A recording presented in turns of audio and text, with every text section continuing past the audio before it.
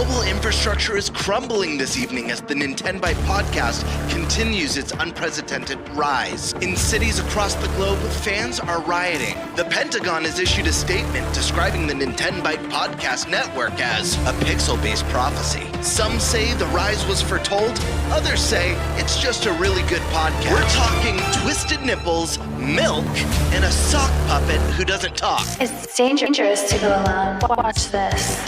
Welcome to the Nintenbyte Podcast, bitch.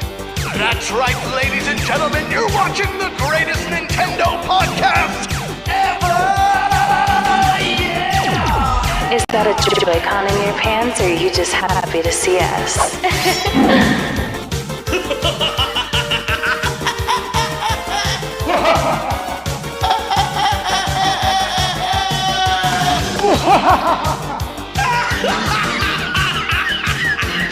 Shut up! Now feel the power. Everyone, do you feel that? Oh my god, I feel it!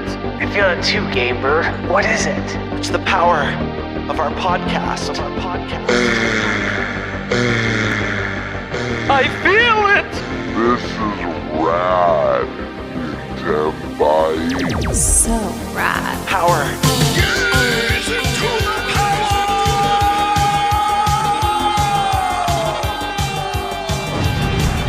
Now bask in their glory. I'm Nintendo Brian. Oh, baby.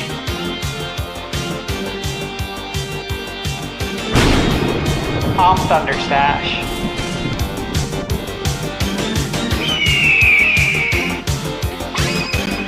I'm Gamebird Classic.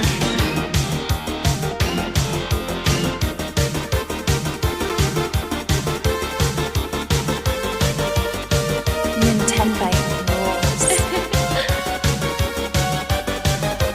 Let's rock.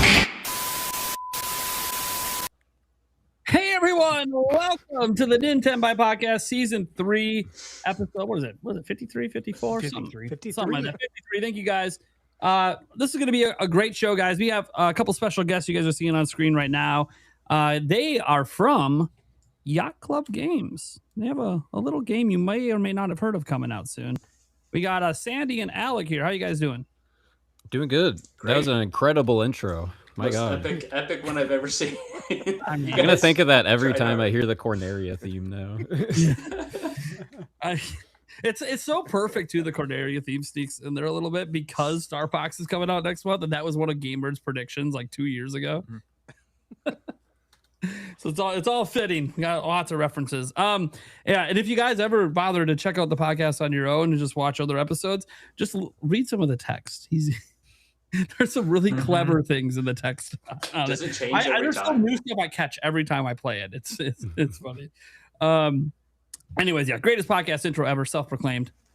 Actually, the chat agrees, so I guess it's not just self-proclaimed. All right, so Sandy and Alec, you guys want to introduce like what you guys do at Yacht Club Games, just so the audience can be a little bit more familiar, and then we'll introduce everyone else. Sure. My name's Alec. I'm a designer at Yacht Club Games, so that means everything from coming up with new enemies or gameplay objects, or crafting the levels that you go through in our games, or anything else that needs getting done. That's what I do. My name's Sandy Gordon, and I do pixel art and animation. So, yeah, just the majority of the assets you see when you're playing Mina came from me, just placing squares. You're so good at it, Sandy. Aw. It's just as simple as making games in RPG Maker, right?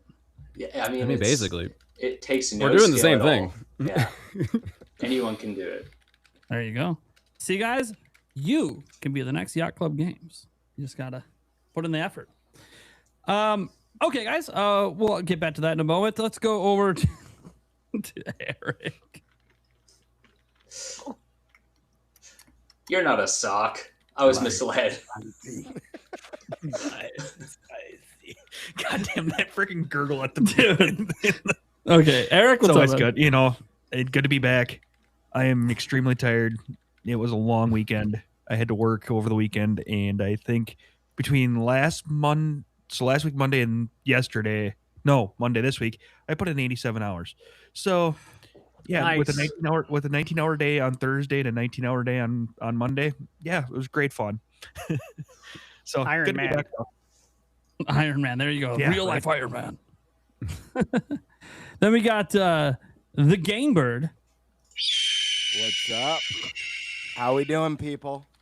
Guys, feel like I haven't been here in months. I missed 1 week, and it feels like a lifetime. But excuse me, you'll probably hear me coughing throughout the night. Feels good to be back. So excited to talk Mina the Hollower, game I've been very excited about for a very long time. Excited to talk some Nintendo. Guys, it's Wednesday. Best day of the week. So let's go. All right. And we got Thunderstash.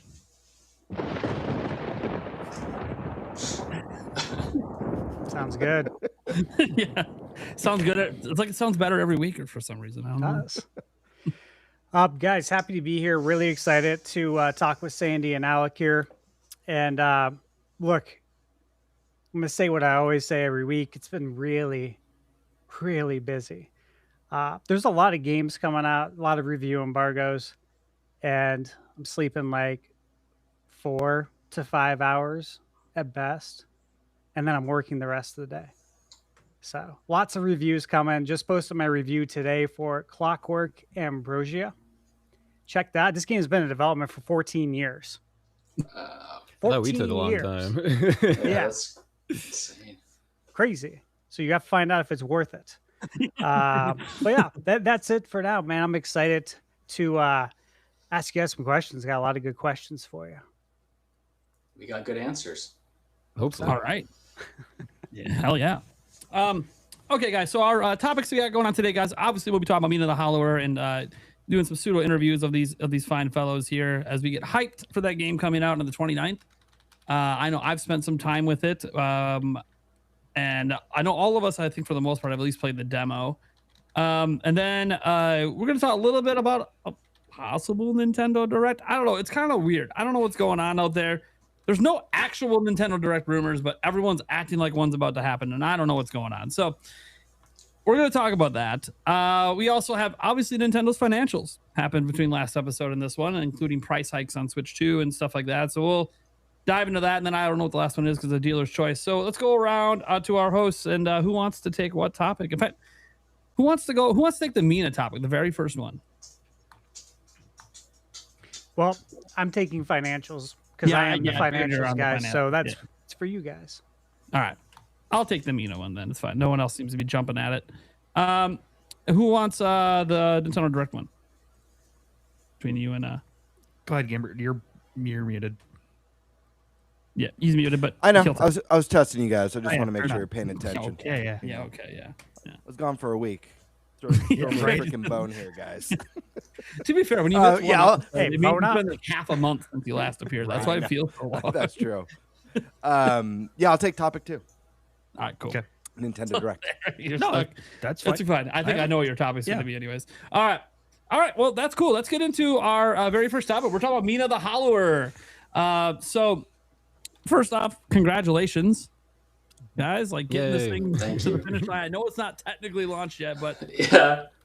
the release date would not have been revealed if it didn't get through all the approvals. Fair. It's the fastest we've ever passed the submission process. You guys as well. went through that quick from when it was announced. It was like, what, 3 days, 4 days later? I'm like, damn. Yep. Yeah, we were surprised too. Nintendo, The game is just Nintendo's that never done bug that. free, you know. It's that bug free. We did spend Damn. months polishing it specifically for that reason. So we did set up. We did find a set lot of ourselves bugs, up a little bit. Yeah. But no, Yeah. it went smoother than expected, and as you said, like it's great that we're sort of in that preview review transition phase right now. But it's hard to like pat ourselves on the back just yet because it doesn't really feel like anything's like set in stone. We're still kind of beating our breath. You gotta release, you gotta get sales, you gotta, besides the Kickstarter backers, you gotta get extra sales on top. But beyond that, how about some good review scores out there? We'll see. I might have drafted your game on Fantasy Critic. I'm just saying. Ooh. I might have called my Yeah. shot at the beginning of the year. He did. We all wanted it. We all They we were all so were mad when I fighting for said it. that. I'm like, We didn't know Look, he was going to pick a that's how I know QB it's a in good that game. round. I actually drafted Mina last year and the year before, so I guess it wasn't on the cards for me. All right. Prime was the one who got it. Anyways, so a lot of us have played the demo, and I played a bit more of the game because I was graciously given a review code on Steam. Anyways, this is going to be an interesting conversation because, you know, we originally first talked to Yacht Club Games guys back at PAX West. We met with a couple people there, and pretty much most of what we were told we weren't allowed to talk about. Then I get the review embargo. I'm still not allowed to talk about most of what I was told. So I'm not even going to mention it in my review. I've already decided. yeah, That's for the I think that's for the viewer to leave that one experience. huge thing as a surprise. Yeah. Anyways, I'm so curious what it is. yeah, that's what I'm saying. Like they got the whole game. They're like, what part of it is it? What did we put? Hold on, let me bring up that. What did we put in the NDA? What is going on? I mean, I think at this point, anything we've said publicly is fair game, and the majority of like the first quarter or so of the game, if you've played through it, is like pretty fair game. So broad strokes, mechanics, things like modifiers and all that. We gotta keep some surprises for people. Absolutely. We're not trying to spoil the whole game over here. Yeah, now tell me, how does it end? What's the final boss fight? No. It's been hard enough for us to keep things a secret. There's so many cool, not just end game surprises, but little nooks and crannies that'll keep people going for a while. I think even in like the early areas of the game. Cool. Hell yeah. Okay, so I'll start this off for a second with one question. It's something I think I know the answer to based on what Celia told me, but what inspired this to be that next big game you guys worked on? Because obviously you guys had Shovel Knight and some prior successes. There were a lot of focus on Shovel Knight, and I heard the whispers about not being definitive on which way to go development wise with certain games. So what made you guys decide, you know what, we're going to go all in on Mina? It was more about trying to pick some projects that like made the most sense for where the company was trying to go in general. We in the background had been working on a 3D game engine for a very long time. And it sure is hard to do that if you don't have a game you're actually making it in. So we knew like no matter what, we need to start our, still secret 3D game. And the thought then is like, okay, well, we can't leave the people wanting another like classic 2D adventure hanging. And also we got like the best pixel artists in the business. We got to like do something with that. And we'd always wanted to like do 2 projects as well. It seemed like it would make a lot of sense just to come up with something that could check all those boxes, as well as the last box, which is not a Shovel Knight game, since we were all pretty burnt out on Treasure Trove after however many years of extra campaigns. Yeah, we were also kind of in the mode of thinking like, if Shovel Knight's our Mario, what would our Zelda be? And one, it just so happened that Alec was working on a prototype that sort of, that's what turned into Mina. But interestingly enough, and I don't know, Alec, if we've ever actually talked about this, but while we were working on King of Cards, we had split the teams temporarily, even before this Mina split, working on a little prototype for another sort of top-down Zelda-like project that didn't actually take root, but it had clearly been kind of in the internal zeitgeist for a while. We were all just kind of hankering to do something like that. So this was just like the perfect opportunity to dive back in. Yeah, that one. This is our second attempt at making a Zelda. Actually, yeah, we never really talk about that. It's like we swept it under the rug, but I think it would be interesting to revisit that at some point. Not the game necessarily, but like the fact that we made that attempt. Yeah, there was a lot of like world building done for that one. There was like a year or so of pre-production essentially while we were finishing up Shovel Knight King of Cards. Yeah, it was more akin to Link to the Past than as Mina is compared to A Link's Awakening. So it was more of like an SNES style visual aesthetic. Oh wow. So the idea of like doing one of these was already like in our heads, as well as like the thought that we don't want to like box ourselves in too much.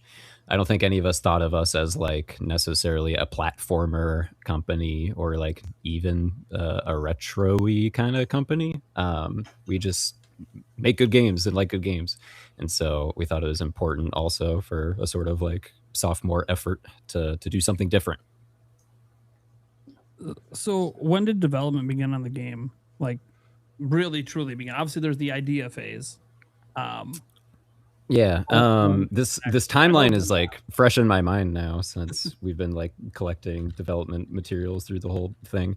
In 2018, in the midst of a trip to Disney World, it was when I thought of the idea. I worked on it like a tiny bit that year, a little bit more the following year as we were like wrapping up King of Cards. Initially it was just, what if Castlevania did a version that was like top down instead of a platformer? I wonder like what that would look like. Specifically like classic Castlevania, not like the Symphony of the Night stuff. And it kind of evolved from there. In early 2020, we came back from our winter holiday and we said, all right, let's get going. And pretty immediately we took that prototype I was working on and we rebuilt it in our in-house engine. And then 6 very slow years later, here we are, the game's done. Yeah, the core of what Alec presented to the team with the prototype was pretty fully formed, I think, at least like conceptually. And so we were able to really like blow that concept out of the water for what Mina became. So, if you go back and play the prototype, it's a pretty like rudimentary version, like just a vertical slice of an idea, but it really like spawned a lot of, what ifs from the team. Like, well, what if we did, what if we took it in this direction? What if we added this like veneer of gothic horror and built a whole like creepy, spooky island kind of in, springboarding off of what we did for Spectre of Torment and exploring those themes in that tone a little bit deeper. It was pretty immediate where we were all like, yeah, this is what we want to make. And 2020 was officially when we like started production. And then 2 months later, a pandemic happened. What? That was cool. What? No one remembers that. That didn't affect anything. Sure, Not at all. Not at all. All right, Stash, you got some questions? Yeah, so I'm curious what games were your inspiration outside of the ones we know? Because I know, of course, Zelda and Castlevania, hence repping the Castlevania shirt tonight. Yeah. That's how I'm repping Mina. But what other games? Are there any other games that were instrumental in the process? I'd say like when we design stuff, we're not approaching it from the perspective of like, let's do a version of this game necessarily. We all play all sorts of games and we bring in that inspiration whenever we're designing anything. And so plenty of stuff works its way in there. We couldn't help ourselves when it comes to Zelda 2, the leveling up, obviously. Yeah, we love that. We're actually Zelda 2 fans here. Hell yeah. Nice. We're in the right place. Yeah. Good opinions. Yeah. My third favorite Zelda game of all time. There's a lot of like Bloodborne on the brain, especially when it comes to the setting of the game and the themes and the vibes. And yeah, I don't know. At the start of the project, we played a lot of games that we thought might be appropriate to like draw inspiration from. We went down like a list of like obscure Game Boy Color games. We went down a list of like every single like top-down action-y game there is. There's not very many of those other than Zelda. And we tried to see, if there's any easy ideas we could steal, but I gotta be honest, there wasn't much. Much of this game was figured out through trial and error and fire and flames. Nice. Yeah, I mean, a lot of people will probably see Mina's visual style and reminisce about like Link's Awakening and the Oracle games specifically, but I think they might be a bit thrown off by how differently it plays from those games. And Absolutely. I think that just kind of hits home like how many inspirations we drew from, and that it's not like Mina is definitely not based on just one specific game or genre. I got that immediately when I first saw Mina, instantly I got Link's Awakening vibes, which is, for me, Zelda's my favorite series of all time. So that was already a huge Yacht Club fan. That was very exciting for me to see. I didn't expect to get so many different vibes, Castlevania, even the Soulsborne type vibes that I got from the demo. But beyond that, the game feels very unique and stands on its own. And I do think the burrow mechanic specifically feels, unlike anything else in those, other series or genres that instantly kind of set this one apart for me. But that's really cool. Yeah. Totally. When it comes to like the Zelda of it all, one of my favorite franchises as well. But not really for like the moment to moment action. I think there's like, some good stuff in Link to the Past we could get into, but for the most part, those are games where you kind of like mash the button and your sword puts out a hitbox in front of you and to the side and to the other side. And you can do it as many times as you want. And you can essentially have a permanent attack box in front of you. That's just how they all are for the most part, right? And so the idea of adding a lot of nuance there and thinking about how the combat could be a lot more in depth. I mean that felt like a given our history as a studio and the things we like, action games. Absolutely. Yeah, no, go ahead.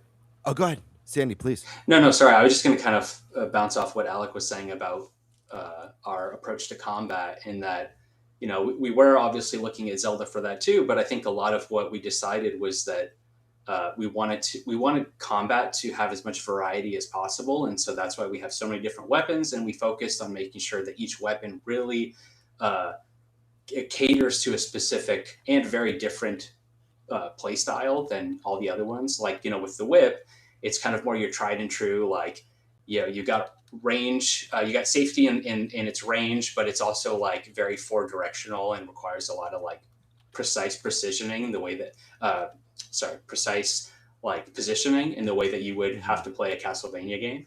But then you also, if you pick up the hammer weapon, which I'm sure a lot of you have probably seen, it's got like a massive hitbox, and it's a lot slower. So it feels more like kind of a Bloodborne or a Monster Hunter, where your weapon really dictates like the experience you're going to come to expect. They feel pretty drastically different. I surprise myself all the time when I switch weapons, and I'm like, whoa, yeah, like this enemy is suddenly really easy now, That's awesome. And since you mentioned burrowing as well, I'd say like that comparison to Zelda was also part of like what inspired that mechanic. If we're gonna do a top-down adventure-y kind of game, one of the first thoughts is like, how can we make the moment-to-moment traversal of the game interesting? And something like a platformer and something like Shovel Knight, there are at the very least obstacles to jump over. I get to like press the A button like once every 2 to 4 seconds, right? Whereas in Zelda, you're pretty much holding the D-pad for up to 30 seconds at a time sometimes, just trying to like get somewhere. And so I was thinking about like the Pegasus boots in Link to the Past, and how that gives you a sort of like skill-based means of getting around the world faster. That helps a lot, at least for me, to like not get bored, because I feel like there's always something I can optimize. I could like always be doing this a little bit better. And so burrowing is a solution to solving kind of all those problems. That's awesome. That's a great way of putting it. I'll probably mention Shovel Knight. I've got a question for you guys, and I'll probably mention Shovel Knight a lot just because it's a game that means a lot to me. That game had a huge impact on me. I've been a massive Yacht Club fan since Shovel Knight dropped. It wasn't my first indie game, but it's the most impactful indie game that I've ever played, because it was the one that made me fall in love with indies, essentially, where I realized, oh man, I got to get way more into indies because this game is so phenomenal. And to this day, I don't even know which one I like more between Shovel Knight, Spectre of Torment, or King of Cards. They're all so fantastic for so many different reasons. You guys can see in the background, I've got my first 4 figures Shovel Knight statue Nice. in the back. Yep. So when Mina was announced, instantly super excited. I told you, right away kind of got Link's Awakening vibes, and I've just been anxiously awaiting it. And I'm curious, were there any specific lessons learned during the development of the Shovel Knight games that carried over or helped you prepare for Mina, or anything like that? Anything that you learned from the past that made its way in or carried over?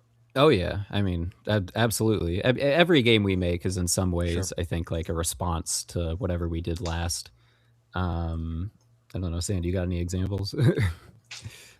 Well, I mean, we certainly learned that how we work best as a team. We learned to rely on each other like really, really well, and because we're a small team, we have to kind of wear a lot of hats and juggle a lot of different types of tasks. Really, no one person on the team does like one specific job. This whole month we've all been handling marketing stuff, just because that's it's got to get done. So yeah, I mean, as far as like game specific or design specific, there's stuff like the pits early on were a thing we're thinking about a lot. The most common complaint with any Shovel Knight game is like, it's so unfair. If you fall in the pit, you immediately die, or if you fall on spikes, you immediately die. It'd be like that. But here's a game where, hey, you can fall in the pit and you don't die. Huh? Imagine that. No instant kill spikes in Mina. Right. There you go. Okay, there's a lesson. I'd say like the overall level of challenge that we want to provide. I don't think that's changed through any of our games, including Mina. But yeah, the little things that happen to annoy a lot of players, we're always attentive of. Yeah, I think. Go ahead. No, I was just gonna ask from the boss side of things. The bosses in the Shovel Knight games are fantastic. Obviously, you're playing at a different perspective in Mina, but I mean, you guys did such a great job in the Shovel Knight games. And from what I played in the demo, we got a challenging but very rewarding early boss encounter. Was there any influence that carried over on the boss side? Yeah, I mean, boss mechanics or. Yep. I think we approached making the bosses pretty much exactly the same, and you can see those values reflected in the game. Something that we say a lot is there should never be a time where like the boss is invulnerable and the player like just has to dodge or like wait. We never like that. That's never fun. Wouldn't it always be better if you could be hitting the boss, but you're afraid to because the boss is dangerous? Wouldn't that be better? And so, like Shovel Knight, all the Mina bosses are designed with that kind of thing in mind. Drawing a little bit from more of like the Souls inspiration, and also as a consequence of the healing mechanic in this game, the boss fights needed to be longer. They needed to be, more involved, a little bit more epic, especially since you have way more tools for dealing with them. It is a more like combat-y game at the end of the day. So I think a lot of the sensibilities that you're celebrating are just given even more room to shine in this game. That's awesome. Yeah, I think another big takeaway from working on all the Shovel Knight games was just learning how to like build on an idea. If you notice while playing through all the Shovel Knight games, they increasingly get bigger in scope, like one after the next. And King of Cards is like by far, the biggest one of those games, just like packed full of content. And, oddly enough, for better or worse, Mina, we've said this publicly before, but Mina has more screens of gameplay than all the Shovel Knight games combined. I think Mina is like 1,250 screens, and all the Shovel Knight games are like 1,200 or something. So we had to take everything we learned and like put all of it into Mina. And as a result, the scope kind of blew up out of control. That's why it took us so long to make, but we were just so excited about this world we were building and all the gameplay mechanics and conceits that we had ideas for, and we put them all in. We're falling victim to like the sunk cost fallacy. Plague Knight was like, oh, that's so cool, but like not a lot of people played it. Spectre of Torment's like, okay, maybe if it had like all new levels, like people might check it out this time. King of Cards is like, oh man, people still aren't playing these games. They don't know they even exist. We got to go all out. This last one's got to be like the biggest, best one yet. And then it's like, oh dang, still people don't care. We got our next game's got to be even bigger. No, that's the next lesson we've got to take away from this dev cycle is scope more. Wouldn't it be fun to make something smaller. Yeah. Don't you guys want a tiny game? Wouldn't that be fun? Yeah, everybody? One screen. Yeah, I like that idea. We enjoy shorter games too. Definitely. I feel like they're kind of making a comeback. Yeah. I mean, just to add on to that quickly, in all the Shovel Knight games, we were really excited about adding cheats and modifiers to help kind of aid players who might be having a slightly difficult time with either the difficulty or specific parts of the game.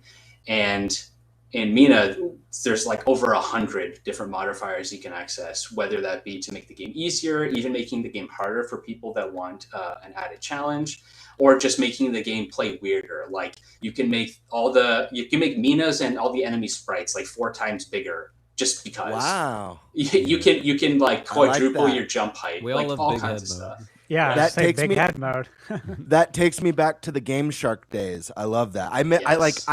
I miss that sort of thing in gaming. I feel like, and we've talked about it on the podcast before. I feel like so many games now, they just give you everything right out of the gate, all the characters, all the levels, and I kind of miss secrets and all the weird quirky stuff, unlockables and cheat codes and all that give fun them all stuff. now So if you buy it.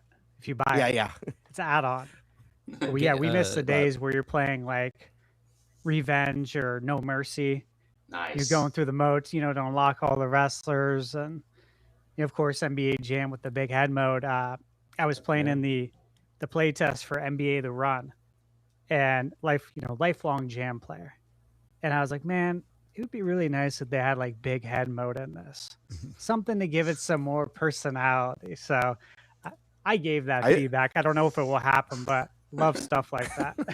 I love Game Shark too, especially from the perspective of like starting to turn the gears and figure out like, oh, this is like how games work under the hood. You can like change these values and like, oh, that must mean it's like put together in this way. As like an 8-year-old, those were kind of the first times I started like looking behind the curtain, I suppose. Hell yeah. That's awesome though. I'm looking forward to playing around with some of those quirky modifiers for the game. I think that'll be a fun time. Yeah, there's a ton of them. I mean, like Shovel Knight had a bunch, but they're all like cheat codes. They're secret. Sure. You had to Google them. And so, speaking of lessons learned, right now they're all in one big menu. We highlight it a lot more, and we also build fun around it. There's like there's an achievement in the game called like beat the game with 3 modifiers enabled from the hard category, but it can be any 3, so you get to like look through all those and be like, okay, what should my run be like? Am I going to do it with like less checkpoints? Maybe if I do that, I could get like the checkpoint achievement at the same time, or no, it's going to be too hard. That's too hard. Maybe I'm going to turn on this or that. I think it's really dang awesome. Yeah, there are actually a suite of them that unlock only after you beat the game for a first time also. So it's like you have access to a bunch of them, the difficulty modifiers and stuff, and then once you beat the game, it's suddenly like boom, a bunch more unlock, and you can like really break the whole experience. Or so you guys are speaking my language. Secrets and unlockables. It's all I asked for. I miss those it. are some of my favorite things. Too many of them. Awesome. Man. What was your guys's like? Was there a moment during development that things just like clicked and made you go, yeah, this is it? We got something special here. I think we always knew that, like I'd say for all of our games, something like we say is that we like to like plant a flag and never move it or like rethink it from the get-go. This was supposed to be like a bit Zelda, the fun and the push and pull of classic Castlevania combat. I need to whip this guy down, and I don't know how many hits it is, and so should I mash it like 3 times or 2? And that making a big difference, and you needing to be intentional about that. That element, and we kind of considered like maybe this like kind of turns into like a Souls game if you have like that deliberate combat, but like a large and fanciful and interesting world full of secrets like Zelda. Isn't that like kind of like a Souls game? And so that's all stuff we thought about like super early on and never ever deviated from. It's less that like the game clicked at one point and was fun, and was more that like it's fun, but we haven't like put it all together yet. We have like more open-ended explory zones that have a little bit less of an emphasis on the challenge aspect. There's obviously like the more like dungeony areas. There's a hub in the center of the map where you can like talk to NPCs and shop and such. And so we had a lot of things that were kind of like siloed off, since that's how you work on stuff. It's like this month working on this, next month working on that. So it's actually like pretty dang late that we started like putting it all together and playing it like a real game. But that wasn't like a moment where we all looked at each other and said, oh crap. That was a moment where we all looked at each other and said, oh, thank God, it works. It's great. Okay, phew. That could have been a big problem if it wasn't, if it sucked. I mean, that was my oh crap moment, where like there were times that I was working in a bubble making art for so long that I hadn't actually played it as a game. And then when I finally got a chance to pick it up and go through it, just, not even to test something, just to remember what it was that I was making. My oh crap moment was like, it's actually really fun. Like I forgot like how good this game is, just because I was like working in isolation, tossing art into like a void. But yeah, like there were multiple times where I just got really rejuvenated and excited again for Mina, because I was like, yeah, this game is so like unique and cool, and like this hodgepodge of all of our favorite gameplay like mechanics and themes, and like just like the world building in a package that like personally I think is what I wanted for decades. Like since I was a kid, like this would be my perfect game. Yeah, that amazing moment is also often when like the music gets put into a game. Ask like any game developer and they'll tell you that, because you're not gonna like listen to the music even if you had it while you're working on it. It'd drive you crazy during an 8-hour day to listen to the same song, right? Everyone works with their music muted, like across the industry, right?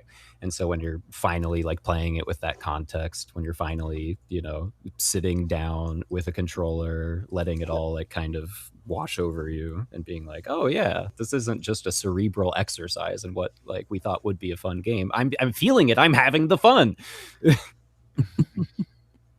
That's awesome. I one time told Jake, our composer, that I was like testing the game with the music off. And he goes, yeah, I often play the game with my eyes closed. I'm like, you got me. That's awesome. I have a question. You guys mentioned world building. Did you guys write backstories for a lot of the like even ones that are just internal, just for you guys that we might not read or see in the game, but backstories for characters or locations just for internal purposes and understanding the world and characters better? Is there a deeper lore that goes beyond what people will even get to experience? Definitely. When we make a game, we're very, very judicious about the amount of dialogue, or really just the amount of text in general. I don't know about y'all, but I don't want to read a book. I want to play a video game. Sure.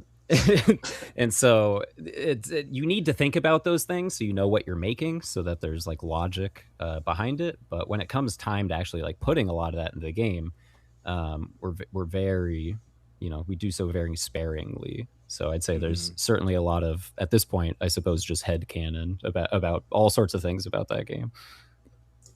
Yeah, I think we tried to add as many like context clues as we could too, rather than putting everything in like expository dialogue, trying to explain who everyone is. Like if you if you see a character in like the crypt, digging up some graves, you kind of get a sense for, them being maybe part of the like the lower class, like, disparity you can find within Osix, the hub city. Like we try and like be very deliberate about like where everybody's placed, and like because we have limited room for dialogue, we like try and make sure that it does like accentuate the story that we're trying to tell. Is it tough to translate some of that into squares, essentially? As the lead pixel artist, like, is it hard to, pack some of that lore into pixels? I don't know. He makes it look easy. It is probably the most fun part of my job. Like, it's challenging, That's but so cool. Yeah, like trying to add, an expression in a 6x6 pixel space of like Mina's face or something. Like, how do you make Mina look tired when her face is already like, barely enough space to even make it readable? So yeah, like, there I remember one early character that you meet. He's like, his idle animation, he's like scratching his foot with his other foot, and you see like little flecks of something come off. And like, to me, that's like, fleas or something, but somebody else might be like, is that skin? Like, I don't know. But like, it doesn't matter. It's gross. Right. That's the idea. It's like, he's gross. I love that. I got a question for you guys on the soundtrack, or we kind of bring this to light for everyone as well in chat. So Jake Kaufman's doing it, right? Yeah. I don't think I'm guessing they're not familiar with his work, but they should be. Obviously, he's done a lot of great games, Shovel Knight, but also DuckTales Remastered. I mean, DuckTales is one of my favorite NES games, but he did the remastered soundtrack, which is amazing. So that includes the Moon theme, right? A song that carries a heavy burden, certainly. Seriously. And then you guys have another composer, like a guest composer, right? From Yuzo Koshiro. Yuzo.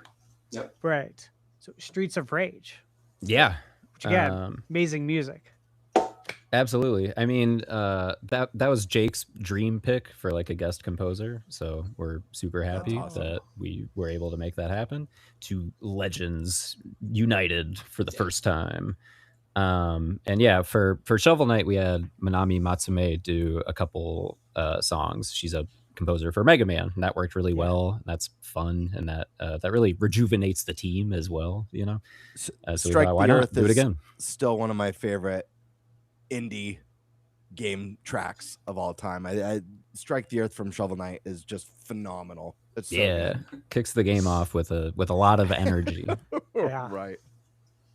I can't tell you how many times I'm like out walking my dog and suddenly like an earworm strikes me and I'm just like, oh yeah, like what is this? And then I'll realize it's either from Shovel Knight or Mina even, and I'm like, nice. Oh wow, okay, Jake's really doing his job. Don't even remember what it is, but it's there. Yeah, how many tracks it's like 82 tracks or something? There's so many. I mean, he made variable tracks too, depending on like which layer of depth you are in the game. Like when you're up top in kind of like a lush area, the sound will be kind of like brighter and have more layers, and then you go underground, suddenly it's like the low end is more present and the high end is like gone. We're a sucker for that, going underwater and Banjo-Kazooie, like dynamic soundtrack stuff. It's so cool. On Shovel Knight, we got to do that a few times, namely like in the hub areas and the villages, where you'd go into like one room and have a slightly different vibe versus another. With Mina, basically we're doing that with every track in the game, since basically anywhere, you can go down into your underlab, at which point like some of the sound channels that aren't Game Boy get dropped out, and it's like a raw, authentic like Game Boy sound. And beyond that too, there's like areas that need to transition into one another. There's areas with like multiple sub layers, and so yeah, one song for Jake quickly became at least 2 and as many as like 5. Wow, that's awesome. Like one of the things I really look forward to when I'm reviewing games is I've been playing a lot of Metroidvanias lately. There's just been a lot coming out, but it's when the game starts off and you can just tell the soundtrack is going to be really good, and then you start looking forward to finding new biomes, new regions, just so you can hear what the music's going to sound like. Yes. And I feel like from what I've played so far, that's been my experience with Mina. But I mean, hearing that there's 82 tracks, I'm just like, that's rad. Good Lord. It's Yep. a lot. It's awesome. That's what 6 years gets you. Yeah, right. I mean, we've got like 8 major biomes, and each one of them is like split into 2 or 3 zones that each have like variations on a theme, and 26 bosses, each with their own track. So yeah, it's just more or less, yeah. Well, it's an insane amount of music. Dang, that is so awesome. That's exciting. And I know Game Bird's excited as well. We love the video game music. It's really primarily what I listen to, since I really stopped listening to new music after I think the 90s, outside of video game music. Then yeah, I'm sure you've heard lots of Jake's stuff on OC Remix. Love OC Remix. Been going there. I think since it started. I really do, that long. And you can hear a lot of OC Remix in the background of like all of my reviews. It's good stuff. We had a super chat come in from Hmon for $5. He says, question for the Mina devs and the podcast crew. What's your favorite game of all time? For him, it's Half-Life 2 or Twilight Princess. Ooh. What different games? Wow. Both? Yeah. Phenomenal games, but like totally not the same. Half-Life 2 is a really good answer. I mean, does that count like the larger Source engine like world? Does this count like CS Source and like Ares Mod and TF2 and stuff? If so, this is probably like the entity in which I've spent more hours than any other game. But for me, I gotta say Mario 64. Sorry if that's a boring answer. I think it's got Love it. I think it's got incredible level design, despite seeming like they only had like a month to do it. I think that the character mobility is like incredible for a first stab at a 3D platformer. I think it's still their best shot. And yeah, established I think just so much about like what I love about games, and that's why I got a tattoo somewhere right there. That one. That's a Womp's Fortress, the painting. They jump in. Nice. Awesome. It's a little sideways there. Respect. I gotta give it to Mario. I love Mario 64, man.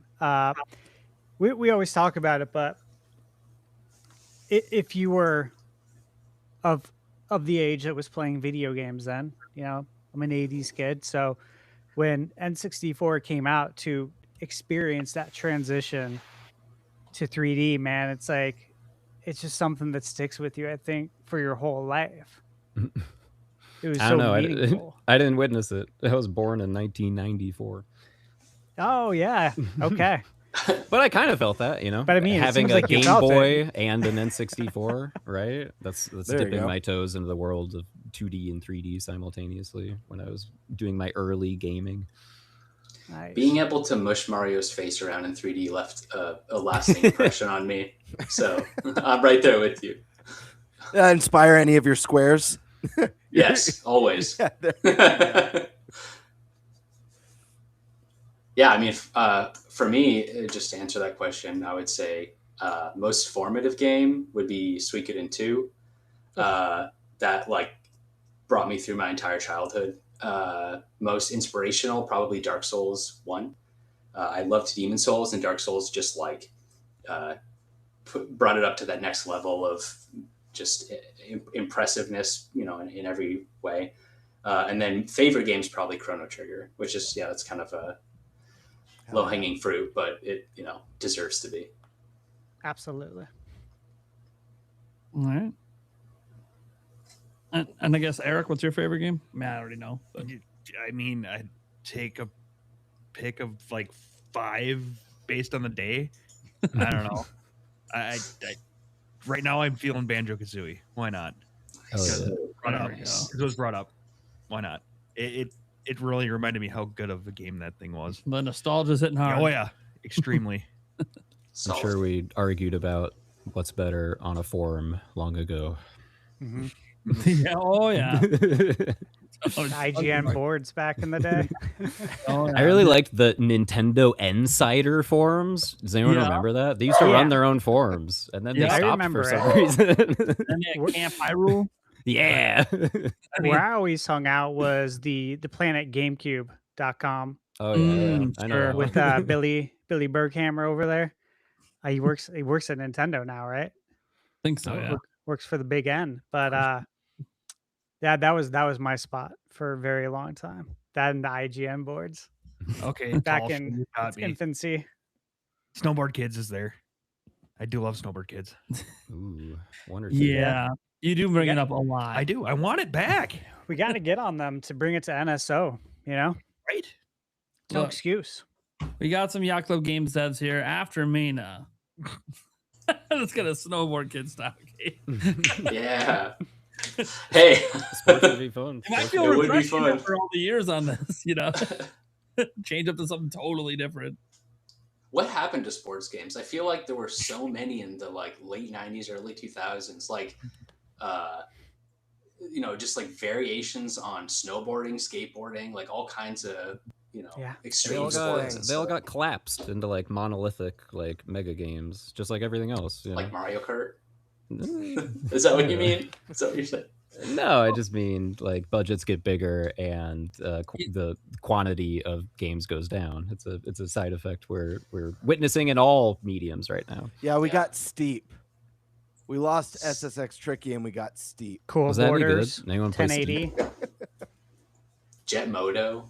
Yeah, Jet Moto. I mean, obviously, I absolutely love Wave Race. Mm-hmm. That's forever special.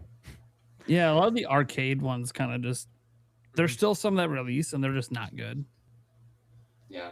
I think you got more mileage back then too, out of like introducing more verisimilitude or realism, you know, as console generation leaps were like greater than they are now. Sure. I feel like Nintendo is one of the like few like first parties that tackles sports games still on occasion. Sometimes. Yeah. Well, the last one didn't do well for him, but it tried. The last couple, actually, I don't think it did well for him, but that's all right. They're still trying. That's what matters. Nintendo, don't stop trying just because people didn't buy your last Mario Tennis game. It's okay. Yeah, this is what you all get for sleeping on Dragon Drive. Oh, it's what we get for not getting Yeah, I Mario. didn't sleep on it. I liked it. I reviewed it. I liked it. I was so excited for it, and I bought it, and I just have not played it yet because I've been too busy since then. Dude, stretch before. I'm not kidding. Really? That And not intense? just your arms, like the arms, stretch everything, man. Stretch like everything, man. Like you're gonna go play some hoops. Actually, that's what I Okay. did. As a Ring Fit fan, I like the sound of this. I was gonna bring that up. Alec I was played a lot of Ring I was Fit. obsessed with that game. It's You know, you can very- like beat it, right? Like you roll credits, but there's like New Game Plus and like New Game Plus 2. Eventually, they kick you out. They're like, you're done. Like you have to. They give you No like a more little Ring speech Fit. at the end. It's like you've come so far, Alec. You know, we don't think you need this anymore. Like go into the real world now and start working out Go for touch real. grass. Yeah. You're like, I can't. It's still COVID. You can never get too jacked. I don't know what they're talking about. Yeah, Ring Fit was sweet. I hope we get a second one. They had some more RPG elements to it. I know. Yeah, There's like Neil a moral Ring Fit. imperative to do that as well. Like I the think so. health of the world to some small extent Yeah. hangs in the balance of a Ring Fit sequel being announced. They've Ring always Fit done it. Ring Fit was super cool. I wish it had like a super powerful narrative behind it. But Yeah. man, like it was cruel forcing me to do squats to defeat a boss was so cruel. Dude, I swear there was a boss fight in that game that I did like 300 squats to beat. I'm like, this is insane. Can we any other exercise, please? Holy crap. Squats work your whole body. They're great. It's no joke. Yeah. Intense. So is that your favorite game, Gamebird? A little Ring Fit? Nah, my favorite is it my top favorite or two? Picking two. I think he said favorite game of all time. Yep, says favorite game of all time. Favorite game of all time is Wind Waker. I know it's not a perfect game, but it's a special one to me, and the art style to me is just perfection and timeless. Same. That came out when I was like a 10-year-old, so that like super hit at the right time for me. Mm-hmm. And the music too. Absolutely. Looking back, yeah, I can certainly find a lot of flaws in that game, but nothing will replace the memories. Those I have forever. Yeah. Mm-hmm. Someone at school told me, you know how you get like a blue outfit when you like beat the game? Well, you can actually get like an orange outfit if you beat the game 10 times. And so I did that, and that kid was a liar. There's not, that doesn't happen at all. I've literally talked about on the show just the good memories, before everyone's super connected and there's no more secrets because everyone's talking about all the game spoilers online.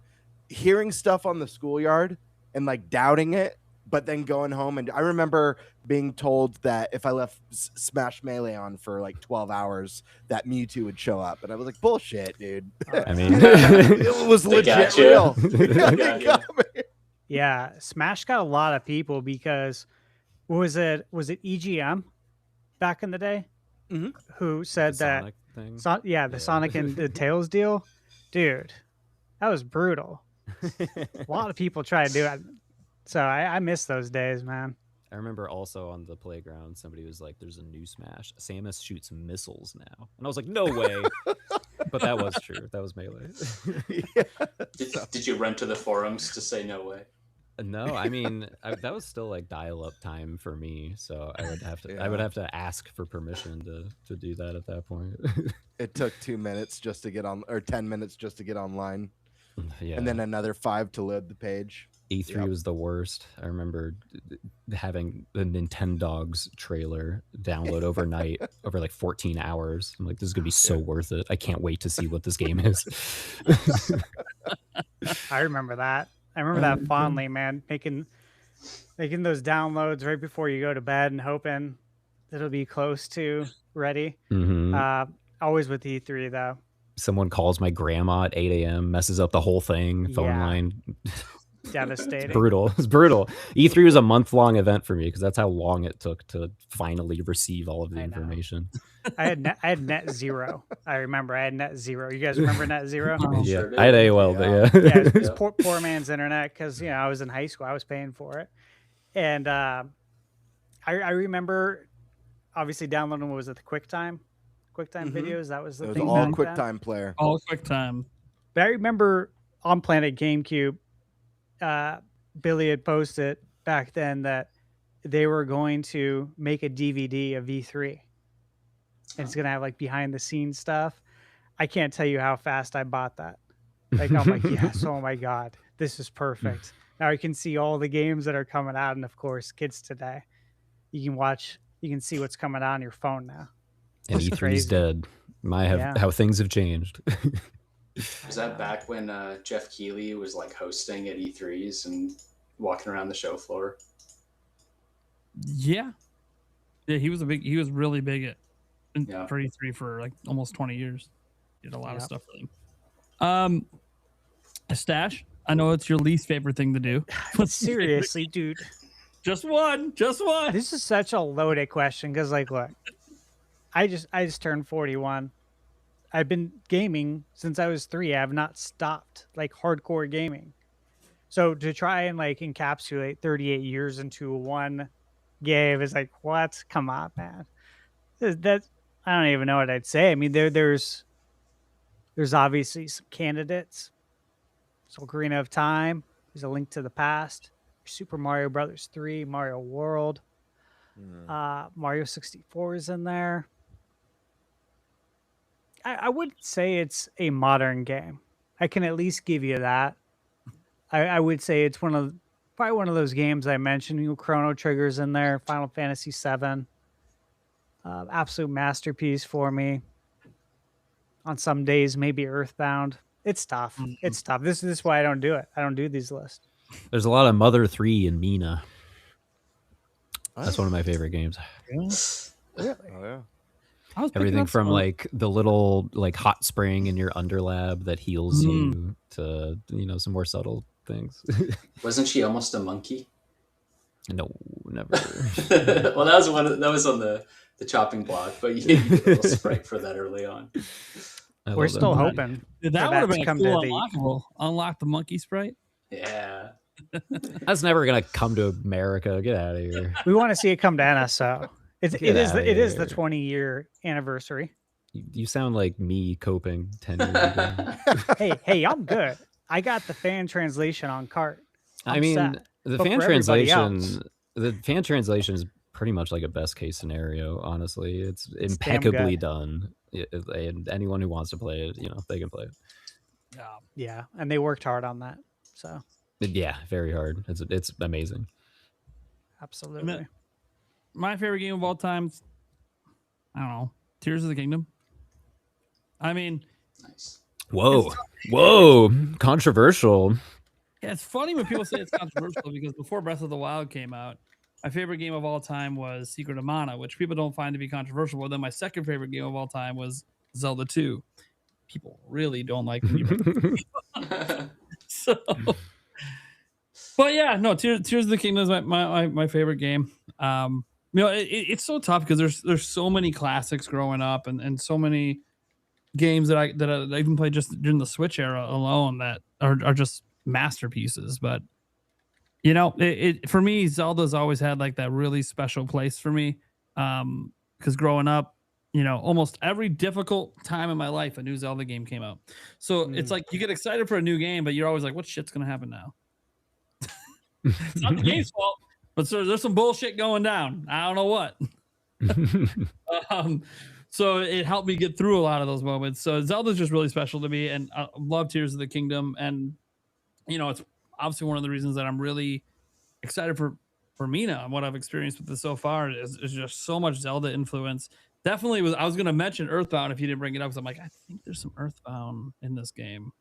I'm getting some vibes. A few moments that happen, I'm like, ooh, I remember Earthbound. What is happening? There's a trinket in the game that adapts that game's like a rolling health bar to Mina, where you can take damage, but like it takes a long time for your health bar to like actually deplete, and so you can like still be alive in like zombie mode, and as long as you still have a little bit of time before it kills you, you can get a few more hits in, heal up, and be like, no problem. That's awesome. That's awesome. I'd be remiss if I didn't mention one other game. That's Symphony of the Night. Ooh, good pick. Absolute gold, still is. Yep. Yeah. Anyone got more questions? Yeah. You guys want to get through? I mean, I'm out of this. I got the hard hitting questions that I've been saving up.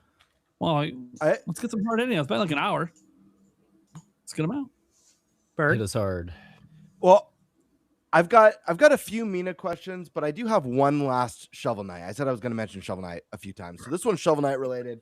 Can we expect any sort of Shovel Knight Easter eggs in Mina the Hollower, or can you confirm is this a shared universe? Do these universes coexist, or is it completely separate worlds, separate things? They're separate. It's not a shared universe, and there's not like an Easter egg or anything for Shovel Knight.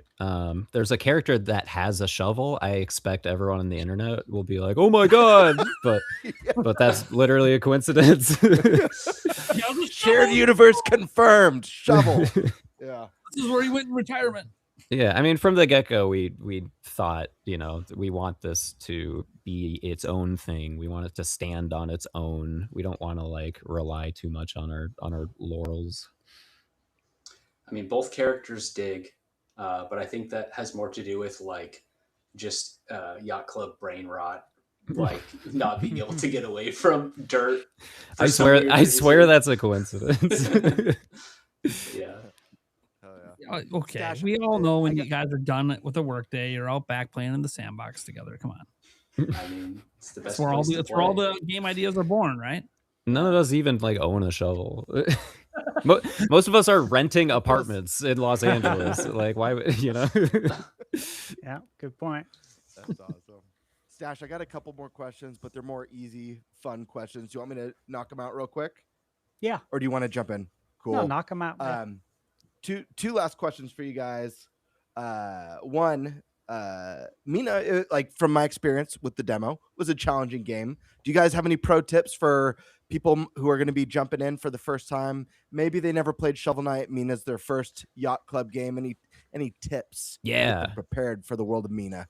I'd say don't mash the button. If you mash the attack button, you will die. The enemy will kill you.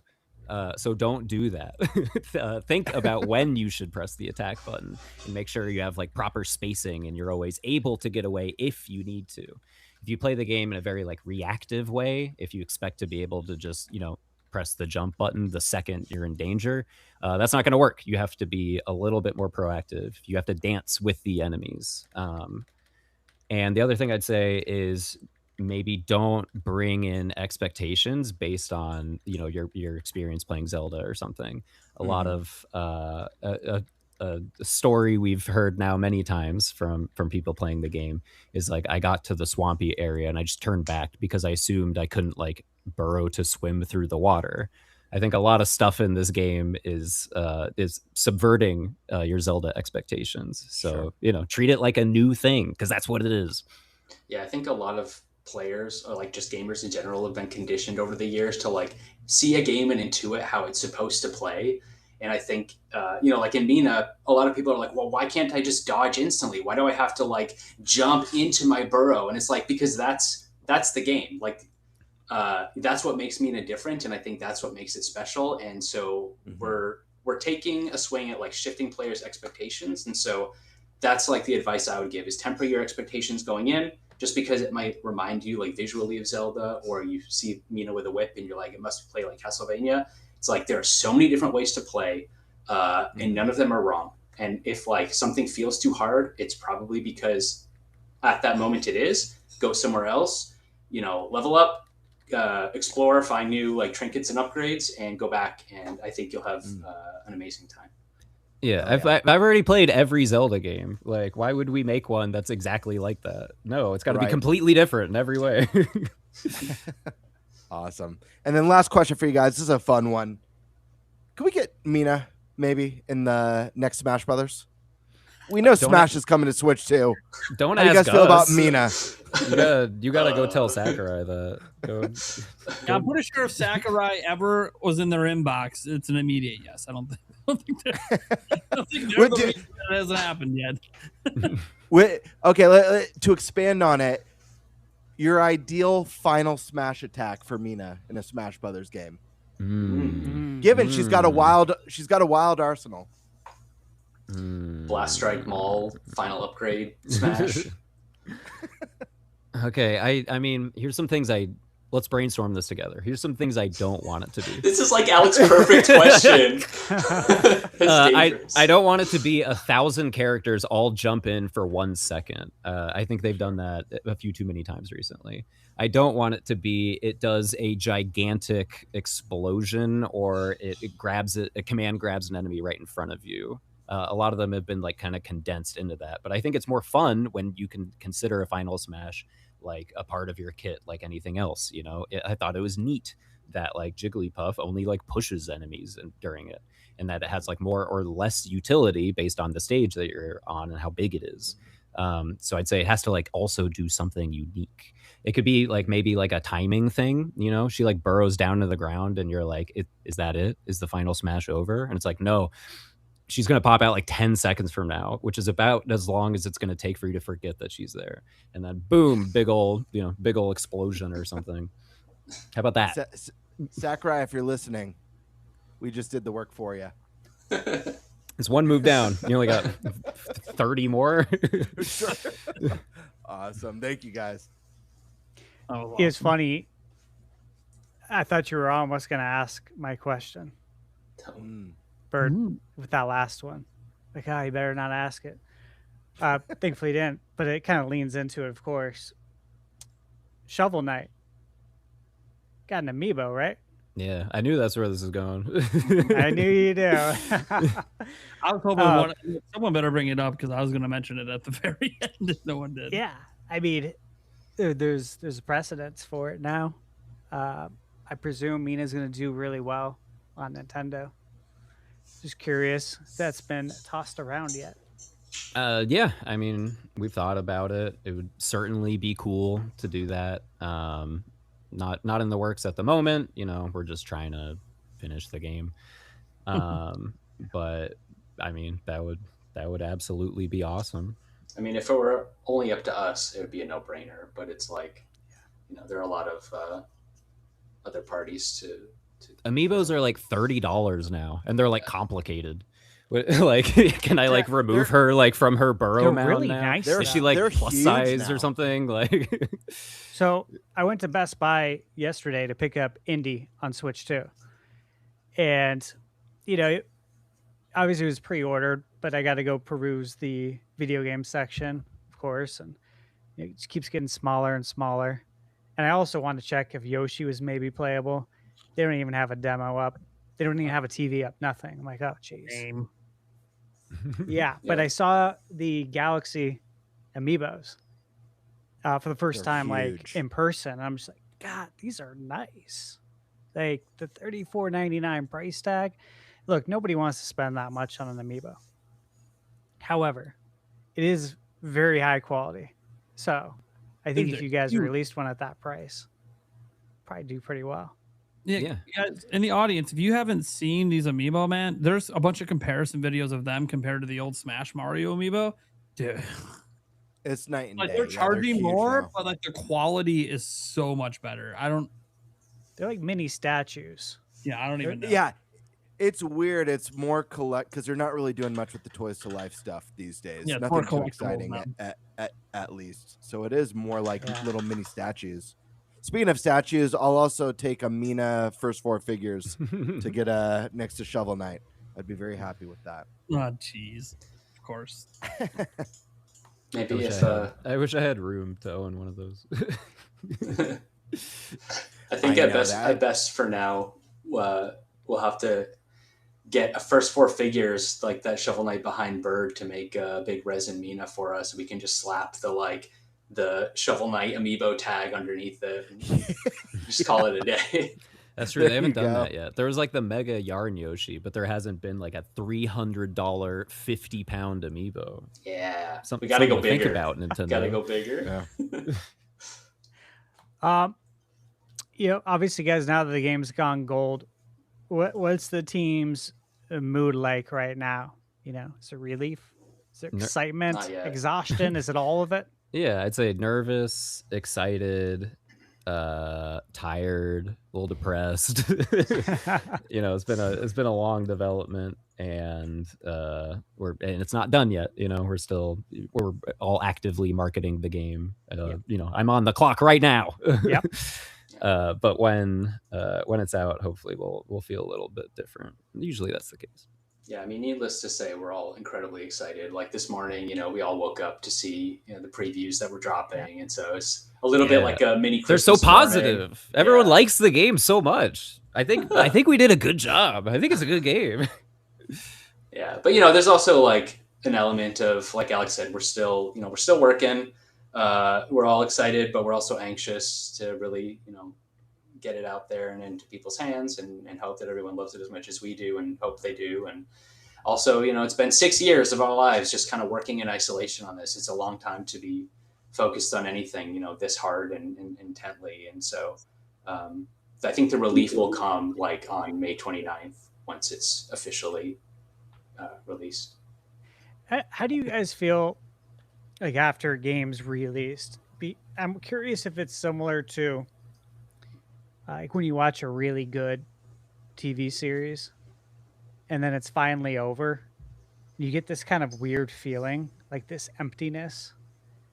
You're like, what am I going to do next? Almost like when you finish a really good game and you kind of feel that way after. You're like, I don't know if I should start something next. I'm still processing this, but I need to because this is what I do for a living. How do you guys feel about that? It's a little like that. Only you actually did accomplish something. You like made a Yeah. game. Right. Yeah. But yeah, I don't know. It's also one of those things where it's like if I did my job correctly, then like everyone loves the game.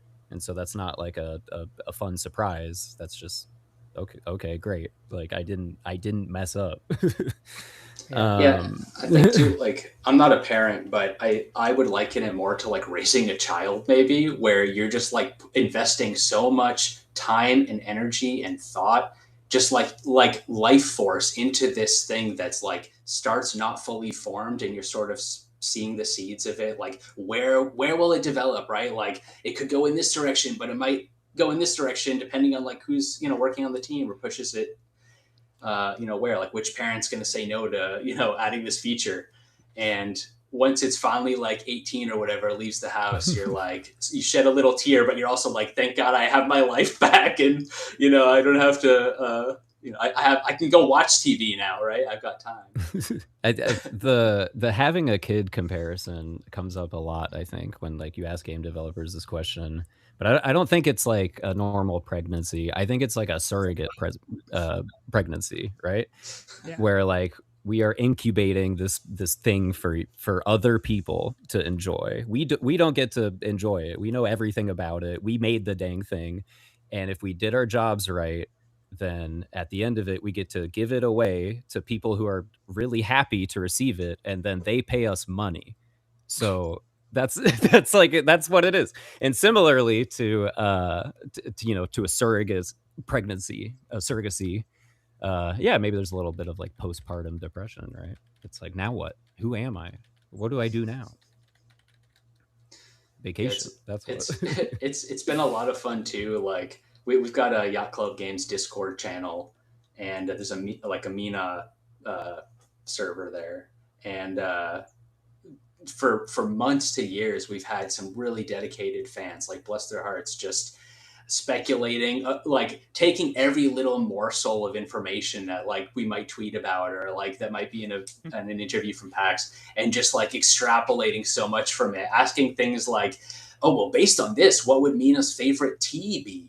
Or like, does she like soup? I feel like she'd be a soup person because her underlabs, like, she's in hot water, and it's just like all these questions that like on the surface might seem ridiculous, but like are so heartwarming to see, because it means people really care. And the game's not even out. It's like you care this much about something that we've created, that like your enthusiasm proves that we're on the right track, right? So, at this point, we're just like hoping that our fans and soon to be fans love it as much as we enjoyed creating it. And it's like, it's just a handoff now, it's like, here, it's for you guys. We're done.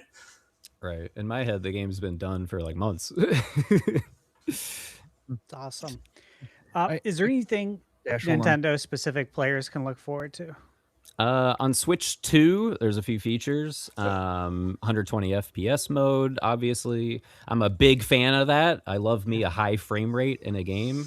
You guys right now are on a 360 frames per second monitor that I have. So super happy we got to do that. A higher resolution, more like graphical fidelity, that does not make the interactive experience any different. It makes it prettier. More frames, that means more fluidity and more data that the player has that they can use to make decisions. It's the one objective thing we have for increasing the playability of anything, pretty much.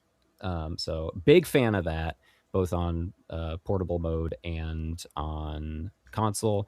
You don't have to make that sacrifice too. Switch 2 can't do like 4K and 120, right? It steps down to 1440p.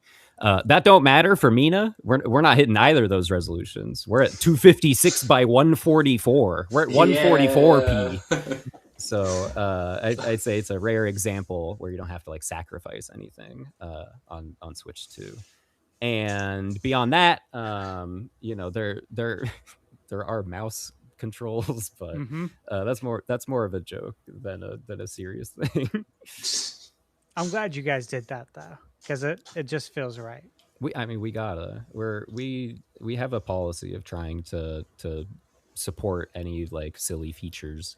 We want to see like more of that, and that's been going away as like consoles themselves become more like homogenized. You know, the line is very blurry now thanks to the Switch.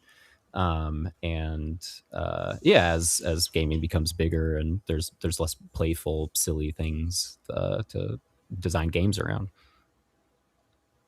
Yeah, we were all pretty sad about the discontinuation of the 3DS because we were like, oh man, Mina would be so good on that console, but it's just like there's no support for it anymore. You can't even buy games on the store. But it'd be so hard to make that game 3D. I love it. It'd be so hard. It'd be so cool to imagine like the layers. Like we put so much like hard work into, you know, adding multiple layers of depth for the platform that you do in Mina. It'd be so cool if it just like popped out at you.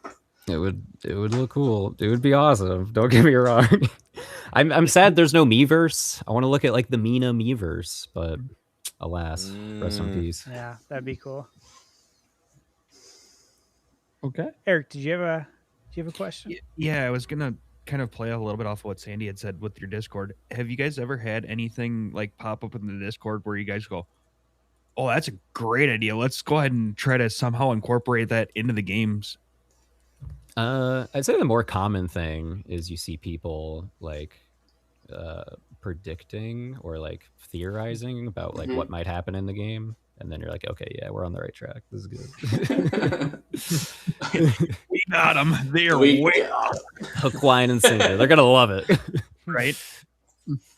Yeah, I mean, we did have, sort of to that point, we did have a lot of community involvement. There were a lot of like directors for a day, as we call them, that contributed ideas. So, you know, it wasn't directly someone from the Discord saying like, hey, do this, and we did it. But our community was like hugely important to the development process. And that's like the heart of that is deeply integrated into Mina's world. Yeah, some of our directors for a day did their homework and they brought us like interesting, like fully fledged ideas. It's really cool to see. Nice. It's awesome. I just can't wait to get back to the game. I almost want the show to end so I can keep playing. Sorry, people watching, you guys gotta wait a couple weeks. Really good. It's like really, really, really good. Oh man. Thanks. I've been anticipating this game for so long. However bad you want it to come out, I promise you, we want that more. Yeah, I mean, I just heard the ideas just kept flowing, and it's so hard to finally hit a point where we're like, all right, we got to stop trying to put stuff in this game. Yep. It's tough. It's tough. You want to do everything. So, do you guys plan? I know it might be too early to ask, but you guys plan any DLC down the line? We're not doing the treasure trove thing again. That we know. We're not we're not gonna spend millions of dollars making a whole ass game that we give away for free. That was really fun, but I don't think we could do that forever. Sustainable business model, I don't think. Yeah, apparently not. Having said that, there's plenty of ideas for things we would want to do with the world of Mina the Hollower. I think first things first, we need a break. Yeah, that's why I said, I mean, you guys probably are right now really worrying about it, but you know, questions going to come up after the game launches. Yeah, I mean, I think that has more to do with like what makes sense for us at any given time. You know, at the very least, you know, I'm sure we'll have to do like a 1.1 update. You know, adding a thing or two, fixing a bug or two, right? So, you know, as long as you're doing that, you might like slip a couple more things in there. But as far as like a big chunky thing that we're like devoting our time to, I could only see that happening, I guess, if like, you know, the game was so big that we just had to, right? Well, that's the thing too. Like, there's not a whole lot we could even do for DLC. We put everything. Like we put all of our ideas into this. Yeah, game. not a lot got cut. No, this is Mina base plus all the DLCs that we could have possibly done. Right. Like the new game plus features alone probably like encapsulates a lot of what we would have done as a DLC. Like there's an item shuffler in one of the new game plus levels. Like there's a whole Symphony of the Night like map flip that just completely cool. like resets your brain as to like how you remember. It's a Twilight Princess map flip. Okay, sure, yeah, it's more like not quite as drastic. It's not upside down, but yeah, there's so much stuff. Like every room, every screen in the game is like jam packed with something to explore, collect, fight. Like there's no wasted space. So I'd like at this point, I think if Mina does well enough for us to consider, continuing the franchise, we would just go like right to a sequel or something. Just a sequel, yeah. Yeah. Good.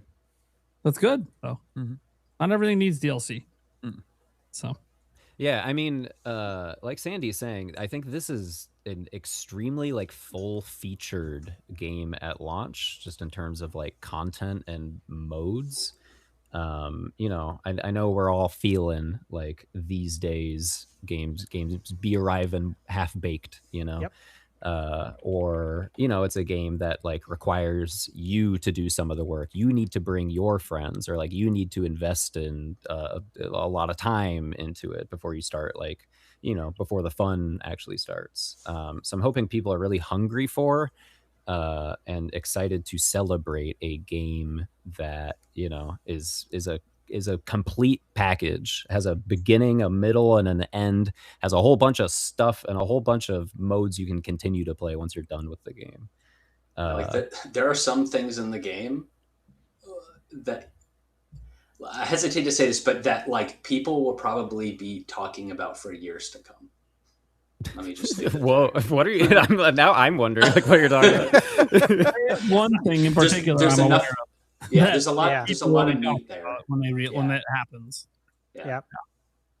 Unfortunately, guys, NDA can't say anything. But I know about one really fucking cool thing that goes down that I'm like, man, this is the internet forum kind of stuff we love.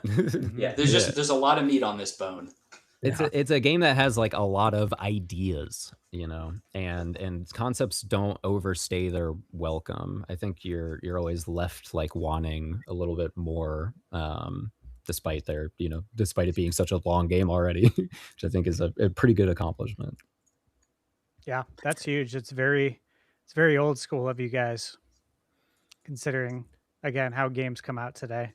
Yeah, I mean, we break it down, and oftentimes like you can't really quantify the fun, but like you can try.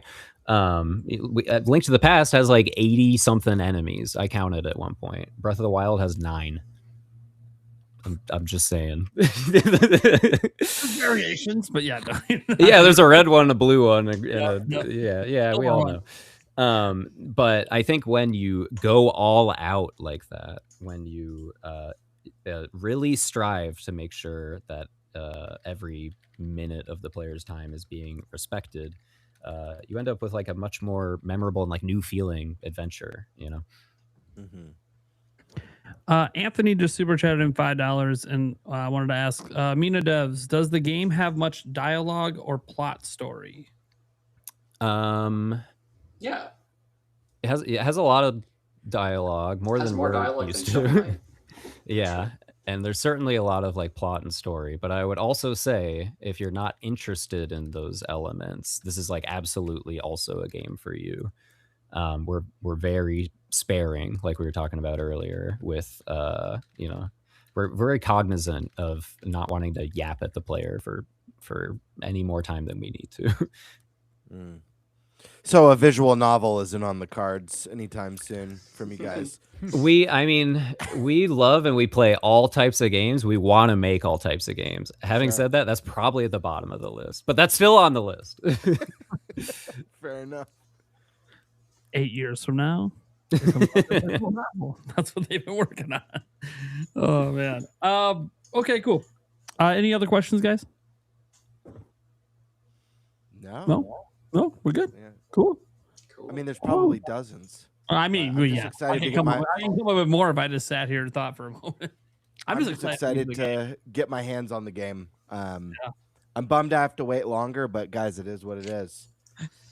It's 2.5 weeks. 2.5 weeks. There's so many games coming out. You're going to be playing Yoshi next week. That is a fair point. Hey, you gotta give Yoshi a chance before at least we Mina got you the bone up dominates conversation. Okay, so at least you This have is that. true. I do Not a have lot the of bone people up have the pin. bone up pin. I'm just Oh, saying. nice. I don't even have it. What the I hell? got mine too. What? I never got one. I don't know. You what to guys say. not getting one. You gotta talk to your fellow coworkers. I don't know what's going on. I Candy at PAX. Oh wait, I've got one. no, I got one. It's right here. It's right here. I I might as complained well- and I made someone give me one. I might as We well made ask sure to one ask final Celia. question. Yeah. I know, because I couldn't be at that preview event, so I was like, guys, please get me a Mina pin. I'm begging. But speaking of merch, do you guys have any plans to add any Mina merch to the Yacht Club shop or anything like that? Shirts. I know you guys had a Mina plushie. I think it was at one of the PAX events, but Yeah, some other company had it. Fangamer's Or- been working yeah. on some merch for us. Yep, Fangamers.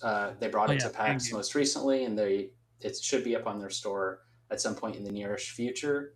Cool. I don't know, Alec, maybe you remember if we have plans to put stuff on our store specifically. We did have at least 1 or 2 T-shirts at some point in the past, but we do have plans for merch. We're figuring all that out Yeah, right now. yeah. cool deal.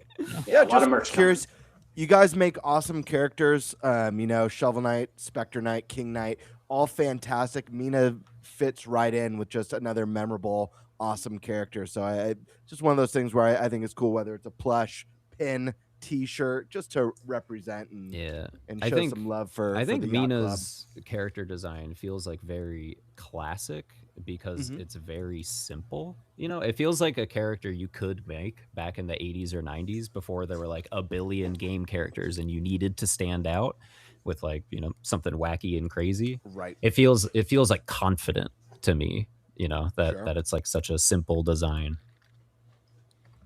Yeah, I mean, as far as merch goes too, what I'm really excited for is once the game comes out, I want to see who like the fans want merch of. I want to see like who people are drawing fan art of. Like, I guarantee it's going to be somebody that like we did not expect, or some NPC or character or boss that's like, oh, this is everyone's favorite, and we're like, what, that one? Okay, well, I guess we got to make a T-shirt or a plush or something. I think It's Propeller Rat was like kind of like that. Yeah. It's going to be the guy with the flakes coming off his feet. Yeah. I already feel it. He's my hero. I love it. Hey, we had one question come in, a super chat. This is an interesting question, and he really wants me to ask you guys, Inspector Void here in chat. And this actually has to do with Nintendo's Q&A that they just had. Specifically, Furukawa. They asked, what is your approach to software development over the medium to long term? And that due to the increase in development time, I would imagine it would be difficult to release major titles for Switch 2 at the same pace that you've released software in the past. And Furukawa had said, while it would be ideal to release many titles at regular intervals, it's true that software development time has increased compared to before. Even so, we are taking various measures to adjust our development framework and process so that there will be numerous titles for consumers to play. And it goes on to say that they're working on various new titles, major games, but the point is that he's saying it takes a lot longer to make games these days. What are your thoughts on that? Do you agree? I mean, yeah, Mina's a good example. Yeah, I think less so for the reasons that he's referring to, though. We don't have to create 100 gigabytes of HD assets, right? But games get more complicated and expectations from players grow over time. And so if you want to make something that's as full featured as people expect, yet as innovative or interesting as a studio like Yacht Club or Nintendo strives to make, then yeah, it's gonna take longer. Okay. I assume on their part they also mean like changing like the types of games they make, right?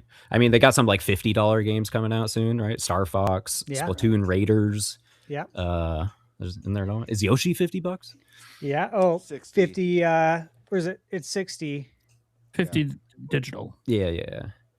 So maybe that's part of the effort too. Making games that are a little faster, a little smaller. We'll see. It would be nice to see Nintendo has a lot faster of games like that. Nintendo has a lot of those smaller games. You kind of always have. You know, you think Yeah. about the Kirby's and the Metroids. Like none of these are like super long games. I want to see a bit of a return of like 3DS eShop era, like $20 like games. You Some know, Pushmo? yeah. Why aren't they putting out a Pushmo? You So know, good. Box Boy. Yeah, that kind of thing. It seems like These went green away. people. Yeah, absolutely. I love the bartering. I think that kind of went away because the Switch needed to make the case that, you know, this is not a compromised system. It's a home console you can take on the go. And so we saw home console games. But I feel like, yeah, that like previously portable, like cheap eShoppy experience is like kind of gone. And I would love to see that come back. Yeah, more games like Dragon Drive is, I guess, what I'm saying. So, one thing I noticed consistently with your guys' games is you guys really seem to like pixel art. Is there like a particular reason that you guys like going in that direction versus all the other options? I like that it's so specialized. I like that it's like a smaller field. I like that you can stand out in it. But most importantly, I like the clarity that it demands. You know, you don't have space to mess around. Every single thing needs to be immediately readable, and you don't have a lot of pixels to work with, right? And so it forces you to be a better designer, I'd say. Yeah, I mean, being very deliberate with all your artistic choices is like a huge part of what I think about every day when working with pixel art. But I think like as a studio, the decision to like stick with pixel art as a medium for so long also comes down to just being faster to iterate on. Like one artist could just, you know, throw together an animation that we just want to like toss into the game to see if it works in like a handful of minutes. But if this were 3D, we'd have to like get the person, you know, making the rig and concept art, model, rig, so many steps. animate, and then Textures. you can program it, and then you can see what it looks like. Yeah. 5 freaking steps. Whereas, there's something very freeing about being able to draw something and put it in the game in 5 seconds. I have to imagine, and I know you guys can speak on this. I obviously have no experience in game development at all, but I imagine it. Well, one, I love pixel art because I feel it's, you know, it's beautiful. I feel like it's timeless. You know, Sandy, you mentioned when asked about favorite game, you mentioned Chrono Trigger. It's a game that I think is like just looks perfect still to this day. Looks so gorgeous. Yeah. Mina's gorgeous. Shovel Knight's gorgeous. But I also feel like maybe it would, you know, like in the film industry, when a movie has a much lower budget, you're forced to be a little bit more purposeful and a little bit more creative on how you do things, how you execute. And I imagine choosing pixel art in some ways is kind of similar to that, because there are limitations of what you can do within the pixels and the like the era of gaming that you guys are trying to resonate with, that makes the way you're creating and designing much more purposeful and probably yields some really cool or maybe even unexpected results at times. There's a surprisingly a lot of freedom and constraints, especially when it comes to game design. Like I'm sure you guys have seen, but a lot of modern indie games actually spawned from game jam prototypes, where like, you know, they're given a few devs are given a theme, and from that theme, like an idea is born that they never would have thought of on their own, you know, because they're forced in a direction, and it's all the more creative and interesting because of that. So yeah, like, you know, for us working with a restricted color palette is, you know, it is a challenge, because it's like, well, hey, you know, this ramp of colors is like pretty high contrast or might look kind of weird. Like it's not what we would do if we were like had total freedom to just color pick willy-nilly. But because of that, it like gives an area like a very distinctive color palette. Like Pridemore in Shovel Knight, it's like got this like yellow and green like color combination that's just like so iconic, right? And it's because the NES palette like dictates or necessitates the need to like choose colors in a weird and interesting way sometimes, but it works.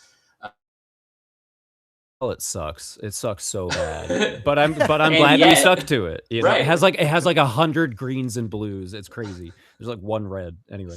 Well, I mean, we had similar issues with our palette. Like when Mina's development started, Alec and I put together a palette just like color picking from sprites on games that we liked. Like we went through like Zeldas and Dragon Quests and like all kinds of Game Boy Color games that we thought were cool. Color picked a bunch of stuff and started working with it and didn't realize until like we were a little bit into the process, hey, we need some more colors, right? Like it's not in an ideal place. And so we actually had like a turning point where we were like, okay, we're going to add more colors to the palette, but then we're going to call it. And we did. And it's still, you know, at some point we're like, oh man, wouldn't it be nice if, but it's like, no, this is what we're working with and we have to get creative with it. And, you know, I think it allowed Mina to like look, you know, as interesting as it does and kind of unique as it does. I would say it doesn't look anything like a Link's Awakening type game from like a color perspective specifically, Right. you know. So yeah, even though the palette for Mina, we already like if we do another one, we got to make some changes. But even that is the fact I think is like still a good thing. It forces us to like get creative sometimes, and yeah, I think it has like a super unique look and feel as a result. There's so one element of the pixel 2D kind of process that is like a lot harder though than 3D. Like in 3D, if you want to like swap out a weapon, you know, then you parent the new weapon to the same bone as the old one. Just easy, right? If you want to swap out a weapon in a pixel art game, you gotta redraw the whole dang thing. So you know, like 1,000 times in every direction. In one sense, it's actually a lot more time consuming. Thankfully, we would never make anything that would require Sandy to do that. Surely not 5 distinct weapons in a top-down game. Yeah, even just like, you know, I want to make the character wear a hat. It's like, too bad, dude. You gotta you're gonna redraw like 800 animations. Like, hell no. We did make Sandy do this for one thing in the game, but he was so down for it. He loved it. It was worth it. There you go. That's awesome. All right, we could probably move on to our next topic. You guys planning to stick around? I think Sandy's got to go. I gotta go. Yeah. Yeah, but hey, thanks so much, guys. I really appreciate your enthusiasm and inviting us on, and it was amazing to talk to you all. And yeah, I mean, 2.5 weeks away, we're all so excited, and we'd love to talk to you again, you know, some point after release and get more impressions when you're not like hindered by embargoes and all that kind of fun stuff. So absolutely, yeah, we'll be in touch for sure. Sweet. All right. Thanks, Sandy. Appreciate Thanks, you, man. Sandy. Guys, take it easy. Let's hear Go it for on. Sandy.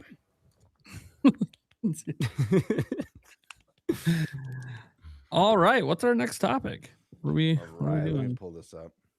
Am I up, or are we going to stash? Yeah, I think you saved the financials for last. All right, We would want to bore Alec. that's true. That is true. I All love right, topic number 2. financials. My favorite topic. Nintendo Direct soonish. So right now there's not any there's currently no viable Nintendo Direct rumors. However, there are some things lining up. For starters, the Chinese socials for Orbitals, a Switch 2 exclusive, is getting a release date reveal very soon. They said something similar back in February, right before a partner Direct featuring their game. Necro Felipe and Attack the Backlog have both teased publicly that they've heard about something with a third-party game and Switch 2 possibly being shown next week. Setting aside that, Furukawa, during the financials, stated they have a robust lineup for the second part of the fiscal year that runs through March. And now, Elden Ring is being listed with a July 10th release date in Canada. Of course, it's possible none of this has to do with a Direct, but what are your guys' thoughts? Boy, we're really reading the tea leaves here. Yeah. It's weird because this time of year is usually when we start to get rumors for like a June Direct or whatever, and it hasn't happened. Nintendo's been very weird. Like no general Direct earlier this year, a bunch of smaller Directs plus the partner showcase.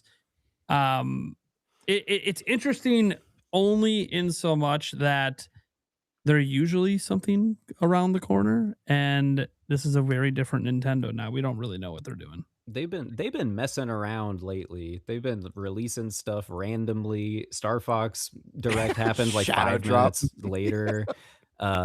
Crap randomly gets announced on like the Nintendo Today app, right? Perhaps they're trying to condition all of y'all to stop theorizing about a direct, because anything could happen at any point in time. If I was Nintendo, I would probably want to train my customers to think that. Well, yeah, I always say surprise and delight. I always say there's no rules with Nintendo, and they're the first to throw a curveball where it's like, oh, Nintendo industry pattern, maybe not so much this time, you know. So I don't know. Expect the unexpected with them. I feel like you can never really get too comfortable with how they're announcing things or timing things, but has been a little bit of a drought when you exclude these kind of like shadow drops. Are you guys feeling something's coming soon? Do you think we're gonna wait till September? Could it be another one of those where we wait till September and it just blows out Zelda anniversary? Because Zelda had its big 40th this year, and we're still kind of waiting for Nintendo to acknowledge and kind of make those announcements. You can go, Stash. Yeah. Yeah, I don't think we'll be waiting that long at all. I really believe we're gonna have one very soon here. I don't want one. I don't want any attention on anything that's not Mina. Yes. I don't want them doing anything for at least Yeah. a month. When Summer Game Fest happens, it better just be a Mina showcase. I mean, that's part of the reason for our release date, right? It's like, you know, Hit before all that big summer news. Takes yeah. I mean, forever.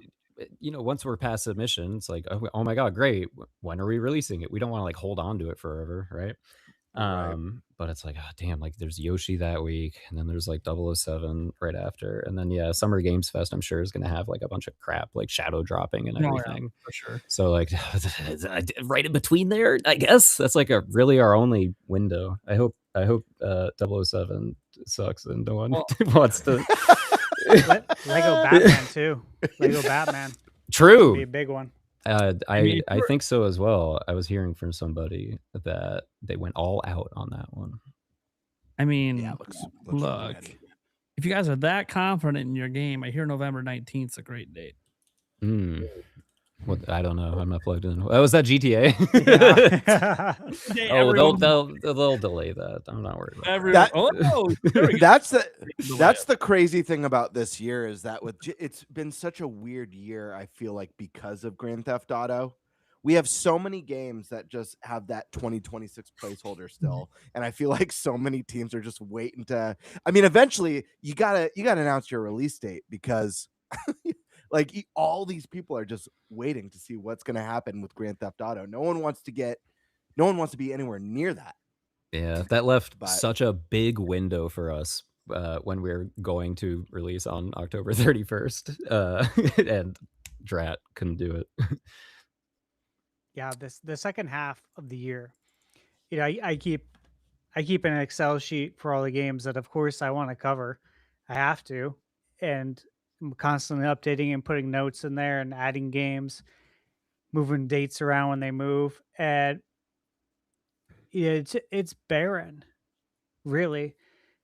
You know, just looking at it at a glance, May has the amount of games that I have on my list is 29. Right now for June, there's 3. Final Fantasy VII Rebirth on Switch 2, Adventures of Elliot, and Star Fox.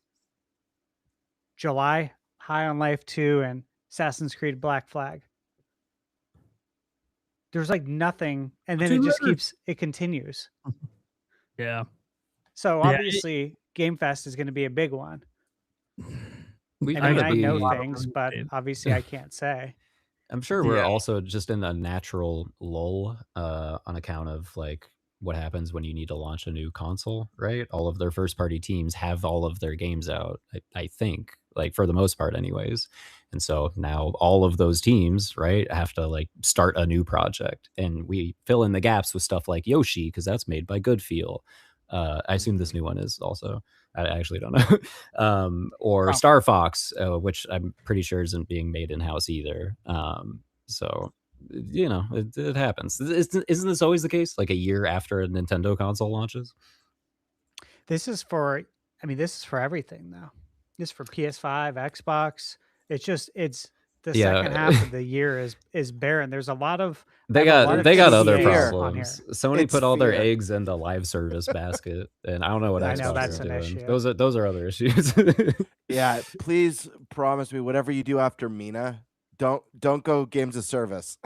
We'll do it, but only when it's like retro and nostalgic and not cool there you anymore. Go. Okay. So in like 2040, probably we'll make the best live service game ever.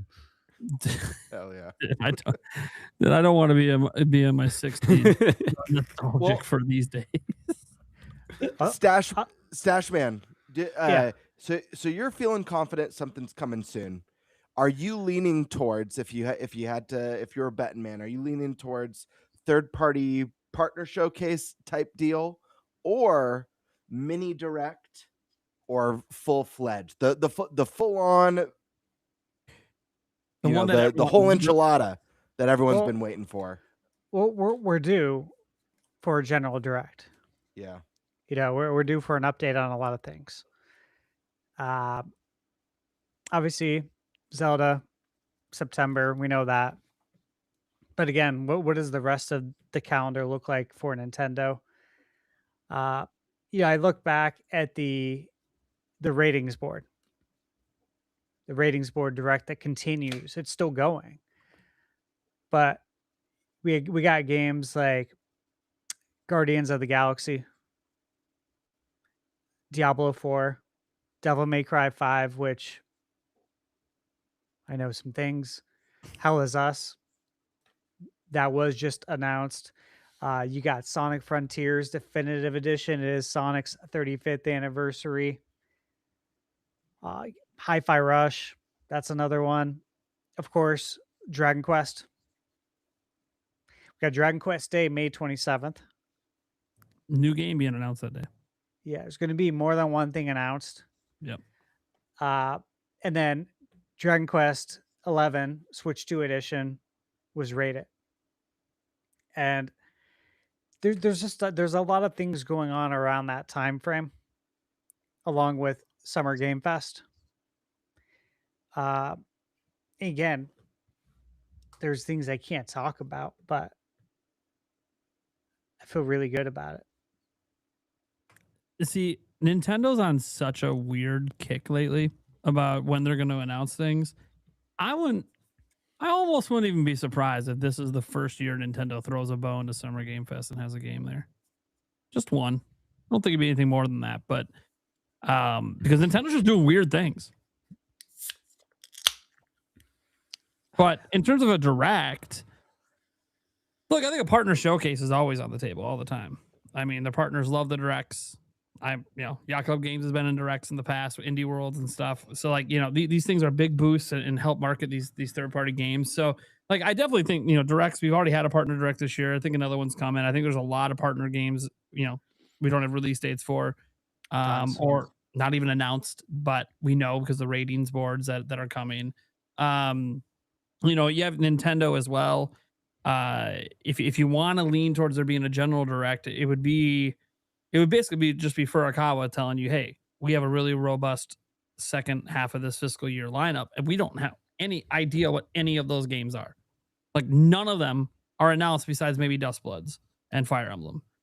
But there's 6 months, and Nintendo usually has a game per month average. So it's there's 4 games then that we don't know anything about at all. So it's interesting. Because I also looked at Furukawa's, when he projected 16.5 million Switch 2s. I know that's down from what they did in the first year, but the launch hype and the overstocking at launch and all of that. So I think you're only getting the 16 million plus if you have, especially when you're raising the price, if you have a really killer lineup, at least 2 bangers out of those in those 6 months that everyone's just, I need to buy a Switch 2 to play this. I need to. And I don't know what those are. I mean, Ocarina of Time remake's the popular rumor out there, but I think there's even something beyond that. Is Wind and Waves landing in March? Is it 3D Mario that Hate the Hate said is next year? Is it, Nintendo has a lot of their IPs. Like I know Alec earlier was saying how, a lot of their first parties kind of went. It's interesting because outside of, I don't think we've had a first party internally developed game published by Nintendo for Switch 2 as an exclusive since Dragon Drive. It was Kirby Air Riders and which was third party, and Age of Imprisonment, which was third party. Those were exclusive. Mario Tennis Fever, that was made by Camelot, third party. Yeah. Yoshi is probably made by Goodfeel. And then you got obviously Pokopia, that was made by a third party. So like they've been very reliant on their partners this gen, which is really weird for Nintendo. Like to Alec's point, Nintendo usually comes out the gate firing. They usually have a really strong, their first parties are going hardcore the first couple of years, and we haven't really seen them do that. So that to me tells me that they have a lot, and they're just planning out what they think is the best strategy to release it. Just like Alec was talking about with Mina, like trying to find the right slot to release things. Nintendo thinks about that stuff too. All these companies do, try to find the right time to put things out. The only company that probably doesn't care at all is, well, probably Rockstar, because they just don't give a crap. Whenever they drop their game, it's going to sell. But even they have it technically slated right now to be there right heading into Black Friday weekend. So even they think, hey, we want to take advantage of the holidays if we're going to, assuming there's no more delays. It's the best time slot. I mean, it is. Yeah. You're right when people are going to be spending the most money. I mean, yeah, you want to be there. Consoles get discounted, get that, pick up GTA. Yeah, it's a great time to release it. So, but yeah, I think that Nintendo has thought carefully about this lineup. I would argue Nintendo usually averages about 2 system sellers a year, and they pulled that off in the first year of Switch 2 already. We had Mario Kart and Pokopia. You can argue Donkey Kong Bonanza if you want. Doesn't seem to have the same legs, but hey, there's at least Pokopia and Mario Kart that are legitimate system sellers, and we don't know any of this. That's the thing that's weird is we're heading into year 2, and we don't know any of the system selling games yet. We know about a lot of what should be good games like Fortune's Weave and Splatoon Raiders, but nothing that's their Fire main Emblem. core huge selling franchise. Even Fire Emblem, like okay, yeah, Not well, a Fire system Emblem, seller, but it's not a- but it's gonna be a great game. But it will be a great game. Yeah. should be to be For sure. Just like be. Yeah, Xenoblade. should be. yeah, just like Great- anything great Monolith games. should be great. Yeah. Could So be a system seller. Oh, Fire Emblem Awakening was. That was a big boost for the 3DS. Yeah. Awakening was That was. a special time because it's not often Nintendo comes out and says, hey, if this game doesn't sell well, we're not making anymore. It's a pretty big motivator for anyone who's ever liked Fire Emblem to pick up Awakening. We don't care if you like it, just pick it up if you want the series to continue. The old Maybe that's holding the it new hostage strategy. Yeah. Maybe that's the new strategy. Yeah, they They should start doing that with Metroid. Look, You guys we're don't buy this canceling game, the we're next just Zelda never game. making Metroid again. We're canceling the next 3D Zelda game if you don't buy Ocarina of Time Remake. It is what it is. I think oftentimes fans read into that too literally. That's the case with every game. If it doesn't sell, you're not going to make more of them. Like, is this a grand they're stating revelation? the obvious. Right. Yeah, it was so wild back then with the Awakening. Nintendo literally just comes out right before the game launches. By the way, it's out next week. You don't buy it, we're not making anymore. Like, what? Wait, what? Fire Emblem's been around a while. What do you mean you're done? I mean, it did work. I remember that game. I remember that game was sold out. Did 3DS even have an eShop yet at that point? Yeah. Oh, It did. okay. At the time it did, yeah. Well, screw that. I was getting it physical, but they're all sold out. I had to buy it on Craigslist from a guy in Watts. That's scary. For those not familiar with LA geography, I got on my bike and rode like 15 miles to go buy this game from some dude on his porch. Brutal. It's like the creepy merchant from Resident Evil 4 with the trench coat. What you buying? He was like, "Why are you so sweaty?" And I'm like, "I biked here. I don't have a car." But yeah, look, there's going to be more directs. Nintendo's been doing directs more often just in terms of having some sort of direct of any type happening than they have in the past. They've just been going away from the big ones. But Nintendo's been having this different marketing strategy with like Nintendo Today and the shadow drops. This whole surprise and delight stuff that Kit and Krista talk about a lot. I mean, I think it was Kit and Krista today. Was it today that it was a clip, or yesterday there was a clip where they came out and they said that they feel Nintendo is so pissed over Star Fox that they legitimately might just never do a General Direct again. And I'm like, damn, are they actually like that petty? Like they've had games leak forever. I feel like I feel there's a whole business side to it, and, Yeah. and how to market and take care of your IP. I can't imagine a company like Nintendo being so flustered over a game leak that they're just like, we're never doing directs again. Screw it. It's an Stuff gets leaks all the response. time. They I don't think make it's emotional responses. Yeah. Yeah. I think it's probably just going to make them a much more secretive company, if anything, or reevaluate, how things operate behind the scenes, to ensure this sort of stuff. I don't know. I mean, Alec, you're on a small team, but nonetheless, even with Yacht Club, you don't like embargoes exist for a reason. You want to keep that element of surprise and delighting gamers. Yeah, I'd say how's it for Yacht Club leaks- trying to keep secrets and make sure things aren't getting leaked? I'm terrible at it. I tell all my friends everything. First of all, Nice. no, I'm just kidding. I'm just kidding. Of course, I would never do that.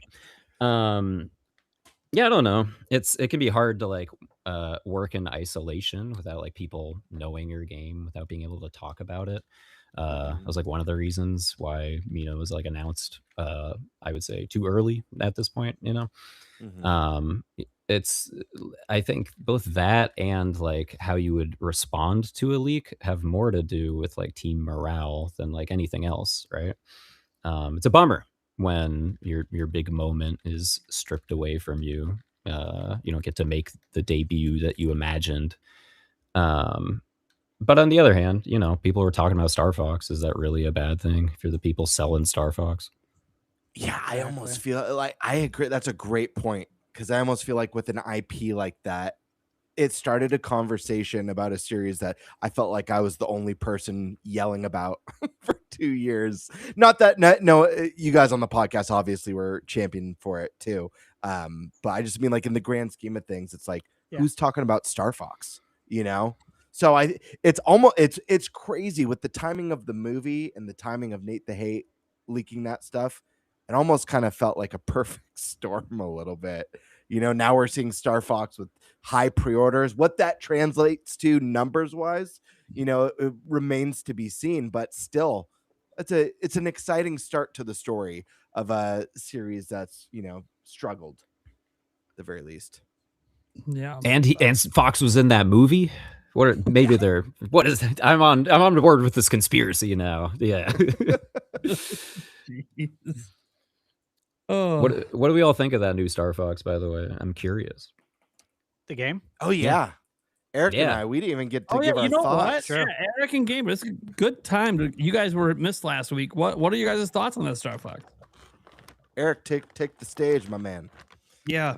I'm probably gonna leave after this just because I'm barely staying awake. We So I understand. apologize, 90 guys. hours in 7 days will do that. So no, I think it looks phenomenal. I really liked how they kind of tied the movie look into the game. Kind of sucks that it's a remake, but at the same point in time, it's good to have it back. It's good to have Star Fox back. Hopefully they can build on this and make it even better. Birdman. Hell yeah. So just to take you guys to where I was that day. Oh yeah, Eric. Cheers, brother. Get Enjoy some your rest. sleep. Last I want week to was thank Alec for being on for sure. And Sandy. And It's Sandy. been fun. Yeah. Get some sleep. last week was a wild ride. You guys, Stash and Nate, you guys know I got super sick. I woke up that morning, 4 a.m. was difficulty breathing, chest burning sensation, and pain. Bird I flu, thought I right? had, yeah, bird flu. Yeah.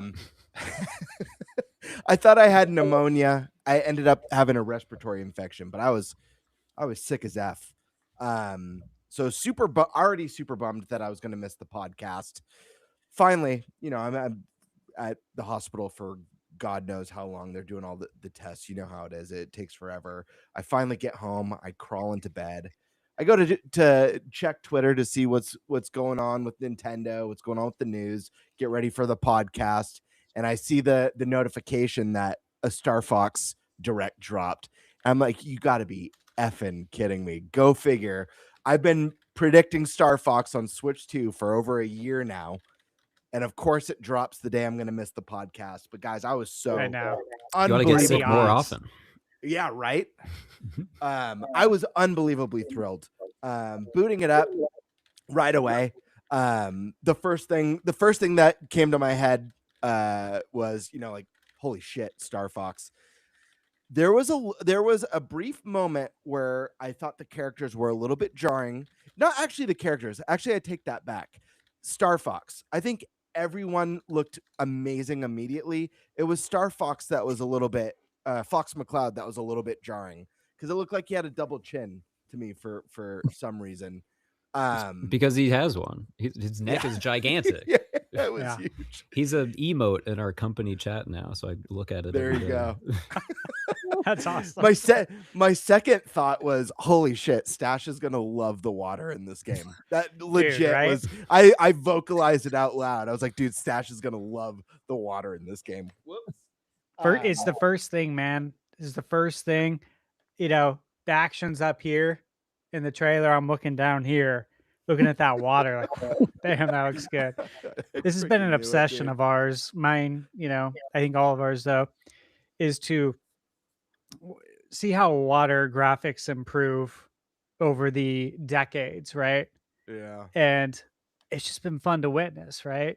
From Wave Race 64 to Star Fox. To Star Fox. Mario Sunshine. There's so many. Yeah. Yeah. But so that was my second thought. I think the game looks fantastic. It looks like a lot of fun. I think there's an element of this where if you're a lifelong Star Fox fan, on one hand, like I can see disappointment in it's Star Fox 64 again.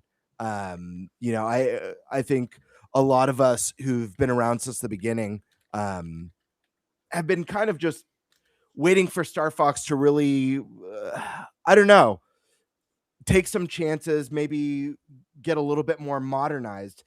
At the same time, thinking about the rebranding, just calling the game Star Fox, thinking about the fact that we just got Fox McCloud in the Mario movie, who's been exposed to millions of people for the first time who've never even heard of this character. It makes so much sense to use this as a starting point and then to see where they go with a Star Fox 2, a Star Fox 3, 4, 5, or if they start doing that 2-pillar strategy that I'm a huge fan of, how we have open world 3D Mario, top-down isometric, open world 3D Zelda, top-down isometric Zelda. We've got 3D Mario. We've got the side-scrolling Mario. We've gotten that 2 kind of pillar for a lot of their IP. It'd be really cool to see Star Fox do that. Do something a little bit more modern, more expansive, but also still stay in that wheelhouse of classic, iconic Star Fox that we all know and love. I think what sweetens the deal is that we're getting tons of new story. We're getting cinematics with the crew on their ship. I'm hoping for some space drama, some epic space opera moments, epic betrayals like we got in the new prologue that was added. There's just there's a lot to love about what we saw. And then I think the cherry on top is the fact that this is a game that falls into that variable pricing. It's one of the big concerns with bringing back classic Star Fox is, are they going to be able to release this game at $70, which was, when we first started talking about Star Fox on Switch 2, that was kind of the baseline for Switch 2 games. But we're getting that variable pricing. This is a game that's 50 digital, 60 physical, correct? Mm-hmm. Am I right on at that? Walmart. Or at Walmart. $50. Yep. $50 physical, which is the one that I pre-ordered. But not to be too long-winded, because I know we got other things to talk about. I think the game looks stunning. I think I'm getting more used to the way Fox McCloud looks every time I see it. I think everyone else right off the bat looked amazing. I don't care what anyone says. I thought Slippy looked fantastic. Peppy looks incredible. Dude, Slippy looked Why so are you not slippery, mentioning right? Falco? Falco, yeah. as the resident bird on the podcast, yeah, Falco looked awesome. Wolf O'Donnell, Pigma looked amazing. Oh, Pigma looks so. That is one of my favorite Dude. regions. Pigma and James McCloud with the aviators with the like holograms in it was so sick. James McCloud is badass. I feel like by the time that game comes out, people are gonna like James so much that there's gonna be people with James McCloud tattoos. That guy had so much aura. They're going to be asking for a game, a prequel, so they can get full adventures as James McCloud. I'm curious to see how the multiplayer modes are. They weren't super extensive, but they did look fun. I think what really sweetens the deal for the multiplayer is the fact that you get to do the game chat with your face as whatever crew member you are. And you better friggin' believe that the podcast has to do a multiplayer round where we're each one of the characters. Yeah, we're gonna do it. We're gonna make it happen. I thought about it with Eric. Yeah. I was like, do I do? Okay, I don't know. Alec, feel free to join in on that if you're gonna be as playing a Star Fox. podcast episode. I don't know, but as a launch stream where we want to be goofy, yes. Yeah, I only say that because I was thinking about the logistics of trying to live stream that as a podcast would be very difficult. But just playing where there's a will, there's a way. I didn't even know the VTuber thing was like an option. I got some questions for Nintendo. I didn't know there's a silly feature like that we could support. Yeah, that is a VTuber It is, thing.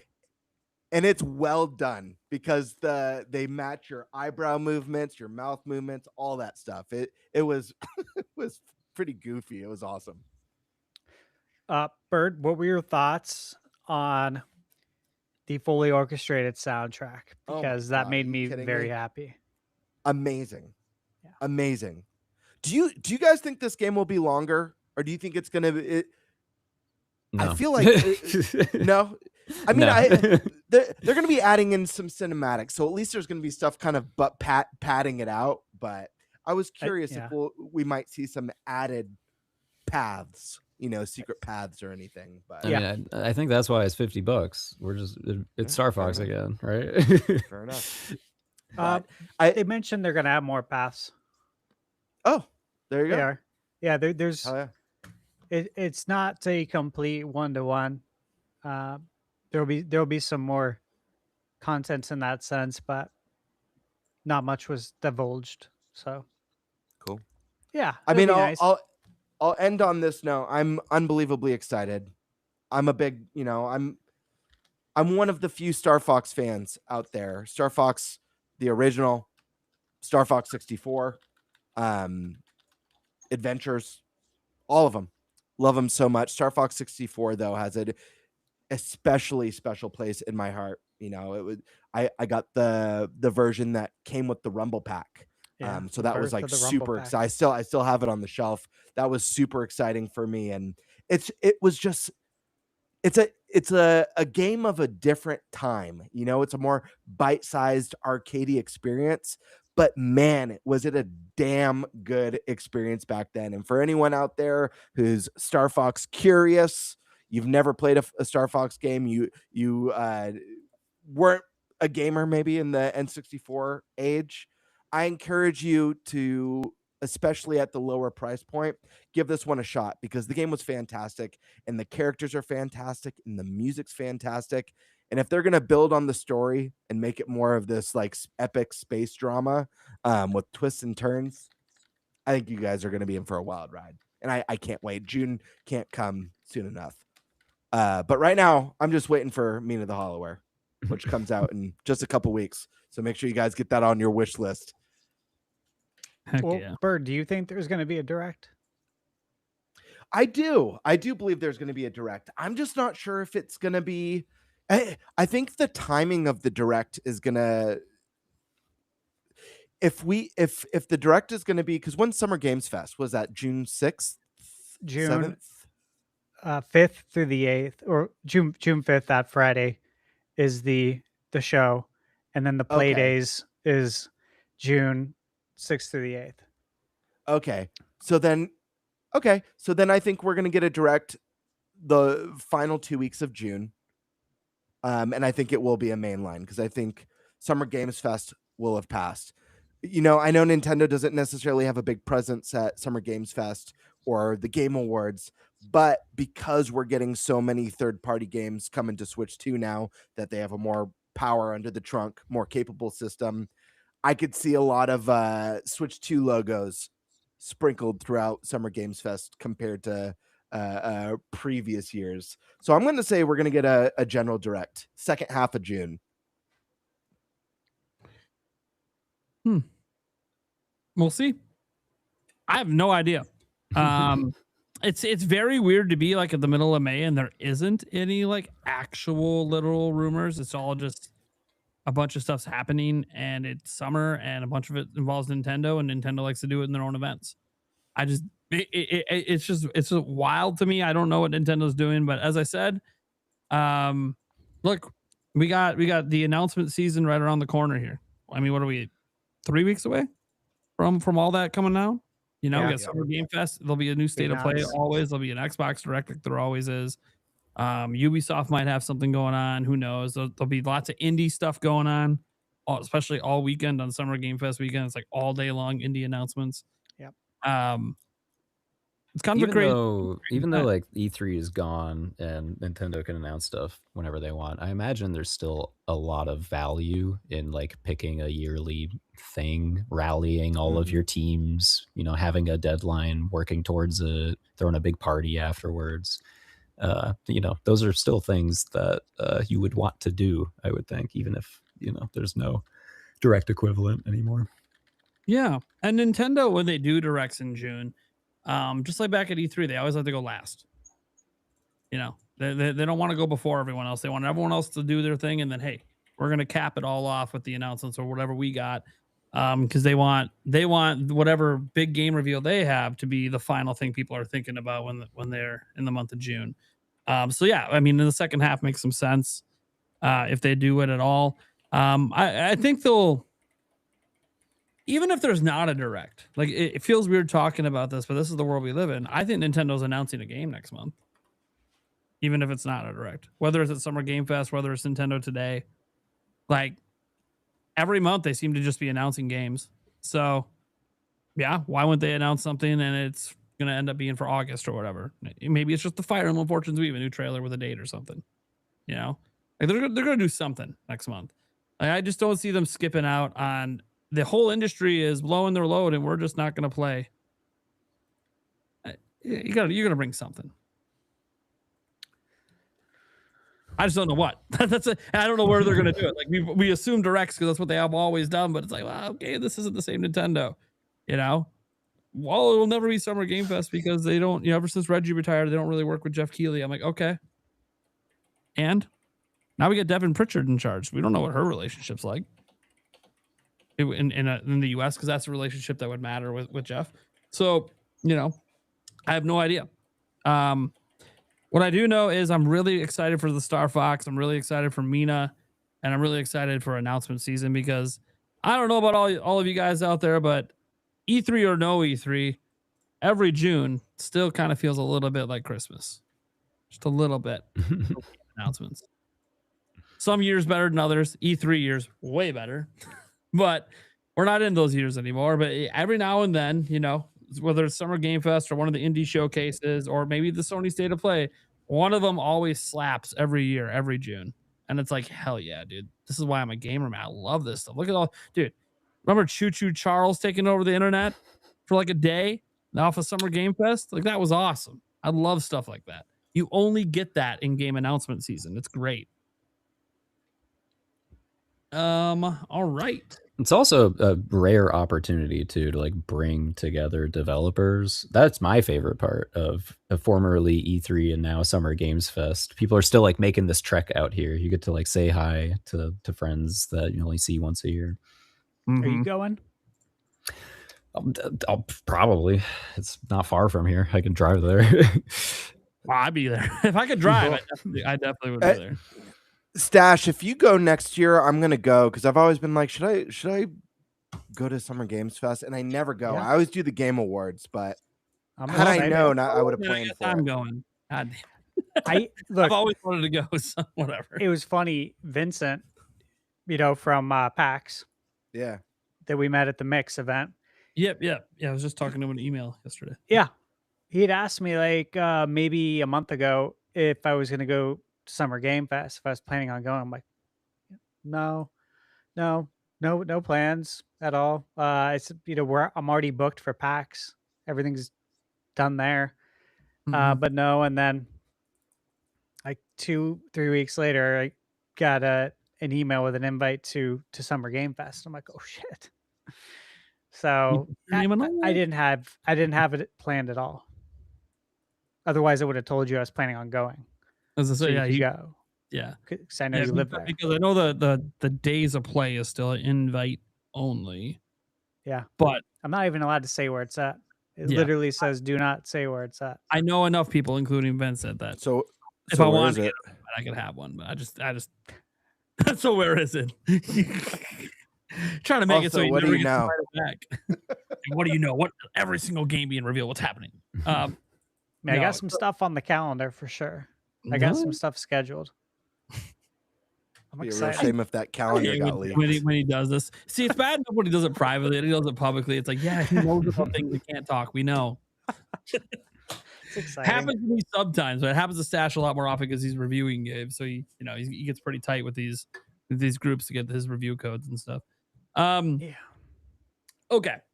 So we'll move on to the next topic. It'll be the second to last. This is going to be a shorter one. This is going to be what Eric was going to bring up. The Zelda movie. So not much to really talk about with it, but we did have a smidge of news today. Nintendo announced right before our show began that they're actually releasing the movie sooner. They're going a week earlier. So no longer on Thunderstash's birthday, but close enough. So that's like an official announcement. Like that's real. That's legit. That came directly from Nintendo's account. Miyamoto supposedly tweeted it out. So that's one piece of legit news. He definitely tweeted that. I'm sure the reason they all start like that is because he logged in on his phone to the Nintendo account. No one can take it away from him. Yeah, the thing is, some people are like, well, he probably has somebody. I'm like, yeah, he probably could have somebody. But you know what? The way those tweets always read, it really reads like this is an old man who doesn't use social media very often, having to announce himself every time he wants to talk. Like it's very something like my grandparents would do. When they're talking to people they don't know, they got to say who they are. That this is Grandma Jance here. I also really understand the appeal of not having your own social media account and instead just hopping on somebody else's whenever you got to say something. I think he's on. I think he's onto something actually. And what's he got to say that you're Miyamoto and I'll just hop on some random Nintendo account? What are they going to do? Miyamoto wants people going in his DMs and raging at him all the time. Hell no. Well, he doesn't want the Sakurai treatment because the harassment that guy got still gets every time there's. Is that true? Dang. Smash. Oh, dude, he gets harassed big time. He does? Yeah, he just ignores it. He talked about it in his YouTube video series. But what does he get harassed about? Just people making demands on characters and getting mad about him not putting certain characters in the game, as if he gets the only say on it. That's a lot of it's mental. approvals above his head. That is crazy. That's he's crazy, he's the reason that we even got Sora in the game. Literally, they talked to him at the Game Awards, and that's what led to Sora getting into Smash. I'm guessing it's just Americans, right? Probably. I mean, we are chronic complainers. I'd bet money on that. It's probably just Americans complaining. About so everything. disrespectful. Anyways, to be fair, a lot of people get it all the time. My favorite developer that gets shit down by people is that guy that used to work at Platinum that made Bayonetta and Hideki Kamiya. Oh my god, I think he likes that people attack him on social media. Dude, he quotes them, shit talks them, and blocks them like nonstop. It's like all day. It's like a hobby. That sounds like Mortal Kombat. Yeah, you follow his account. Never talk Sounds to him. fun. He'll just block you. Don't even say, even if you say something nice. Don't. He'll block you. I just want to be a fly on the wall and That's what I get am. a good I'm laugh just in a here fly and on the there. wall watching, dude, every day watching him. And he'll speak in Japanese. He'll speak in English. He don't give a fuck. Whoever you are, if you are shit talking him, he's gonna rip you a new asshole, and then he's gonna dip the fuck out. And it's I like that. I love this attitude, man. Respect that. He's doing the exact opposite of what everyone says you're supposed to do on social media, and he don't give a fuck. Yeah, He's like he'll be shit talking and cussing someone out and blocking them, and 2 minutes later posted a photo of him having dinner with Sakurai, and you're like, Yeah. you know, you're talking about these comments with Sakurai, and he's just laughing, and you're just motherfucker, fuck you. Wow. In the middle of dinner. That's a brave man, far braver than I. Yeah, the exact opposite of what you're supposed to do. Normally doing stuff like that would sink things, but you know, hasn't synced his career yet. In fact, I think people just follow him now just to see the explosions that happen with his. He crashes out so much. It's so great. Maybe it's his way of letting out. You know what? Maybe he does it on Twitter so then he's nicer in person. I mean, that's what it is. You know, you get it all out. So then I'm not being a dick. Nah, he's probably a dick in person too. Especially if you're mean to him. Some people are just natural posters. You know? Yeah, happens. I got nothing but respect for it, man. If people are talking shit, do your thing, man. Talk your shit, block them, move on. I'm fine with it. All right. So obviously the Zelda stuff. There was 3 other things that kind of happened today. People discovered a dog is looks like it's part of the movie. Okay. Holy shit! Really? That's news. The dog in Zelda. I'm serious. We got shared like thousands. Well, of dogs are canon to the Zelda universe. There's dogs in Hyrule. multiple Zelda. You raised games. them. Yeah. Hyrule Town. Yeah. Ocarina of Time, as well as all Yeah. those I forget what those dogs are called that you see everywhere in Breath of the Wild. People are Yeah. upset that you couldn't pet them. Yeah, that's the one that it looks like a very similar one to the ones that were in Breath of the Wild. That's such a wild, breaking news. I know, Dogs dude. in It blew Zelda. up today. I didn't even put it in my video. That's when you know people are desperate for any sort of morsel. I covered a couple new actors or whatever that were discovered to be in it, but I'm like, do I cover the dog? Yes, you put that on the I thumbnail. did not put it in my video, and there's a lot of comments on people mad at me for not talking about the dog, and I'm like, all right, well, my bad. Sorry. Next time I'll just do just the dog, and we won't talk about the actual humans making the movie. My bad. That was your mistake, man. You should have put the dog in the thumbnail with a holy shit and yeah, you're right. That probably would have did well. That probably would have did people well. like animals, man. That was one of the biggest gripes with Breath of the Wild was that you couldn't pet dogs. Okay. And I remember seeing in one of the interview things saying they were laughed about it and said they didn't realize that this would be a point that would bother people. And now they thought that was funny. Mm-hmm. Do you think there will be chickens? Yeah. They do need someone. This movie gets Dude, better by the minute. If someone gets come on, if someone gets brutally assaulted by chickens in the movie, I'll be very happy. Same. Fun gag. I can see that. It would be. Yeah. It'd be really cool. Some shitty farmer in Kakariko Village kicks a chicken. Yeah, he and just kicks the gets chicken and the whole flock brutally attacks him. assaulted.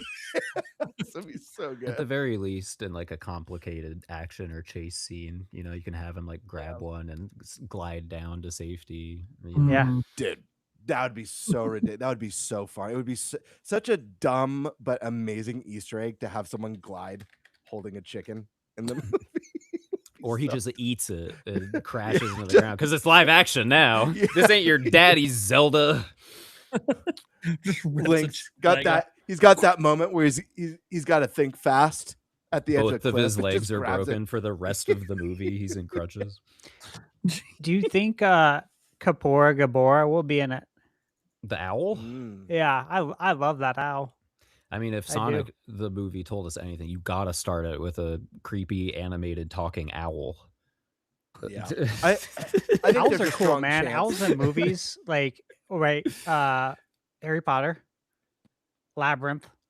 Labyrinth opens with the owl. It's badass. Yeah. Owls Dude, in that'd be so movies are crazy. badass. They could do this good. I think people would appreciate it. Someone's Yeah, got I would. to I mean, set Link off on his adventure. I assume it's going to be like the Deku Tree, right? You'd think it's so, possible. because that Lego set too. Well, the other two things that quote unquote leaked were just a couple one actor and one actress, mostly ones that people don't know about. But the cool thing was that one of them was a Goron, which no surprise, there's gonna be Gorons in the movie. But when you go look up this guy, to be honest, he kind of looks like a Goron a little bit. I'm just being honest. I don't even think it's a bad thing. He just legitimately What's the guy's name?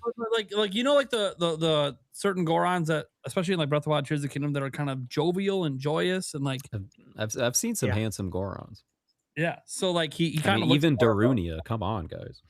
Darunia. Come on now. God dang, if I was ever to swing the other way. Actually, it's a rock. It's a different race entirely. I don't even know what that is. Dude, when I was at Islands Restaurant, you're in LA, Alec. I managed Islands Restaurant for 10 years here in AZ and in Cali. Okay. And we had a cook. He was our lead prep. I'm spacing his name. Forgive me. It's probably been 15 years. But he looked like a Goron. And there was other people on the staff that really loved The Legend of Zelda. And they totally saw it too. And so like we would always talk about it, and he'd prep the soup. And so we'd always call it like Goron soup. And we'd be like, hey man, you got that Goron soup coming, instead of calling it what it actually is, which is the chicken tortilla soup. And I don't know if he ever understood that we were calling him a Goron, but it was out of love and respect. I thought you were just gonna like, say dude, it it's was. crazy. It looked like Watch one so this whole much. time. He feels like my team hates me. They've just been insulting me with this insult for years. I thought you were gonna say y'all put rocks in his soup to prank him. Never. That's I would have loved that. dude. That would have been a That's great, funny. great end to your time at Islands. I just dropped some rocks. in Yeah, his- right. The other Acquired one taste. was a young child, a female that is supposedly looks like they're playing a Kokiri kid. That's what it looks like, anyways. Cool. That like that ties in directly to things like Ocarina, because Ocarina obviously had the Kokiri. Is she blonde? That's a good question. We're just missing our Zora now. Sorry, all right. I don't. Well, I'll look her up here in a second. I think they confirmed who it was. I'm almost positive there's a name for who. I don't think it was Saria. No, I don't think it was. Sorry. Do you guys think Because I this don't want to movie's know gonna? those details. Do you think this movie's gonna have like some hard hitting emotional scenes in it? Do you think they'll go that far? Like when I say hard hitting emotional scenes, you guys have seen Never Ending Story, right? You know when a Yeah, tree's of horse course. is sinking in the mud, and it's like Yes. horrifying when you're like 6 I don't years think old they're gonna watching go it. that hard. I don't think they're going that hard either. Only the 80s could go that hard. Prove me wrong, but yeah, I I would love don't. to see it go that hard. That's my kind Dude. of movie.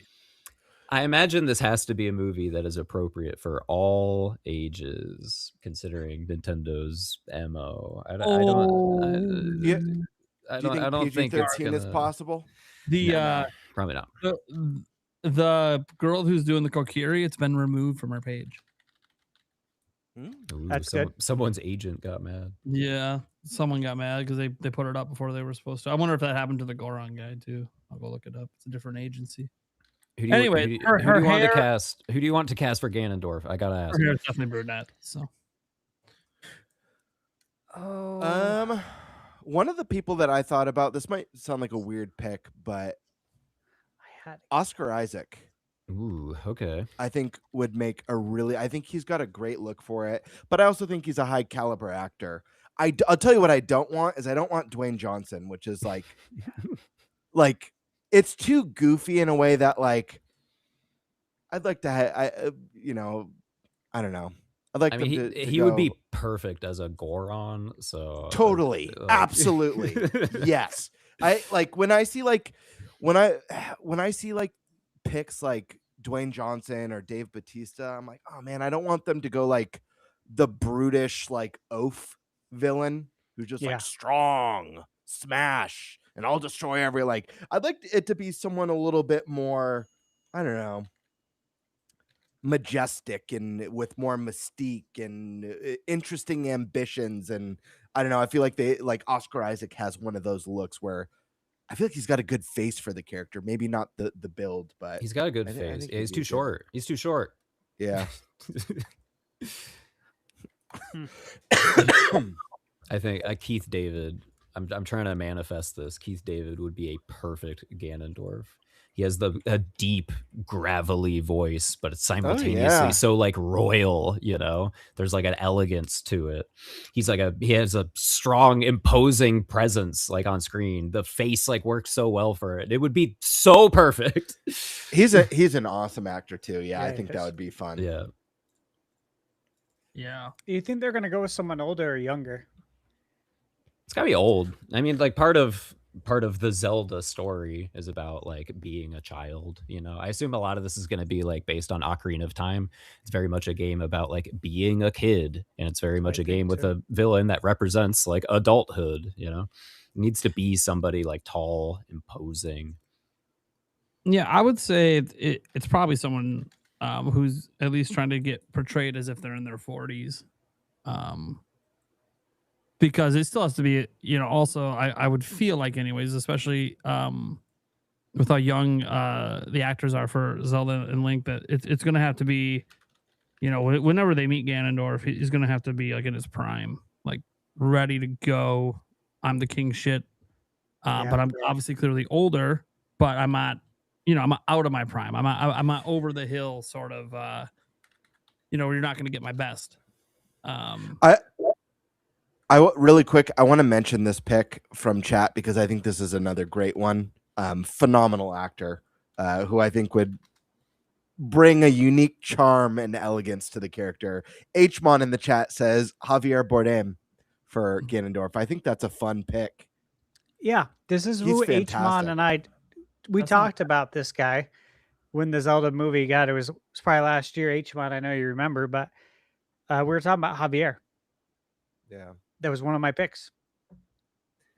I know who I'd love for the King of Hyrule. Yeah. I've been set on this one. It would just be so badass. Kurt Russell to me for the King of Hyrule would be the most badass thing ever.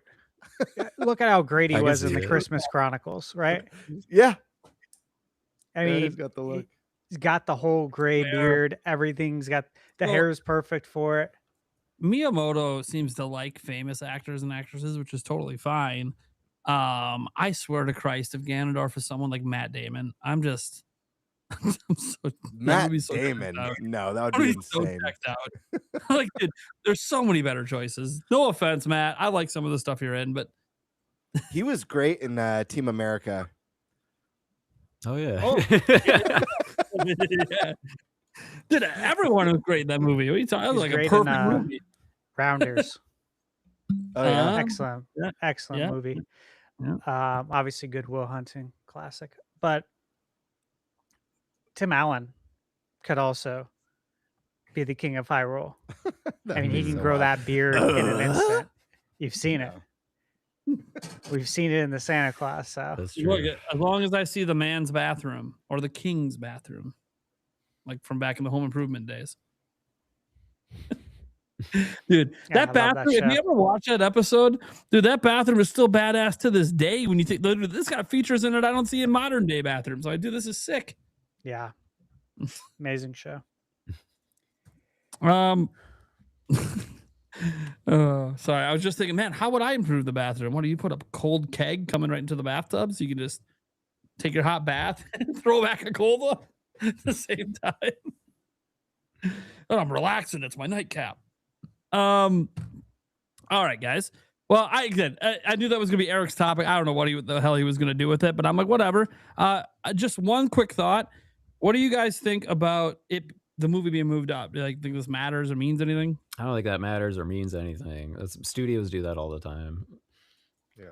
Yep. It just means that I get to celebrate my birthday a week early, which I'm, obviously completely on board for. Anytime a movie or video game you're looking forward to gets moved up, it's a W for everyone, right? So I did find it interesting though that it's releasing on a Friday, and Nintendo's been releasing their movies on Wednesday.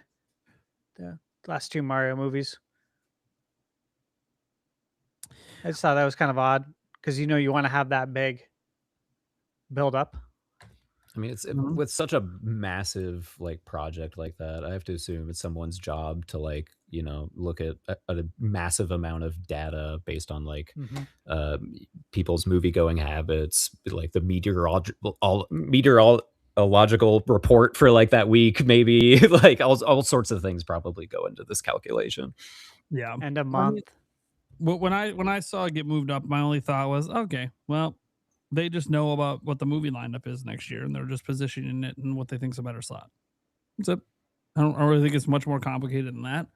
Because you got to remember, I know we publicly don't know about all the movie dates next year, but Sony's a really, really big movie company and really connected. So they probably have a good idea about when most of the major movies are dropping in the first half of next year. So I think a lot of it's just time in Zelda to have kind of its own star weekend.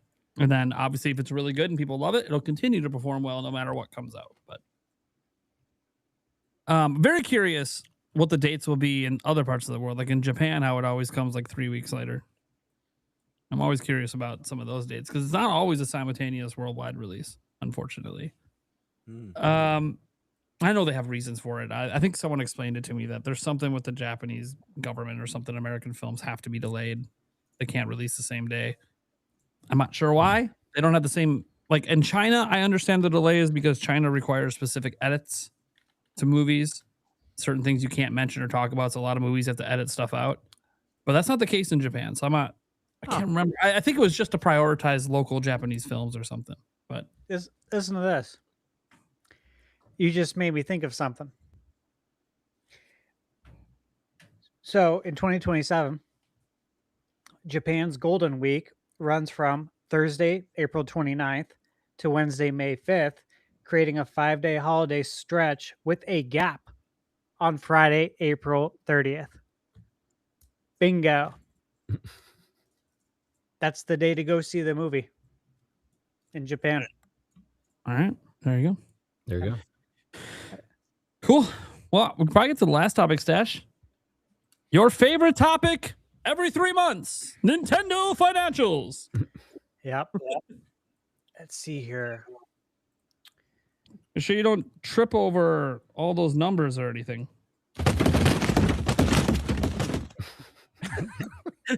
I just love that one so much. I do like the other bird one actually a lot too.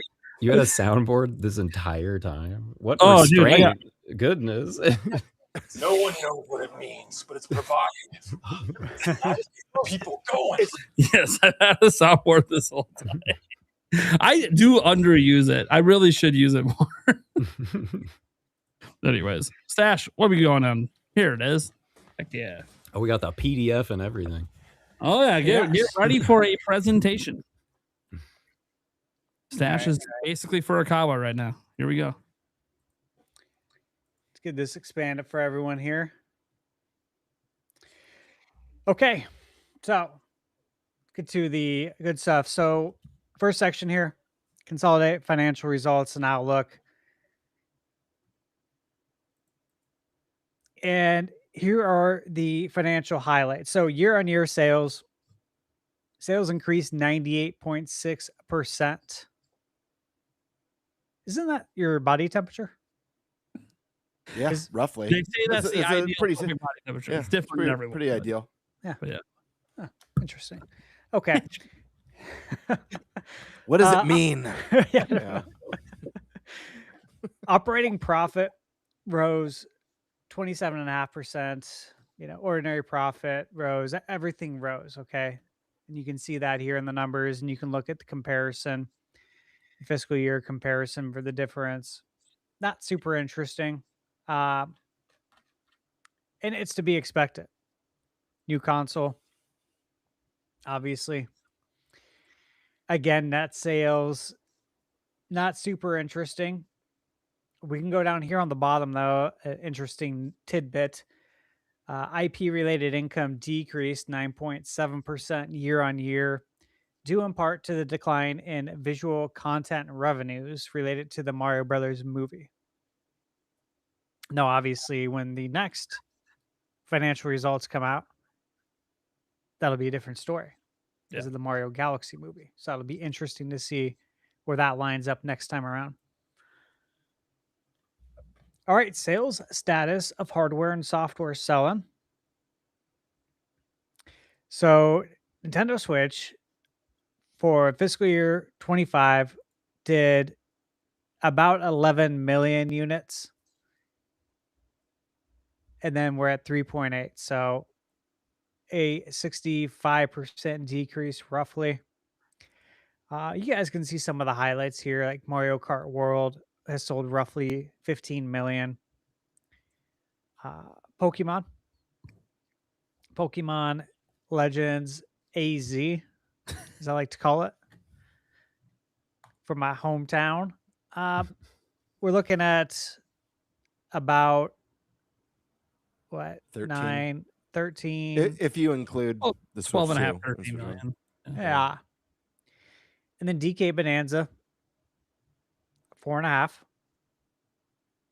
Solid. And then you can see some notes down here. Hardware sales, Switch 2 sales totaled 19.86 million units. And if I recall, Nintendo forecast at 19 million. Yeah. So Which they had raised from, it was like 15. 16 initially, or 15. Yeah, and they bumped it up 4 million. And it outdid that. That number right there is pretty remarkable. yeah, that was my thought too. That was good to see. Especially considering that, a lot of people complained that we don't have the big 3D Mario, we don't have the big next Zelda game. We didn't get an exclusive mainline Pokemon or Animal Crossing, Smash Brothers. Any of those juggernaut titles were absent. So it's a very impressive number. Yeah, and we got DK back in 3D after a 26 year wait from DK 64. Again, Pokemon Pocopia received an added boost, of course, huge highlight. I'm sure it's going to continue to be, and I'll be interested to see where Pocopia is as far as sales next year. 12 months from now, I'd be interested to see how that's looking, because we already know it's off to a great start. And then software, Switch 2 software sales, almost 49 million units. And then Switch software sales declined 12% year on year to 137 million, roughly, units there. So some big numbers. And then one that I was personally interested in was to see how the Mario Galaxy game was going to look. But again, I'm really more interested in seeing what the sales are going to be following quarter now that the movie's out. Okay, because of course, kids see the movie, they want to play the game. The game's new to them. They didn't have a Wii back in 2007 and 2010 when these games came out. So this is all new to them. I'm curious to see where these numbers are. So right now, you're a little over 5. I imagine the Switch 2 install base leans older at the moment, though. I mean, Yeah. Shit's expensive, right? Mm-hmm. No, absolutely. And it's a Switch 1 game, but true, right? It is 4K on Switch 2. They did give a free Switch 2 upgrade. So that's nice. It's not super noticeable, but it's still something, and it was for free, so that's always cool. That's What? You're fine. I just love it's like a backhanded compliment. It's like, that's nice. Not really noticeable, but it's good it's there. I mean, it's anytime you get something for free, right? It is true though. It's It's appreciated. the one game Nintendo has put out there that has a 4K resolution that you switch from 1080p to 4K and you're like, oh, okay. That really wasn't anything. Yeah. It already looks really good though, too. Yeah. Digital sales up 25%. I'm always interested as well. I know you guys are about digital versus The physical. ratio, yeah. Yeah. because we know the direction the world's heading. I in. mean, hell, just look at that Capcom announcement. 93% of their game sales have been digital. Insane. Yes, I bookmarked That is an that today. insane number. I'm glad you brought that up because I meant to bring that up today when talking about this, and I would have forgot. I just thought that was very interesting what their splits were. That includes PC, which is 100% digital, mind you. Yep. And PC is their biggest platform now.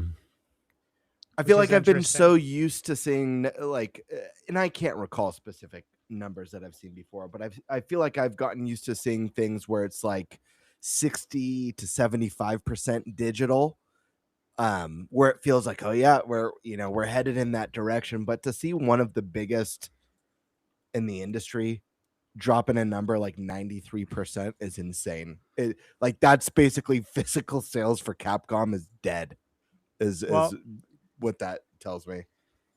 Sony's, the last time I looked, and I did a bunch of research because I was on another podcast to talk about this, but Sony was like 80-20. That was their split. And that was probably a year and a half ago when I was on John Ebo's podcast. And Xbox was 90 something. I think 92% digital.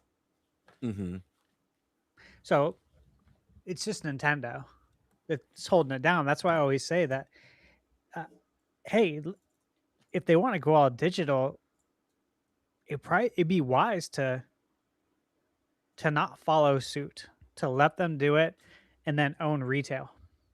Because now you own that retail space. Own all the shelf space. Yeah. I mean, they already kind of are. Like, I know you were just at Best Buy stash to pick up Indiana Jones, but like anytime you go into like a Target or Best Buy, I don't have a Walmart close to me, so I'm rarely in Walmart. But you look at the size, regardless of obviously, Sony's doing it extremely well, but they sell so many digital because of that. It's like there's always a huge aisle for Nintendo, or sometimes 2 aisles for Nintendo stuff, so they could fit their amiibos and all their physical stuff and accessories. And I feel like Sony now and Xbox doesn't even have like a quarter of an aisle anymore. Sony barely has a half an aisle. Xbox trained all their customers to wait until something is on Game Pass, right? So that makes a lot of sense. Sure did. For like Nintendo at retail, I have to think a lot of the value of that like comes from the holiday season, and not so much just like people buying things in higher quantities, but also like people buying gifts for children. People still do that. They want to put a present under the tree. I think that's like the biggest reason still to like keep physical games and retail around. And yeah, Nintendo's going to benefit more from that than someone like Sony on account of having more family friendly games. Yep 100%. So yeah, the takeaway again, digital sales increased year on year. Nintendo saying due mainly to increased sales of the downloadable versions of packaged software, add-on content, and download-only software. Anecdotally, it seems like, and from my view too, people are like using this generation as an excuse to make the swap and go digital. For me, for like Switch 2 games, that thing came out and I saw, oh, the onboard memory is like faster than a Switch 1 cart. These games would run better if I had bought them digitally. I messed up was the thought that went through my head. And so, yeah, now I'm digital only. Also, my house isn't big enough to have a bunch of games lying around. It's fair. And that was interesting. We touched on that when that news came out. And we've talked so much about physical versus digital. But yeah, that was one of the takeaways too, is that, well, it actually performs better. And I think, Nate, we had talked to, what was it, the developer Ubisoft for Star Wars Outlaws at PAX. He's talking about that as well. All right. Gross profit. Look, guys, everything's up. Okay, everything's looking good right now, as it should, because this is a new console year. This is Nintendo's first full year with the Switch 2, full calendar year. And again, this is only capturing a portion of it. We're not, well, this one's research and development expenses is interesting. I was going to say, I'm not going to do a P&L breakdown with you guys, but the research and development expenses has went up about 24%. So what do we attribute to that? We got something cooking. We got the world economy. I mean, I see that wholly as like a consequence of everything getting more expensive. You need to pay people more, and the space that you have gets more expensive, and everything you have to buy is more expensive now. Yeah, I mean, all that stuff's going to go up. That's for sure. But how much does R&D usually go up? I mean, I assume this means just like paying staff mostly, right? Unless there's a section for like their actual like internal like day-to-day expenses. Oh, okay. I didn't download the profit and loss either. That's when it drills down on everything. And then what the hell is this? Research and development expenses? Yeah. R&D is literally their research for the next console or for the next iteration. That's why this 24% actually caught a lot of people off guard. Like, what are you guys working on? I mean, Switch 2's out, and Nintendo has always said that they're always developing the next console, and we know that. However, the numbers are never like this for R&D. I believe something's cooking. I think it's just a matter of what is it? You know, is it Switch Lite, OLED Switch? Is it a second screen add-on? I feel like they've got a USB port. I feel like they've got a lot of stuff cooking, you know, behind the scenes. Obviously, you know, I've been a big champion for the dual screen regarding Switch 2. It was one of my predictions before Switch 2 got revealed, would be that it had, you know, some sort of a clamshell or dual screen tech, just because when thinking about NSO and how to keep it growing and how to keep expanding it, the thought of leaving behind DS and 3DS and, you know, even people who want the ports of Wind Waker and Twilight Princess. I know I've said this a million times, but the best version's always going to be stuck on the Wii U, because without the dual screen, you're losing that incredible functionality of having your map in your inventory at the palm of your hands. So I do feel like that's something that could come, whether it's an add-on. I mean, hell, Stash, you even said it, you know, getting the Virtual Boy back there. It's like, at that point, anything's on the table. If they're going to build a Virtual Boy peripheral, I mean, they could be adding Power Glove to NSO for all I know, you know, and Power Glove could be part of this R&D. Power Glove 2, bringing it back. Maybe a brand new Virtual Boy, the real entrance into virtual reality. I feel like Nintendo has the IP that fits VR better than any of the competitors. When I think about games like Pokemon Snap or Luigi's Mansion or Star Fox even, and just like the amount of creativity. But even putting that stuff aside, I don't know if this R&D is strictly regarding video games, because I also think about theme parks and how they obviously already expanded into Donkey Kong. I imagine we'll be getting a movie, a DK related movie sometime in the near future. But we also just got Fox in a movie, and now we're getting a new Star Fox game. Guys, it's Universal Studio. This is like the king of motion rides. They used to have the Back to the Future ride when I was a kid. That ride now, at least in Hollywood, is the Simpsons ride. Maybe that ride becomes a freaking R-Wing experience in your dreams. Ain't Yeah, no way.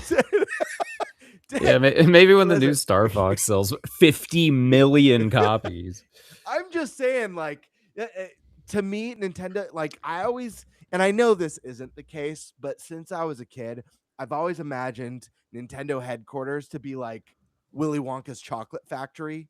And I just, since a kid, just thinking about all the rooms with the weird gadgets and inventions and games and things that we'll never see.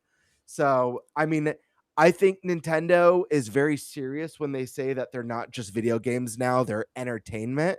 And so to me, I think 100% this R&D is going into whatever Switch 3 is going to be, and however Switch 2 is going to evolve, whether it's Switch Lite or Switch 2 Lite or Switch 2 Pro, Switch 2 OLED, whatever that is. But I also think beyond. I think this goes into movie, theme park, toys, and whatever wild idea that none of us see coming. This is the company, I've said it before, this is a company that sold us cardboard. So like alarm. You never know what's coming next. The talking flower grew legs. Now it can walk around the house. It would be interesting. I think Nintendo would benefit just dramatically by getting out Switch 2 Lite ASAP, because the entry price to get into gaming is very high now. I'd said this maybe a month ago on the podcast, but I was talking to Michaela. I was like, with how much everything's going up in price, I think I was talking about it when PS5 had just went up in price. And then, I think you had the Legion Go 2 is like $1,500 to $2,000 now. It's crazy. And I was saying, it might become a spectator sport because people can't even get a ticket to get in. But if you get the Switch 2 Lite out there, that'll help ease it, and that'll give people a a cheaper way to get into video games. Otherwise, you're going to be able to afford anything. I don't think that's out of their hands, though. I don't think there's a way to make an affordable Switch Lite like in current year. Like the global economy would need to change. No, for absolutely. Sure. But I think one's coming for Pokemon Wind and Waves. I think that's when it will launch. That would make the most sense. Like it's the most logical for sure. You pair it and you do a themed Switch 2 Lite with it. A Wind and Waves themed Switch 2 Lite. Kids don't need the dock. They don't use it. They don't play on the TV. The way kids game now has changed. They grew up with an iPad in their hands. They're used to the handhelds. We stick to, for me, I play on TV mostly. It's nice to have the handheld, but is this one going to have a real D-pad this time? I mean, mine's got a real D-pad. Oh, I did one of those. It would be nice though. It would be nice to get a real D-pad instead of having to build one. That was not fun. That was high stress, man. That was high stress right there, messing with that. It was like real life operation. I know what you mean. I used to like mod like game consoles for people before I had a real job. Oh, nice. Which era were you modding in? I mean, there's like Wii. I was doing like GBA screen replacements with like the backlight. Or at that point, I think only like front light ones. That's awesome. Flashing Xbox 360 disc drives for people. Nice. What was it? We do what we can. Was it Wiki back then? Was that the? No, I mean at that point it was just like cracked way the hell open with like the Twilight Princess exploit. Wii was, anyways. Yeah, I remember when that soft mod came out. The modding scene's always been interesting. I think I was first really interested with the PS1 and then Dreamcast with the Bleem. Was it Bleemcast? I think it was called. Yeah. Yeah. Good times.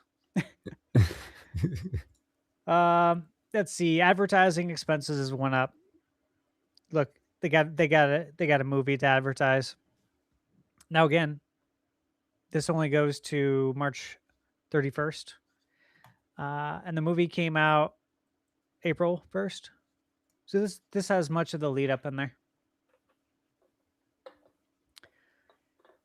Again, ordinary profit, net profit. These aren't super interesting numbers. These are more interesting if you own shares. Let's see. Of course, the price revision, that was a big one. Price going up. Last week, we talked about this briefly. And I had said that I think the price goes up, but they're going to give you a game with it. And then today they announced that. I don't know if you guys saw, but Mm-hmm. you get to choose choose your own now, bundle, which is great. Phenomenal idea. Yeah, I think it's Yeah, great. it's very nostalgic too. It's giving Wii U in 2014. Yeah, I like it. I think it's nice. You look at PS5 with what's his name? Our bot, our robot friend, Astrobot. Astrobot. Dude, that game was so much fun. I platinumed that game because I wanted to see everything because it was that much fun. So nice to have a pack-in game, and you can actually choose what you want. And what was it? It's Pacopia, DK Bonanza, or Mario Kart. I think the value also is in like putting that decision in people's heads, right? I feel like that's also why they do like 2 Pokemons. They announce 2 of them, and then you go, well, I would get this one of the 2, and boom, you're already thinking about buying it. Yep. Yeah, That's right. Again, these prices don't go into effect until September 1st. which I want to comment on that because I know like anytime a price increases on an item, it's unfortunate, and just like the way things are right now, the cost of living, the cost of all expenses for that matter, it's at an all-time high. It's tough. It's challenging. So it's never fun seeing this, whether it's Nintendo, Sony, Xbox, I don't know, MetaQuest, whatever the device is. I will say I do appreciate in this circumstance that it wasn't like starting next week or starting next month. I think it's really cool that they've pushed this back several months to give people who maybe were like just on the fence time to be like, oh, cool, the price is going up, but not till September 1st. Maybe that gives me a little more time to put some money away to get it before we get that price jump. So I do appreciate that we got ample time because I'm not sure. I feel like a couple of the competitors, the price changed almost instantly. If I remember, it was quick. It was like, hey, quick. the price is going up next Monday. Yes. Yeah, absolutely. So I do appreciate them giving people ample time to put some money aside and get it before there's an increase. I think that's really cool and worth mentioning. Yeah, good call out. I think so too. Again, more number stuff that's not super interesting. Forecast though. This part is forecasting 16.5 million, so lower number. Obviously, with the price increase, probably to be expected, and that they're going to sell 60 million units. So we're going to get a big increase. And then for Nintendo Switch hardware, for fiscal 26, they did 3.8, and then they're expecting to sell 2 million units this year. And I was actually interested in this number just because, as the date moves forward, you keep creeping closer to PlayStation 2. And I'm actually wondering how close we are. I don't know if it says it anywhere in here, how close we are. No, they don't bring up PS2. But I think PS2, the maximum sales it can even possibly have is like 160.32 or whatever. Yeah. So, I mean, what's the total of Nintendo Switches? So it's on their website. Hold on here. I'll pull it up. Again, All right. they mention context regarding Switch 2 hardware sales forecast. Hardware systems to date, sale units have generally tended to be higher in the second fiscal year after launch, which again, that's what you would expect because it's the first full calendar year. However, launched at a time when many consumers were continuing to enjoy Switch 1. And then against the backdrop and other factors, which what they mean by that is, of course, the economy as well, without getting into details. I'm wondering how they even like calculate some of these numbers. Like I bought Mario Galaxy. I like played it on a Switch Lite and a Switch 2. What category? Like where do you put that? Yeah. They anything with the Switch 1 game, they just counted as Switch 1. That Okay. said, Switch sales are 155.92 million. The notable thing here is after this financial update, it is officially the number one selling hardware in Nintendo history. It passed DS with this latest update. Okay. And they're expecting to sell 2 million more. Yep. Get us to around 158. And depending on what's going on in the world, maybe one day they can actually drop the price and then get it over the hump. Because for a while, we're like, they have that in their back pocket. And then everything happened in the world. And it's like, no, everything costs more now, actually. We can't do that. We could have maybe a year or two ago or right before Switch 2, maybe. If it passes PS2 in the next 2 years with these increased prices, that's kind of impressive. Oh, plus it's not a DVD player. It was the cheapest DVD player on the market. Yeah, I was about to say an affordable That's one. the thing. Yeah, like if you try to buy a 4K Blu-ray player, I don't know if you guys have. They're really expensive still. They're very expensive. And it's like you're better off buying a PlayStation 5. You really are. I mean, not now, but when it came out, you're probably better off at 500 because I think they were charging Jesus $399 or $450 for a 4K Blu-ray player. Yeah, it's like spend but $50 more.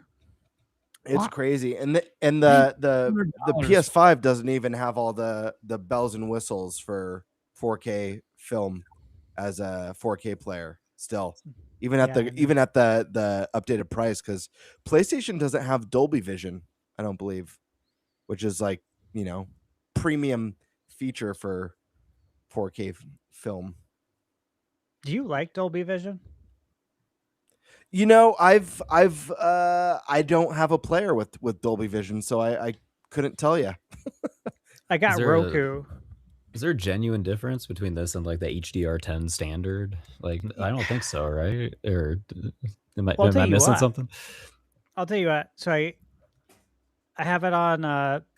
I got the 85-inch TV in there, and then I got it on the gaming projector, and I don't like it. I feel like there's a lot of hype there. It's almost like when you watch a movie, maybe 10, 15 years ago, when flat screens first came out and you turn it on cinema mode and like everything kind of looks yellow. Oh, yeah. It's like Dolby Vision kind of just makes everything look darker and just not as appealing to me. Yeah, so I turn it off. Like I don't want this. Yeah, I feel the same way about like surround sound, like I recognize that there's like a higher level of fidelity there. But I know that were I to install 7 speakers in this place, I would constantly be fiddling with it and things would sound bad all the time because they're not mixed properly. And I would rather avoid all of that and just have 2 really good stereo speakers that will always sound good with everything. I think HDR is like very similar right now, where like if done correctly, it can look beautiful. That being said, I don't trust anybody to do it correctly. I know, dude. Like the whole HDR stuff too with Switch 2. I mean, the fact that there's several tutorials on how to get the HDR setting to look just right so it's not washed out and how you have to take off like the HDR tone mapping on certain TV models first, and then do this and do that. There's videos on this stuff, and there shouldn't be. It shouldn't be this difficult to get your picture right. But I agree with you on the speakers. I have surround sound, and I'm still watching my stuff with subtitles because I can't exactly understand all the time. And then when you play certain games, like it's got some sort of spatial audio that you can't adjust in the game. Like you have to do it in the PS5 menu, but you'll hear people like yelling. Like I remember this was in Final Fantasy VII Rebirth. I could hear like characters trying to conversate with me from my rear speakers, and it was disorienting to say the least, to the point that I stopped playing to figure out how can I fix this, because I'm not going to continue playing like this. I think another issue with HDR2 is that you would have to like really hand author it. If you simply do what makes sense, you're going to have a very off-putting picture. You're going to make the sun the brightest light source because it is. And then you're going to make a game where everything else looks dark in comparison. Like you have to approach it artistically. And I don't know. There's just not a lot of studios that have really done that, I don't think. And yeah, I don't know. Even movies like screw this up constantly. So if they can't figure it out, I don't have much faith for us game devs. Yeah, that's actually a really good point. I haven't thought about that. About building it from the ground up with HDR in mind. If you just tack it on, it's not going to look great. Annual playing users. You can see the numbers continue to exceed 100 million. 130, 129, 129. So obviously, what does that tell us? Well, it tells us that people are still playing their Switch. And that, it's not thrown away in a closet somewhere. It's not being used as a coaster. This was a fun one. Pokemon Fire Red and Leaf Green sold pretty damn good, didn't they? And it was a talking point when the prices were announced. A lot of folks were like, I think it's $10 more than they were on 3DS. Is that right? Were they $7.99 or $9.99 on 3DS? Now they're $20. There were some people that were upset. But hey, look, sound like hotcakes. And this is in the first 6 weeks, which is just crazy. So again, I can't wait to see where this is at in a year. That'll be interesting data. All right, now here where we get to some of the more fun stuff. What do we have to look forward to? Again, announced first-party titles. As you can see, there's only 4 right now for 2026. One of them's coming out next week, Yoshi. And you got Star Fox, Splatoon Raiders, and Fire Emblem Fortune's Weave, and then the rest of the calendar is open.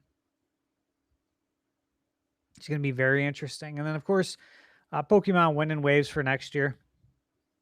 And then we also don't know anything for next year. Very interested to see what's going to happen. Yoshi will be interesting again because of the movie. I want to see if Yoshi's sales will, skyrocket because of the Galaxy movie. Splatoon Raiders in July. Yes. Fire Emblem. Yes. Okay. First party Switch titles, Tamagotchi Life, Rhythm Heaven coming out in July. Pokemon Champions. So we don't have, of course, numbers on Tamagotchi Life yet. That'll be on the next financial results since it came out after the cutoff. But sales through 2 weeks, 3.8 million. That seems really good. Does that seem good, guys? Yeah, For I 2 was weeks? expected this was something that like seemed larger than it was because everyone playing it is like posting about it because Yep. that's like what you do when you play this game. But yeah, that's a higher number than I expected. 40% of players are Switch 2 owners. Yep. I look, these sales don't surprise me. This game did 7 million on 3DS. And a sequel was promised like 12 or 13 years ago. And it just, for whatever reason, took this long to get here. And they gave all the features that they promised they were going to give it a sequel. So, yeah, I think, this is one of those cozy life sim sort of games. And these things are really popular. Like super popular. And Tamagotchi Life is kind of a unique one because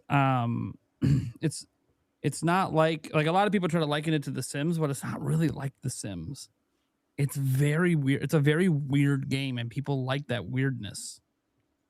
You just have random shit happen all the time. It's very, very Japanese, which is really cool and really fun. Yeah, I'm not surprised at these numbers either. I think about what Tomodachi is, and you guys kind of nailed it, all the quirkiness of it. But then also with this one, it's like social media is bigger and more broad than it's ever been. So I feel like that really lends itself to this title because people are going to be sharing, like Alex said, sharing and talking about their experiences and stuff like that. As Nintendo blocks the ability to share. Yeah, right. I mean, they did. It is what it is. And you can be gay in this one. That's got to move some units. Probably. That is true. Probably. That is true. So again, this is just the first 2 weeks. So it'll be interesting to see where we're at a year from now. Now announced third-party Nintendo Switch 2 titles. Obviously, Pragmata came out, received great reviews. I have contributed to Indie. Released yesterday. Tales of Arise. Great game. Yeah. That'll be interesting to play. I'll be checking that out soon, maybe tomorrow. Final Fantasy VII Rebirth. Again, coming out June 3rd. Kickoff. I haven't seen this before. You guys familiar with Kickoff? Nope. Mm-mm. I wasn't part of the Kickoff, so I'm not aware of this game. But interesting. The Adventures of Elliot. We're all very excited for that. Grand Blue Fantasy. Yep. Cold Set Begins. 007. And again, they updated it to late summer. It says summer here, but IO Interactive said late summer. Orbital's Village in the Shade and Professor Layton. These are the ones they chose to highlight. No Lego Batman in here. No Mina the Hollower in here. Yeah, no Mina. Mina should have been in here, actually. What's up with that? Wild. Yeah. Nintendo. I saw this slide, and I'm like, what the fuck? No Deca Police, man. Oh, You put blame me Village that of the game. Shade in there, but you're not putting Mina the Hollower? But you could easily kick off.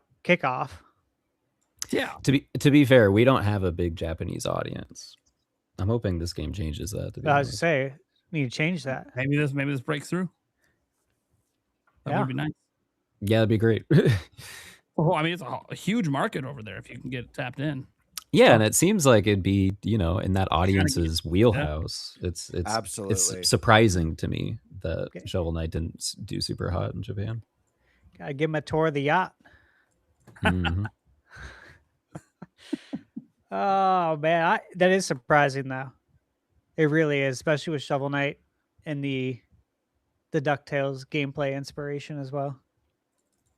And it's Nintendo published over there. Like we got the gold seal of approval and everything.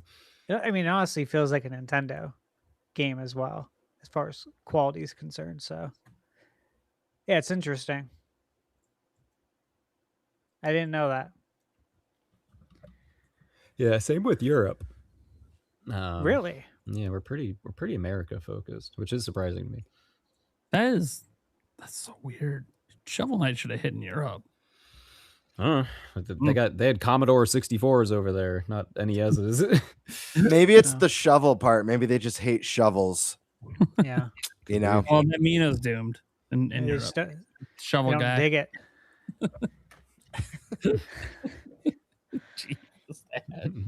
Hey, the Galaxy movie, guys, it's taken off. It's pretty much out of this world as far as sales are concerned.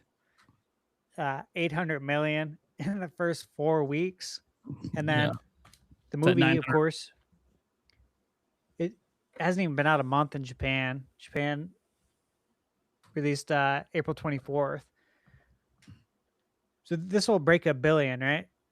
Yeah, it's at 940 million as of today. As of this just in the box office, not even counting for the box.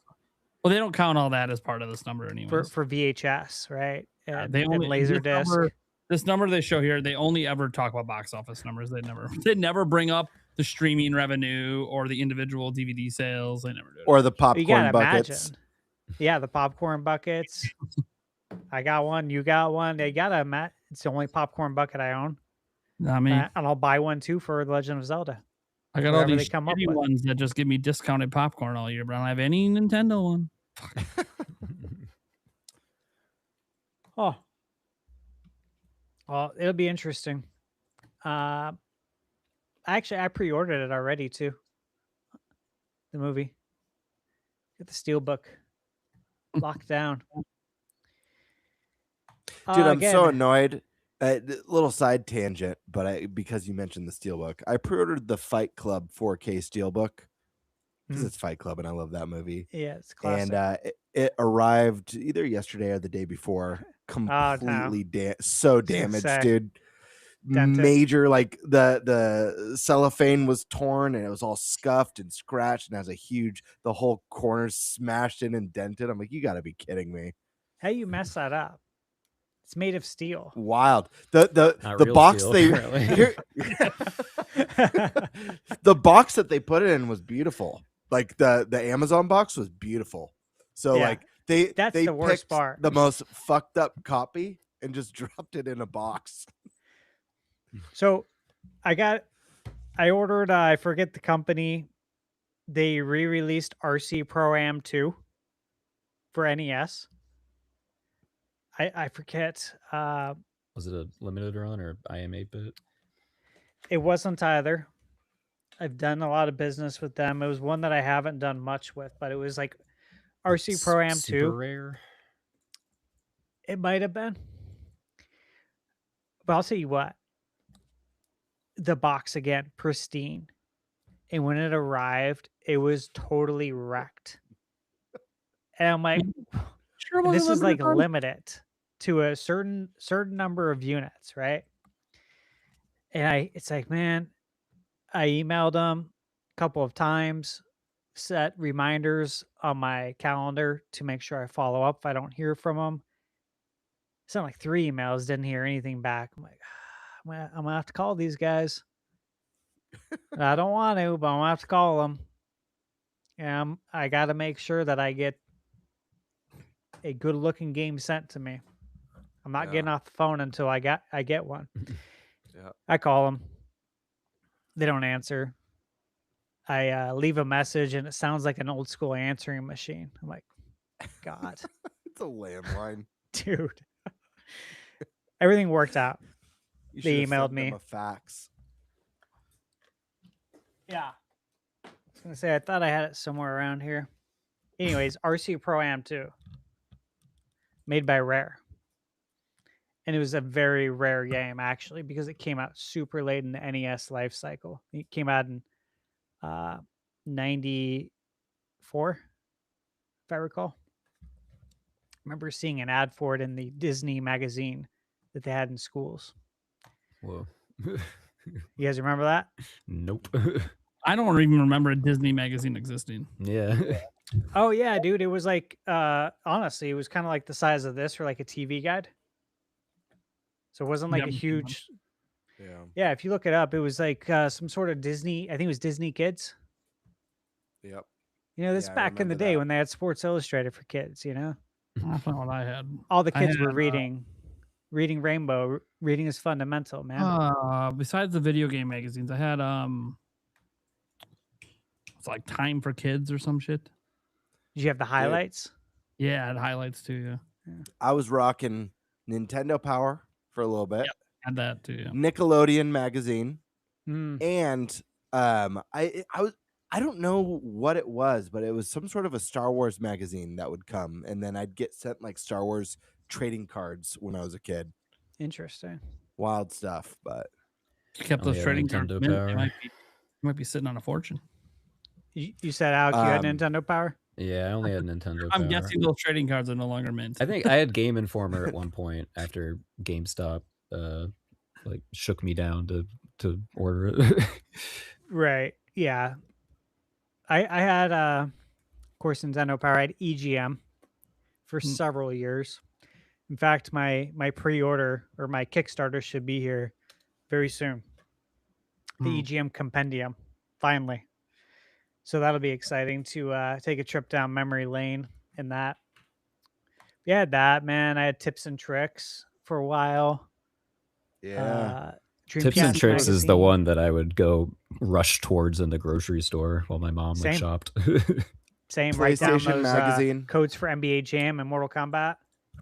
I'd always get PC Gamer because demo discs every month, Yeah, baby. the demo disc. They did them in PlayStation magazine as well, I think. They did.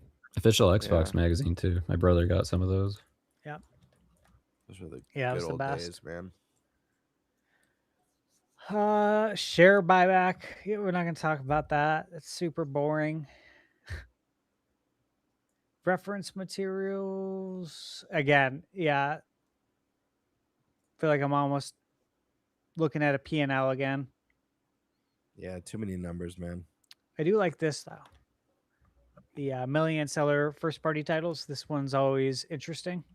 See what they sold and I guess what the global versus Japan breakdown is. Is Kirby Air Riders first party? It's Sakurai and Bandai Namco. That's interesting that they consider that. Yeah. Yeah, that is weird. Hmm. Same with Pocopia. Yeah, I suppose so. Kawi Tecmo. So some of these broke some big numbers. Like Odyssey. Broke 30 million. Dang. Animal Crossing is about to cross into it's 50. insane. Good Lord. Dude, look at that. Look at that one. Mario Kart. That is Well, what sickening, dude. Insane. It's sicker when you consider it's a fucking Wii U game. Amazing Wii U game. But yeah. This thing came out originally, I think, when I very first started to date my fiance. And it's been 15. It's like, Jesus Christ. Yeah, it's wild. Mario Wonder. And again, it's got to switch to physical now. That's going to sell great with the movie. Not long before that's crossed into 20. And then, yeah, Breath of the Wild, almost 34 million. Jamboree, getting up there. Almost at the 10. It'll be interesting again. It's always just cool to see how these continue to sell. It's interesting that so many of these games are like so old. It seems like, I mean, their strategy, seemingly anyways, has been to like create a large library of like undeniable classics so that year over year they all keep selling as like new babies are born and get into gaming. Yeah, Yep. exactly. And it just compounds. And that's why it's just so interesting to see how these numbers grow. Because it's like, when these games come out, I get them when they come out. And you hear about their sales shortly after they release. And then it goes pretty quiet until these reports come out. And again, there's no Metroid on here, which sucks. R.I.P. Yes, that means neither one broke 1 million. However, from what we know, combined, it's over 1 million. But one of them had to hit 1 million to make it onto this report. Of course, it hasn't. I'm a little sad about the Star Fox announcement because I've had this idea for a little while. Can I pitch it? Please. You take all of the Nintendo franchises that people say they always want more entries in, right? Star Fox, F-Zero, Metroid. Yeah. None of those sell well, right? Nope. And all of them are about bounty hunters in space that have a car. So I think combine them all with their powers combined. You can have a Metroid, Star Fox, F-Zero, spacefaring, racing, bounty hunting game. Holy I don't shit. I don't Like know what some the hell sort that of plays with. I don't know some what that sort plays of like, but Nintendo version of Captain Planet. it might be crazy enough to work, guys. I like that. That reminds me of something our friend of the channel, Paul Gale, brought up about how to get back some Nintendo IPs. And he was talking about, because I want Wave Race back. And I would actually really love to get Pilot Wings as well. He was talking about combining Pilot Wings with Wave Race with 1080 snowboarding. Mm-hmm. To where you have the plane and it drops you out of the plane onto the snow, and then you're snowboarding, and then at one point you launch off of a big jump, and then you land on a jet ski, and now it's Wave Race. I'm like, dude, whatever it takes, man. I think the only issue with that is that if they went and made that whole game, they would end up just calling it Wii Sports Resort. Yeah, throw it in there. But yeah, I know.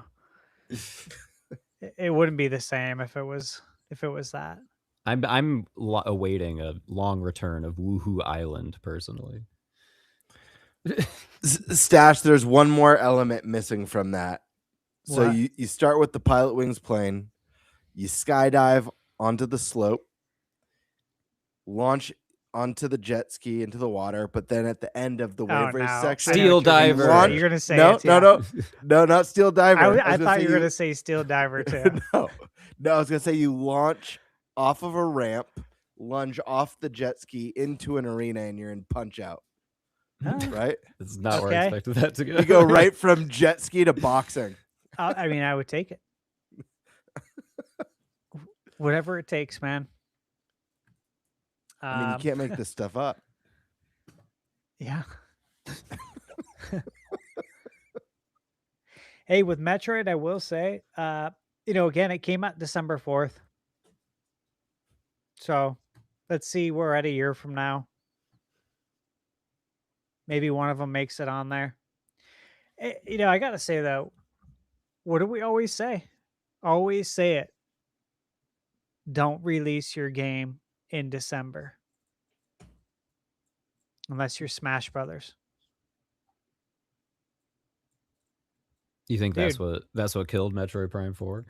Is that the working theory? No, what killed it is the way the media covered the preview. That certainly didn't help. that was completely overblown sensationalism, BS for clicks, and it unfortunately influenced a lot of people. So the Miles panic. That was so stupid. Yeah. So I think that contributes greatly to it. But releasing after Black Friday. Yeah, go ahead.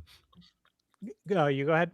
I was gonna say, I think people talk about what there is to talk about, and with it being so inspired by Metroid Prime 1, I suppose. If you are a reviewer, if you are a previewer, what is there to say? What other than it's just like Metroid Prime? and the frame rate's really good. I think you got to call out the differences, and that's the immediate and obvious one that like comes to mind. 10,000 Noodles just had a great comment. I just happened to see it. Miles ended up being less annoying than his critics. Spot on. So true. Look, I didn't get to play it at the preview event. I played it like the Switch 2 experience, so I didn't see anything with Miles. But we talked about it on the podcast. What was our take on it? As my take is, I can tell that this is going to be completely inconsequential. You just know. It's a gut feeling, it's going to be completely inconsequential to the game, and that this character probably has very short amount of screen time. I'd say it shouldn't be like surprising either. Like Metroid has been moving in that direction for I don't know, like 20 years, right? Yeah. Prime 3 had like more of a focus on story. They stated like the idea was to like lean more into the story and the storytelling. Like Prime 4, what do you know? There's more dialogue and more story and more background. So that seems very that's not surprising to me. Well, it goes hand in hand with what you were just saying about these IPs that struggle to get sales. Fans ask for them, then they come out with it, and then they don't buy it.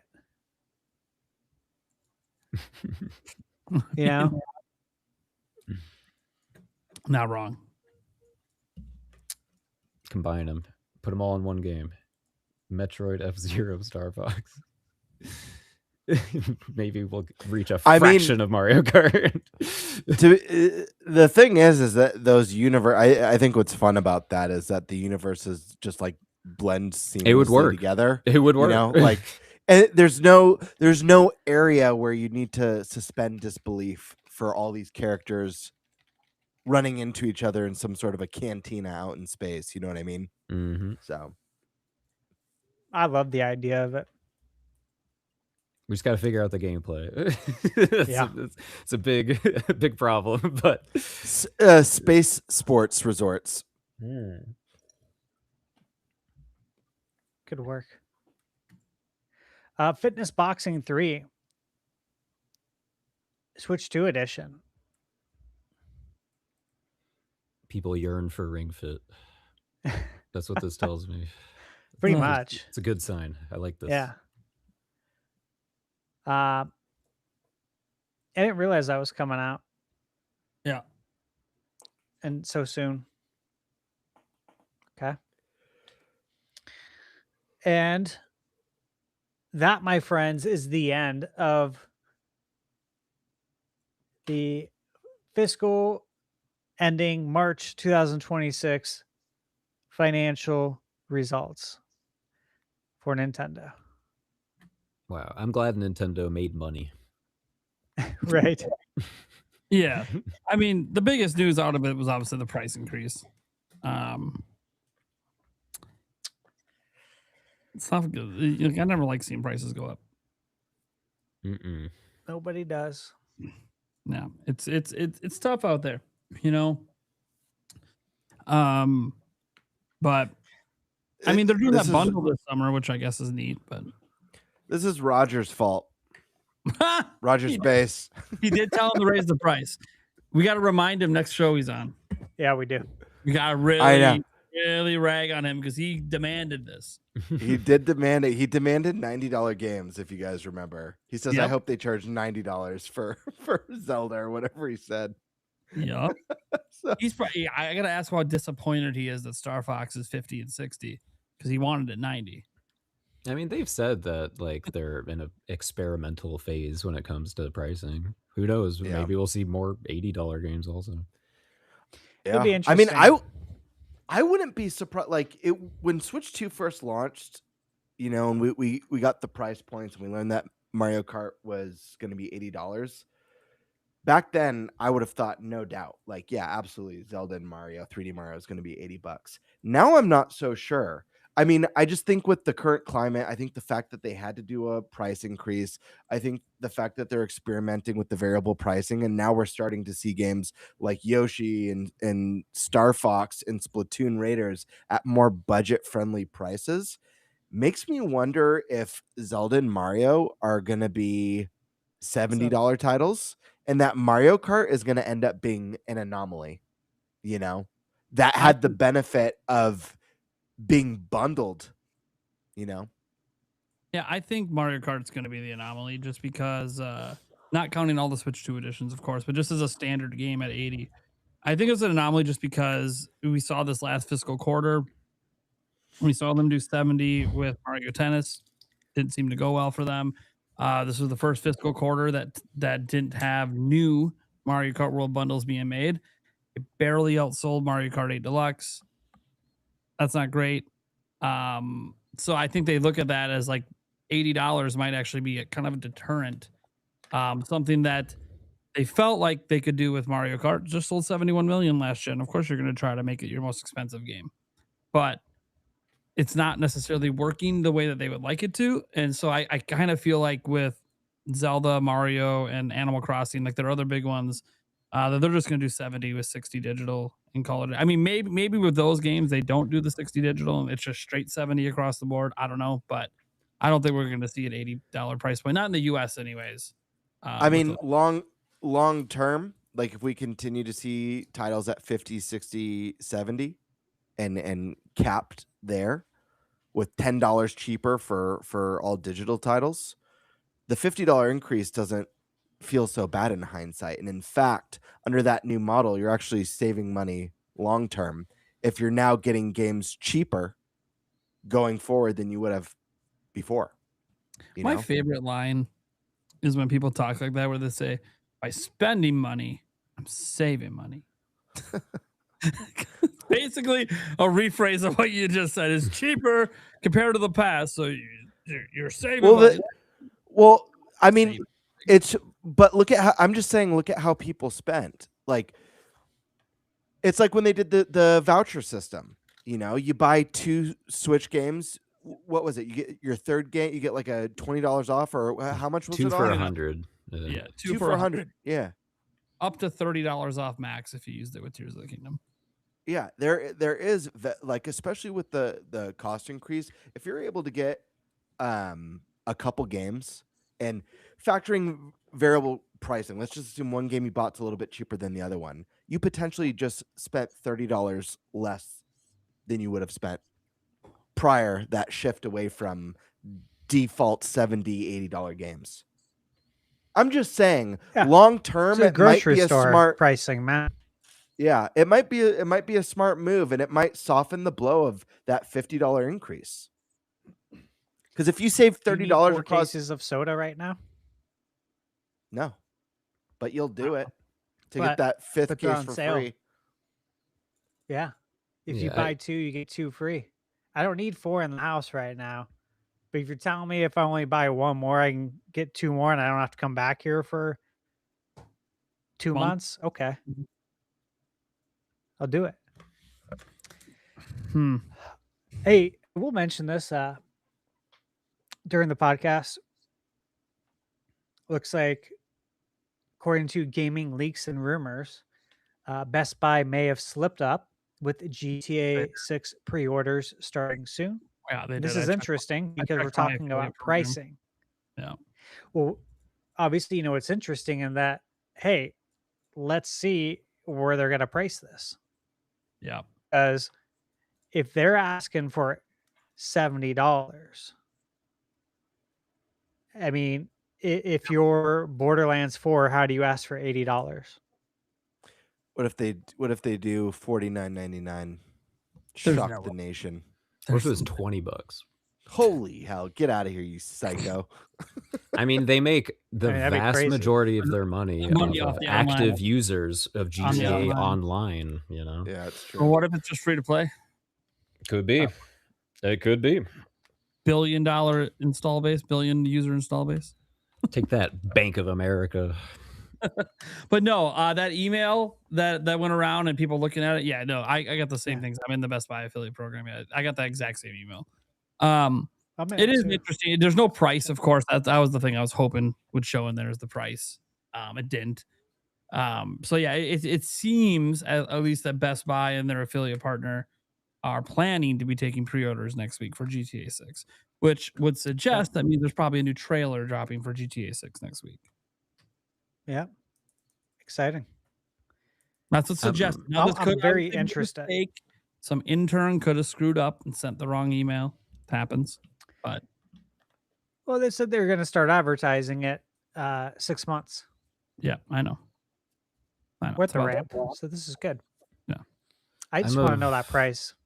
Yeah, I'm of two minds about that. Because on the one hand, you know, that $60 price point hasn't changed in 20 years, right? And, you know, my rent has changed in that time. Yes. And yeah, I mean, especially with like Nintendo's strategy in general, like training your audience to like value your games, I think is a noble goal as someone who sells games. On the other hand, I can also like read the room, you know, and like no one can afford anything. And what are you gonna do if you still want people to buy and play your game? I don't know. I mean, that's why Mina is so cheap. You know, I remember like talking about we were saying like, you know, it feels like a $30 game. We all like agreed like this should be $30. But we're making a bet sort of that what we'll lose in like revenue will make up for in like additional sales and more word of mouth. I mean that's what Hollow Knight did. Or Silksong did, right? Like that could have easily been a $30 or $40 game, and they're like, "No, we'll do 20." Yeah, just $5 more than the last one we did. Okay, so we'll get to the Q&A here.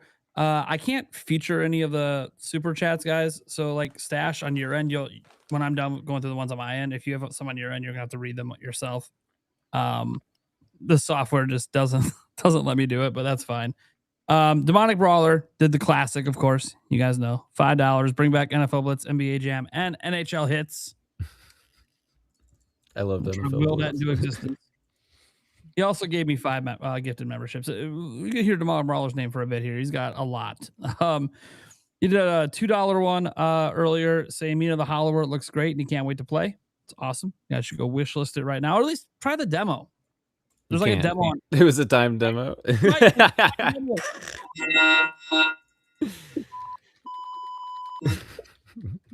Yeah, I accidentally turned on one of my voice changers and I was like, God damn, which one is just wait. It's 2 weeks away. Just wait. I totally forgot that the demo was a time thing because it's still on my system and still works. It's also a DRM free demo, so you know, maybe go to Google. He's not promoting piracy. You want to find it, it's probably out there. Anyways, yeah, so we got go ahead and wishlist that, or at least watch trailers. If you don't like it, you don't like it, but I have played it and it's really fucking good. Phenomenal. Okay. And then we got let me see, Anthony asked if today was a good day to reach the 1,000 on the streak. That has to do with my channel. I would say no, the next live stream would be the best time to do it, not during a podcast. Demar Brawler says he's a sucker for replayability, so he was loving what he was hearing about Mina and all that replayability. It's crazy replayable, which is good because I had to play it 500 times in a row when we were testing it. I knew that from the demo, just with the sheer amount of item variety alone. Yeah, it gets really good around like New Game Plus 5. Demar Brawler then says, "Hey, Gamebird, happy, joy, buddy." Hell yeah, dude. I mean, who doesn't like the old Ren and Stimpy? Demonic Brawler says that he can dig it for $2. Then he said, so don't spam. Oh my gosh. Demonic Brawler. What? Thanks for all the super chats. Some of these are a little wild. Like who let the dogs out? He just had to get that out there for $2. Who let the dogs out? Apparently Majora's Mask did. Let's see here. Then we had Demonic Brawler did a member chat saying it's going to be the NPC with the shovel who's not Shovel Knight. Yeah, that he's talking about the fan art. The fan art's going to all be of that guy. Okay, he did $5 as well. It says if I was a betting man, I put my money on the 2nd or 3rd week of June. Talking about a direct, and it would be like an hour-long direct. We'll see. Anthony said, "Can you ask Alec?" So Alec, have you played Tunic? No, I haven't. A lot of people at the office obviously had to pick it up, and I, observed the discourse, but I didn't have time to check it out myself. Okay, that's a good question. Fisherman Mike said, at this point, it wouldn't surprise me if Nintendo drops a direct when we least expect it. Wake up someone random morning and Nintendo Shadow drops it. You mean like Nintendo today? 10-minute warning. Get ready. You're about to see Star Fox for the first time in 15 years. What the fuck? What are you talking about? Wink Demand. Going forward, maybe Directs could be Nintendo Today exclusive. Whoa. Well, I don't know about that. That's a little much. You got to put it on platform people can watch off of their phones. Yeah, I would be pretty pissed to have my game debut on a freaking smartphone screen. Like, literally, you guys know, like Nintendo Today, you can't use it off your phone. Like, it's not usable on desktop. Like, that would suck. Well, no YouTube videos, no nothing. You just gotta. You want to see the latest direct? You better turn on Nintendo Today. Yeah, I'm airplaying it, so all that my will friends be can watch me. it. Nintendo deletes that app today, because that's how mad I would be about it. Yeah, you don't want to alienate people from your games. Yeah, there's a reason, guys. Like, they do the announcement on Nintendo Today, but then they still post everything publicly on all their socials. There's a reason for that. They're trying to get you to go to Nintendo Today for news first, but they're going to put it on everything. They're not that daft. They know where most of their consumers are, and it's not on Nintendo Today. Not yet. Yeah, not yet. They're trying. I guess you make Directs exclusive. I guess maybe you gain some millions. I don't know. Anthony says he has a second question for Alec. Is there a lot of... I can answer this one, but that's fine. It's your guys' game. Does Mina have a lot of exploration? Yeah. We hadn't talked about that much, I suppose, throughout development. And when people played that demo, I think it created an expectation that the whole experience would be similar to like the opening of the game when we're like teaching you everything you need to know. Everything you need to know. But the second that demo ends, you know this now, you arrive in the middle of town and we say, all right, go wild. And that's it. You can go in any direction after that. And there's a lot of, we ease you into it around the town. There will be more like overworldy areas that start to like creep into content that feels a little bit more difficult, a little bit more dangerous. It feels like you're getting, further from civilization a little bit, and eventually you'll feel like, okay, now I'm like clearing out this area. But a lot of the game revolves around, completing those areas, going back and exploring and thinking about what can I do now. There's a lot of keys in the game. Keys in this game, they're like Elden Ring keys, I guess. Where any of them can open any lock, and so you'll have plenty of moments where you're exploring the overworld. You see, a locked door. You think, okay, I'm going to come back there once I get a thing. The game's design is always like pointing you around from one place to another, and putting ideas in your head that you can look forward to, and then later try to unlock through a whole bunch of means. There's the keys, there's just the character mobility and the platforming of it all. You can only go 2 tiles, but there's jumps in the game that are 3 tiles or 4 or 5 or 6 or 8. And once you start getting more and more equipment, the options you have for figuring out ways to cross those gaps and unlock shortcuts and navigate that world, they're mind-bogglingly endless. Everything from like specific trinkets that call out like being able to platform more easily or go further, but also like if you happen to find a sidearm like the umbrella or like the targe that she has, and you don't die, you can use that to cross a larger gap. It's a very, very free form game where the exploration of it is part of the fun. And yeah, I've been talking about that a little bit lately as people like ask about there not being a map. And yeah, I think a map is like counterintuitive if those are your goals for designing a game. If you want people to explore, then you need to make them look at their environment and piece it together and figure out all the ways it connects in interesting ways. This game made me do something due to exploration that I haven't had to do probably since I was a kid.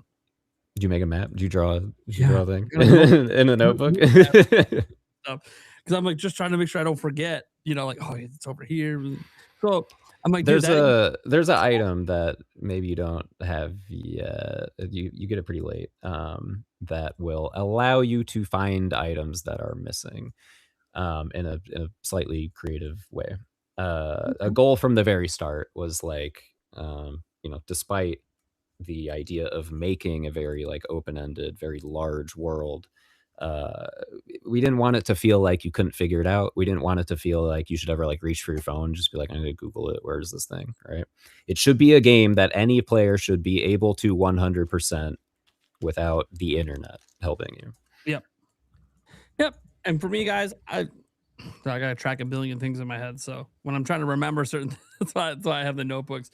It is fun that I got to admit, I felt a little nostalgia when I'm really grabbing a notebook right now. Small map? Are you serious? What Hell is yeah. this? What am I doing now? Like, I don't think I've done this since I was in high school. This is, you know what? I kind of like it because games are so handholdy now and just give you all the information all the time. You can like leave a game and come back like 2 months later and just open the map and you just know everything you need to do. And it's like, well, okay, but I like this kind of figuring it out on your own sort of mentality. I mean, obviously, guys, you guys know there'll be walkthroughs and other stuff out there. People will make all sorts of things, but yeah. Again, nothing wrong with using that kind of stuff. I understand that for some gamers, it can be very, very difficult at times to get through some of the experiences in these games. So I get that. But for me, man, honestly, if I keep doing this, if I end up, look, I drew. You said there's like a 1,200 plus squares in this game. I probably have like mapped out like 30. I swear to Christ, if I map out 1,200 because I'm trying not to forget things, I'm gonna be so mad. I'm like, dude, I'm gonna spend more time mapping this out than I am playing. You do your whole wall. You look crazy, like with the newspaper clippings, but it's just mapping Mina with the dark circles under your eyes. Well, when the game officially releases, won't someone probably just make an interactive map or something? Like probably, but guess what? The game's not out. There is no internet help. And I am not about to email the devs and be like, hey, how do I? No, that's defeat. If I'm asking developers for help, I am admitting defeat. I'm not doing that. No, defeat does not exist in this dojo. But there's the games have definitely got tons of it. As soon as I saw the exploration, I'm like, yeah, there's a lot of exploration. It is awesome in that way. And there's like, dude, guys, every screen is so packed with stuff. And like, you might miss something the first time you walk through something. You come back and you notice, and you're like, oh yeah, in another area, I did this to a candlestick, and I could do that probably with this one. I didn't even think about it. And what does it open? A new passageway, a new this, and there's just it's an incredibly dense game. And even when you're in areas that seem like they should be more idle, we don't settle for just a nice open screen with like a couple gremlins. Like no, every screen has to be interesting in a different way. This is not a game, guys, that if you're looking for a calm, relaxing horse ride through Hyrule Field, that's not this game. There's a lot going on everywhere you go. But it's so fun. Dude, guys, the combat, guys, it is so good. I don't even there's so much variety. like just when you think you're good, you get like a new item or a new ability, and it just fundamentally changes everything you've been doing, how you've been jumping. Because I've been jumping a lot more than I probably should be burrowing more, but whatever. It's been a lot of fun. So guys, you should really check this out. Stash, you got any super chats on your end? Yeah. Let's see here. Steak 1024, member for 7 months, said, I can feel the power. Can't wait for Mina. And also, I want to give a shout out to Steak 1024. This Sprecher root beer sent me a case of root beer that came in the mail today from UPS. Root beer, cream soda, cherry cola, and then something else. 18 of them. It's like a variety pack. Yeah, it's from the brewery. And I'm looking at their website right now. Yeah, just want to say thank you very much. It's amazing. I've been drinking this the whole time, and it's not cold anymore. It hasn't been for a while. It's still really good, which is unique. I can't wait to try the other ones. Yeah, I gotta get this. This is good. I just can't. I can't do it now. There's a lot of sugar in this. Yes, there is. I like Sprecher soda, but it's a shitload of sugar. A lot of sugar, a lot of carbs. Wow. My God, it was good. Demonic Brawler sent 2 memberships. Thank you very much. Inspector Void, we read your question earlier. And then Hmon, this is a good one. GTA 6 will come out, be great, maybe even the game of a generation. But do you guys miss when Rockstar worked on all their IPs, like Rockstar's table tennis? I'll even throw Bully in there. I do miss that. I do personally. I mean, I loved Bully. And great. I'm a huge ping pong fan.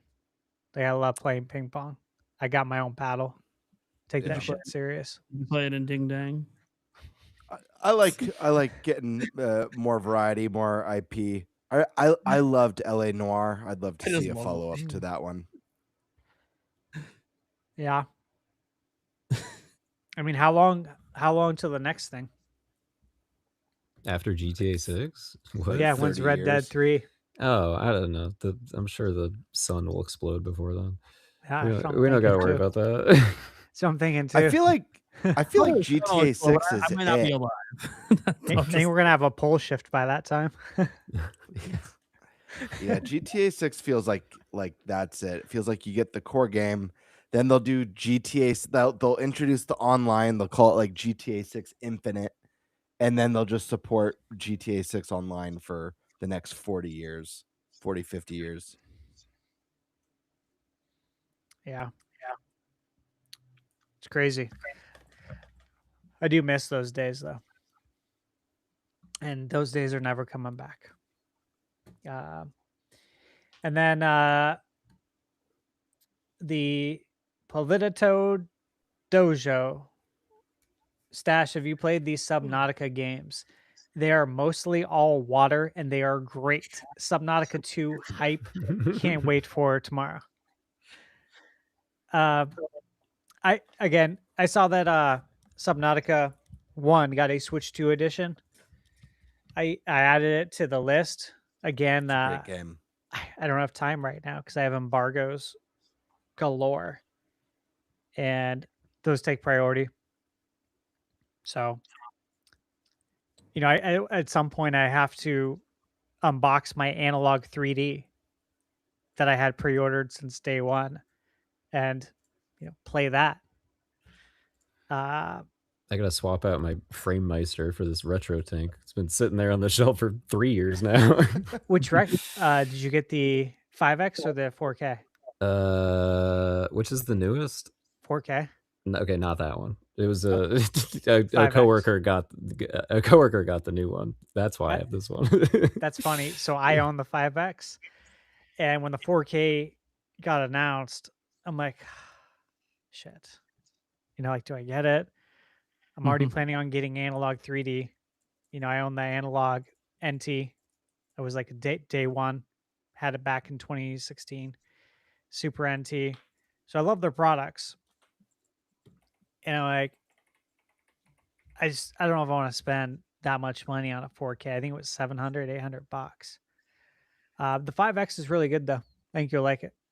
It does improve the video quality on the N64 and some of the older stuff. Like I remember I was playing Contra Shattered Soldier on PS2, hooked up through my gaming projector, but I was using the RetroTink 5X with RGB cables. It actually looked really good. So hopefully you'll get some enjoyment. I got my SNES on SCART. I got a couple things on S video, but I tried to get RGB for everything. Yeah, it's so much better. The 4K is $750. Yeah, probably went up in price too since it was announced or since it was released. You know, I think it released a year and a half probably ago. Sounds about ballpark, right? It's more than double the 5X. Jeez. I got the Superstation 1 console too. I need to set up that I'd pre-ordered. That's a Mister console.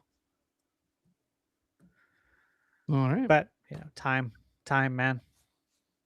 So yeah, Subnautica. One of these days. Have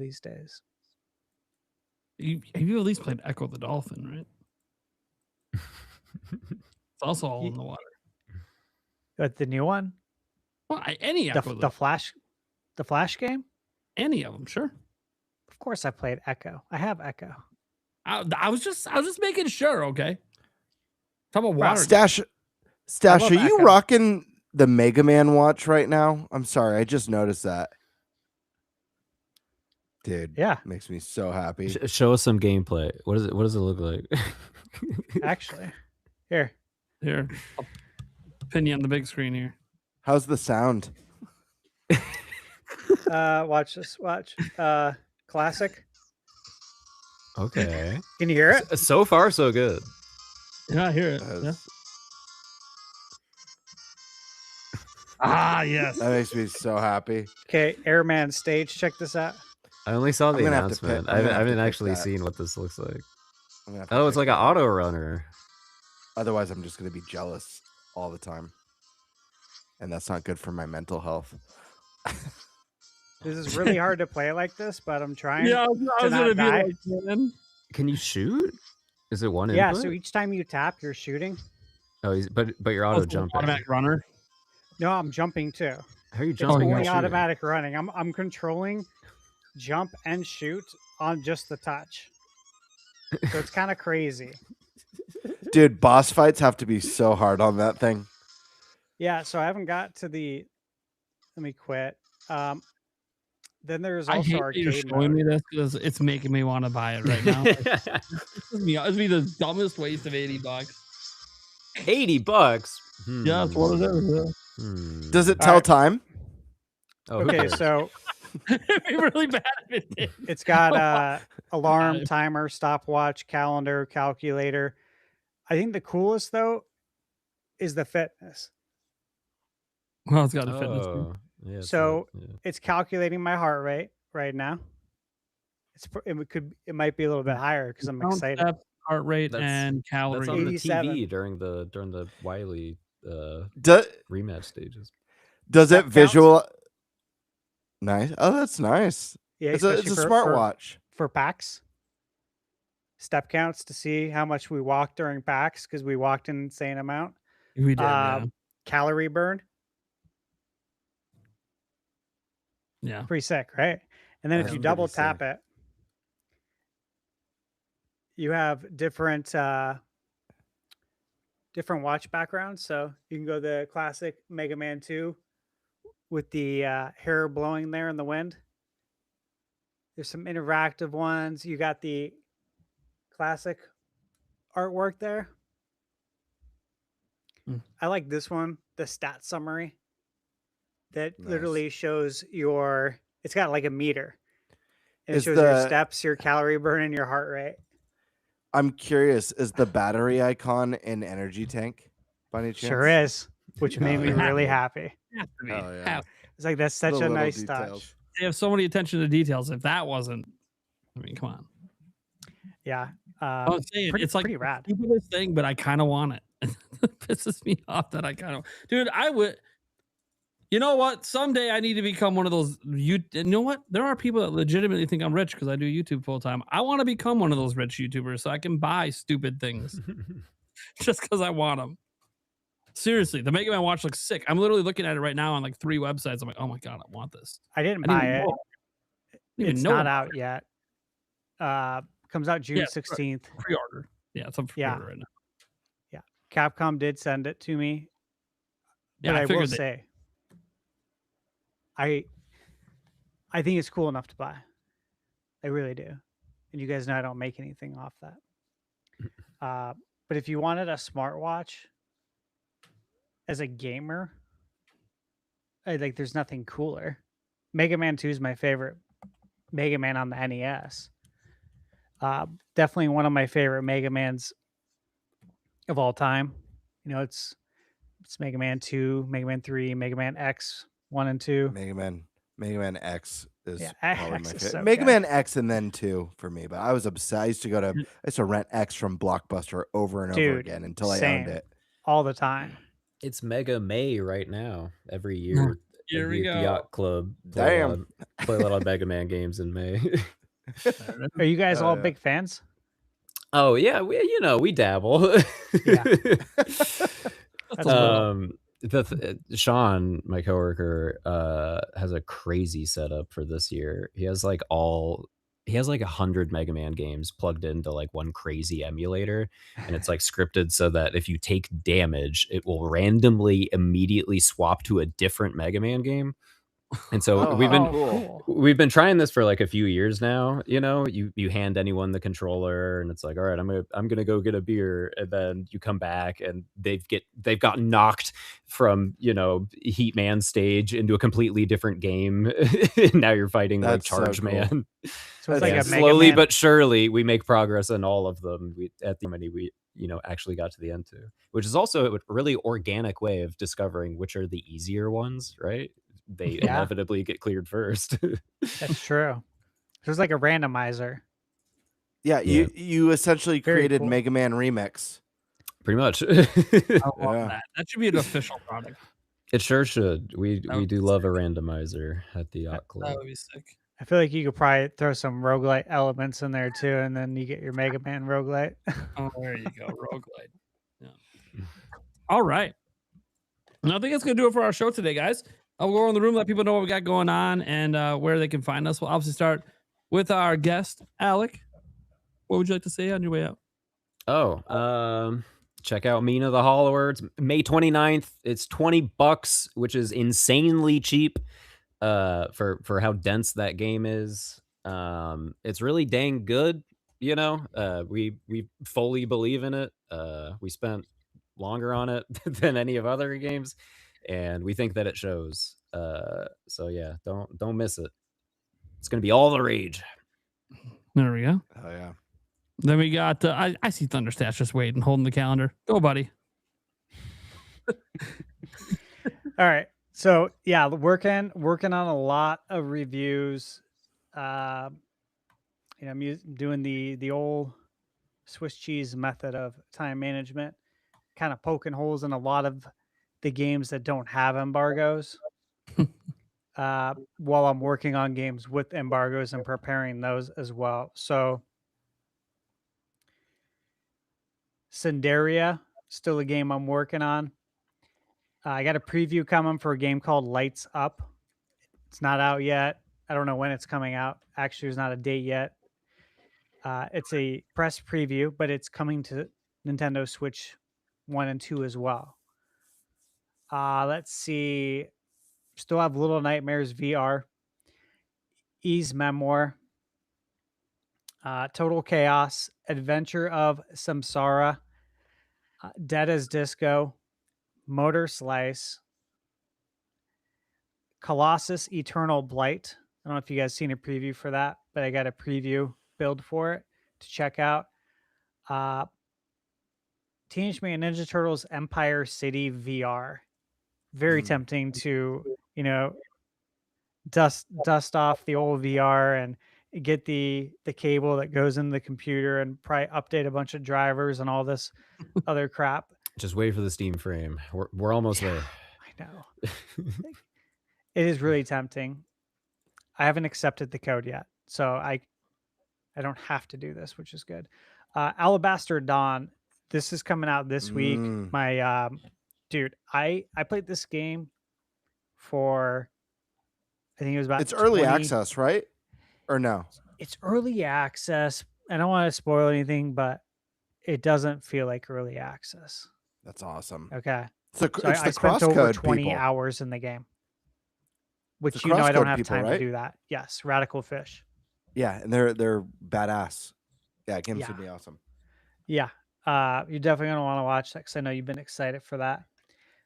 Blood refreshed supply for Switch 2. Obviously, Quartet. Posted my review for that. Was it Monday? Clockwork Ambrosia. That was the game that was in development for 14 years. Posted the review for that today. I got indie coming. I got a game. I don't want to say what it is, but basically like Maniac Mansion Day of the Tentacle. That's the big inspiration, which makes me very happy. Road Out, I'm working on right now. Hoping to have that review out by Friday. And then got Monopoly, Star Wars Villains, Bubsy 4D. Working on that. Tales of Arise. Obviously, Mina. Working on that. And then R-Type Dimensions 3, I'm going to be getting a review code for. And then, of course, it's almost time for Lego Batman. My God, where's this month going?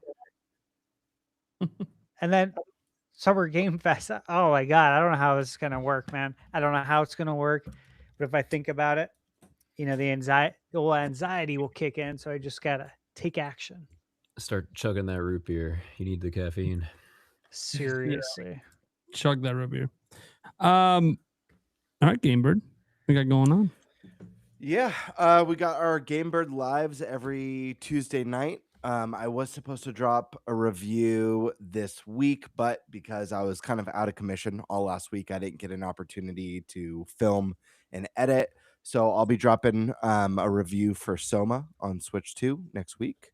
It's been a really awesome experience. It's a game I missed, but I did really enjoy Amnesia back in the day. So it's been fun to visit another psychological horror with a very cool setting. I have another review coming up after that, shortly after. And I don't have a review code for Mina, but I will be covering it on my channel because, Alec, I believe in your team. I've got all the faith in Yacht Club. What I got to play in the demo for Mina was super special. And, I don't need to say more about that guy back there. That game is so important to me. I'm really excited.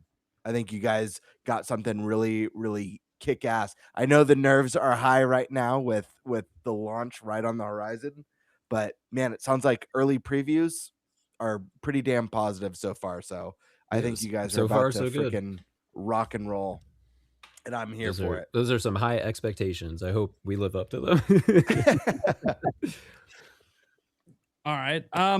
As you guys know what's up at Nintendo Prime, we do daily Nintendo news. Although I do have one video I'm slowly working on related to this box right here. So stay tuned for that when that video is done. I'm having a hard time figuring out exactly how to shoot this product, but as I almost dropped the dang thing. Whoops, there goes a really. Will you let me know what you figure out, please? Because I have to do Little Nightmares VR. Yep. And I'm just like, I don't know. And then Turtles, possibly. Part of my holdup, though, is like, I don't even know how I'm going to shoot this. Yeah. I mean, a lot of VR, there's pass-throughs, so you can still like record video. But this doesn't. have that because that's not what this is. So like I'm talking to some people who've already done videos where they're just trying to figure out some ideas for because the script's already done. It's just like I just don't know how to shoot it. I Do could it like those people streaming Virtual Boy stuff. Just record yourself and describe everything that's happening. That's what I'm thinking too. Yeah, maybe that's the way. Anyways, I got that product coming up with us. That's gonna be a dedicated video. There's another product that I'll be doing an ad for, that I'm very interested in. I didn't even know this thing existed. It's called a WoW cube. It's like a Rubik's cube, but it's not. I mean, it's made by Rubik's, but like it's like a 2x2. But then it's got a bunch of screens on it. And what they did is they invented a bunch of games that involve you basically twisting the block. Wow. Yeah. It's like a fidget toy that has some like gameplay in it. And I guess I don't know who the product's for, to be clear. I actually think it's a lot of fun. But I'm like, I wouldn't buy it. Because it's actually really expensive. Yeah. Wow. Yeah. The WoW cube. I honestly don't know who the product's for, but I will say if it is fun and my kids love it, I just wouldn't spend that kind of money on it for my kids. If this was like a $200 product, all right, now we're getting in a ballpark where that might be a reasonable Christmas present. I'm like, how much is it? It's $500. Wow. No, for real though. Wow. That's why they called it that. Wow. Yeah, that's crazy. And the thing is, I'm guessing the reason it costs that much.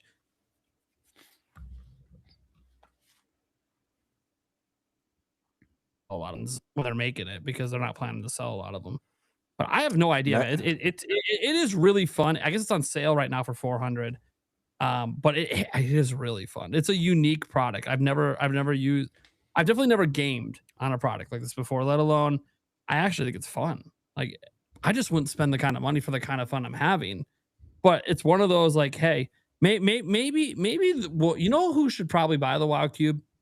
It should be like doctor's offices. It should be something you fuck with in the lobby for kids and stuff. Actually, for them, that might be worth the investment then for something like that. Ditch the highlights magazine and get the WoW Cube. Yeah, I mean, we don't have to ditch the magazine. Never get rid of reading material. I'm not advocating for that. Children need to read more. But yeah, it's really fucking cool. And I'm running an ad, so I don't even have to suggest it. Hey, if you're interested, go buy it. But it's like, man, it is really expensive, but it's so fucking like that one. I know how to shoot because it's really fucking cool. This other one, I don't know how to shoot the video, so I'll figure it out.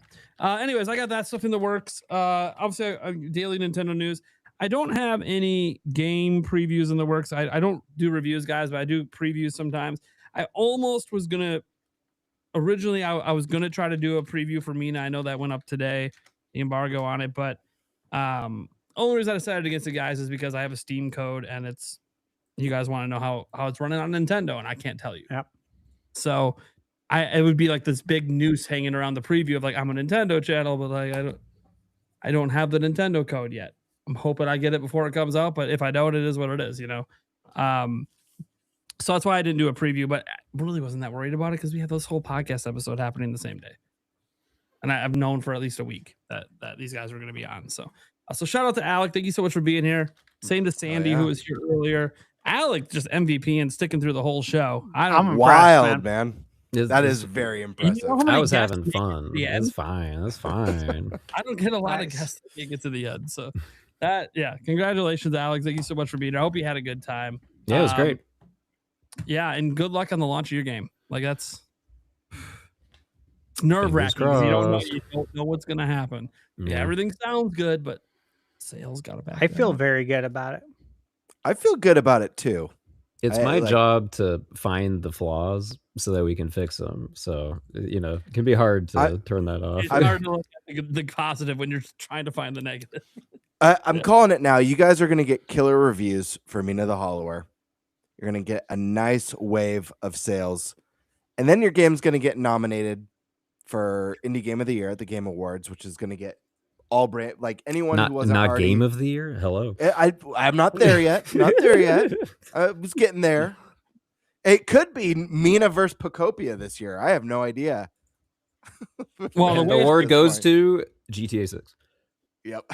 I mean, all GTA 6 probably has it in the bag. That being said, for indie game of the year, it's going to be a stiff competition because isn't mixtape an indie game too? So you got that. You got Mina.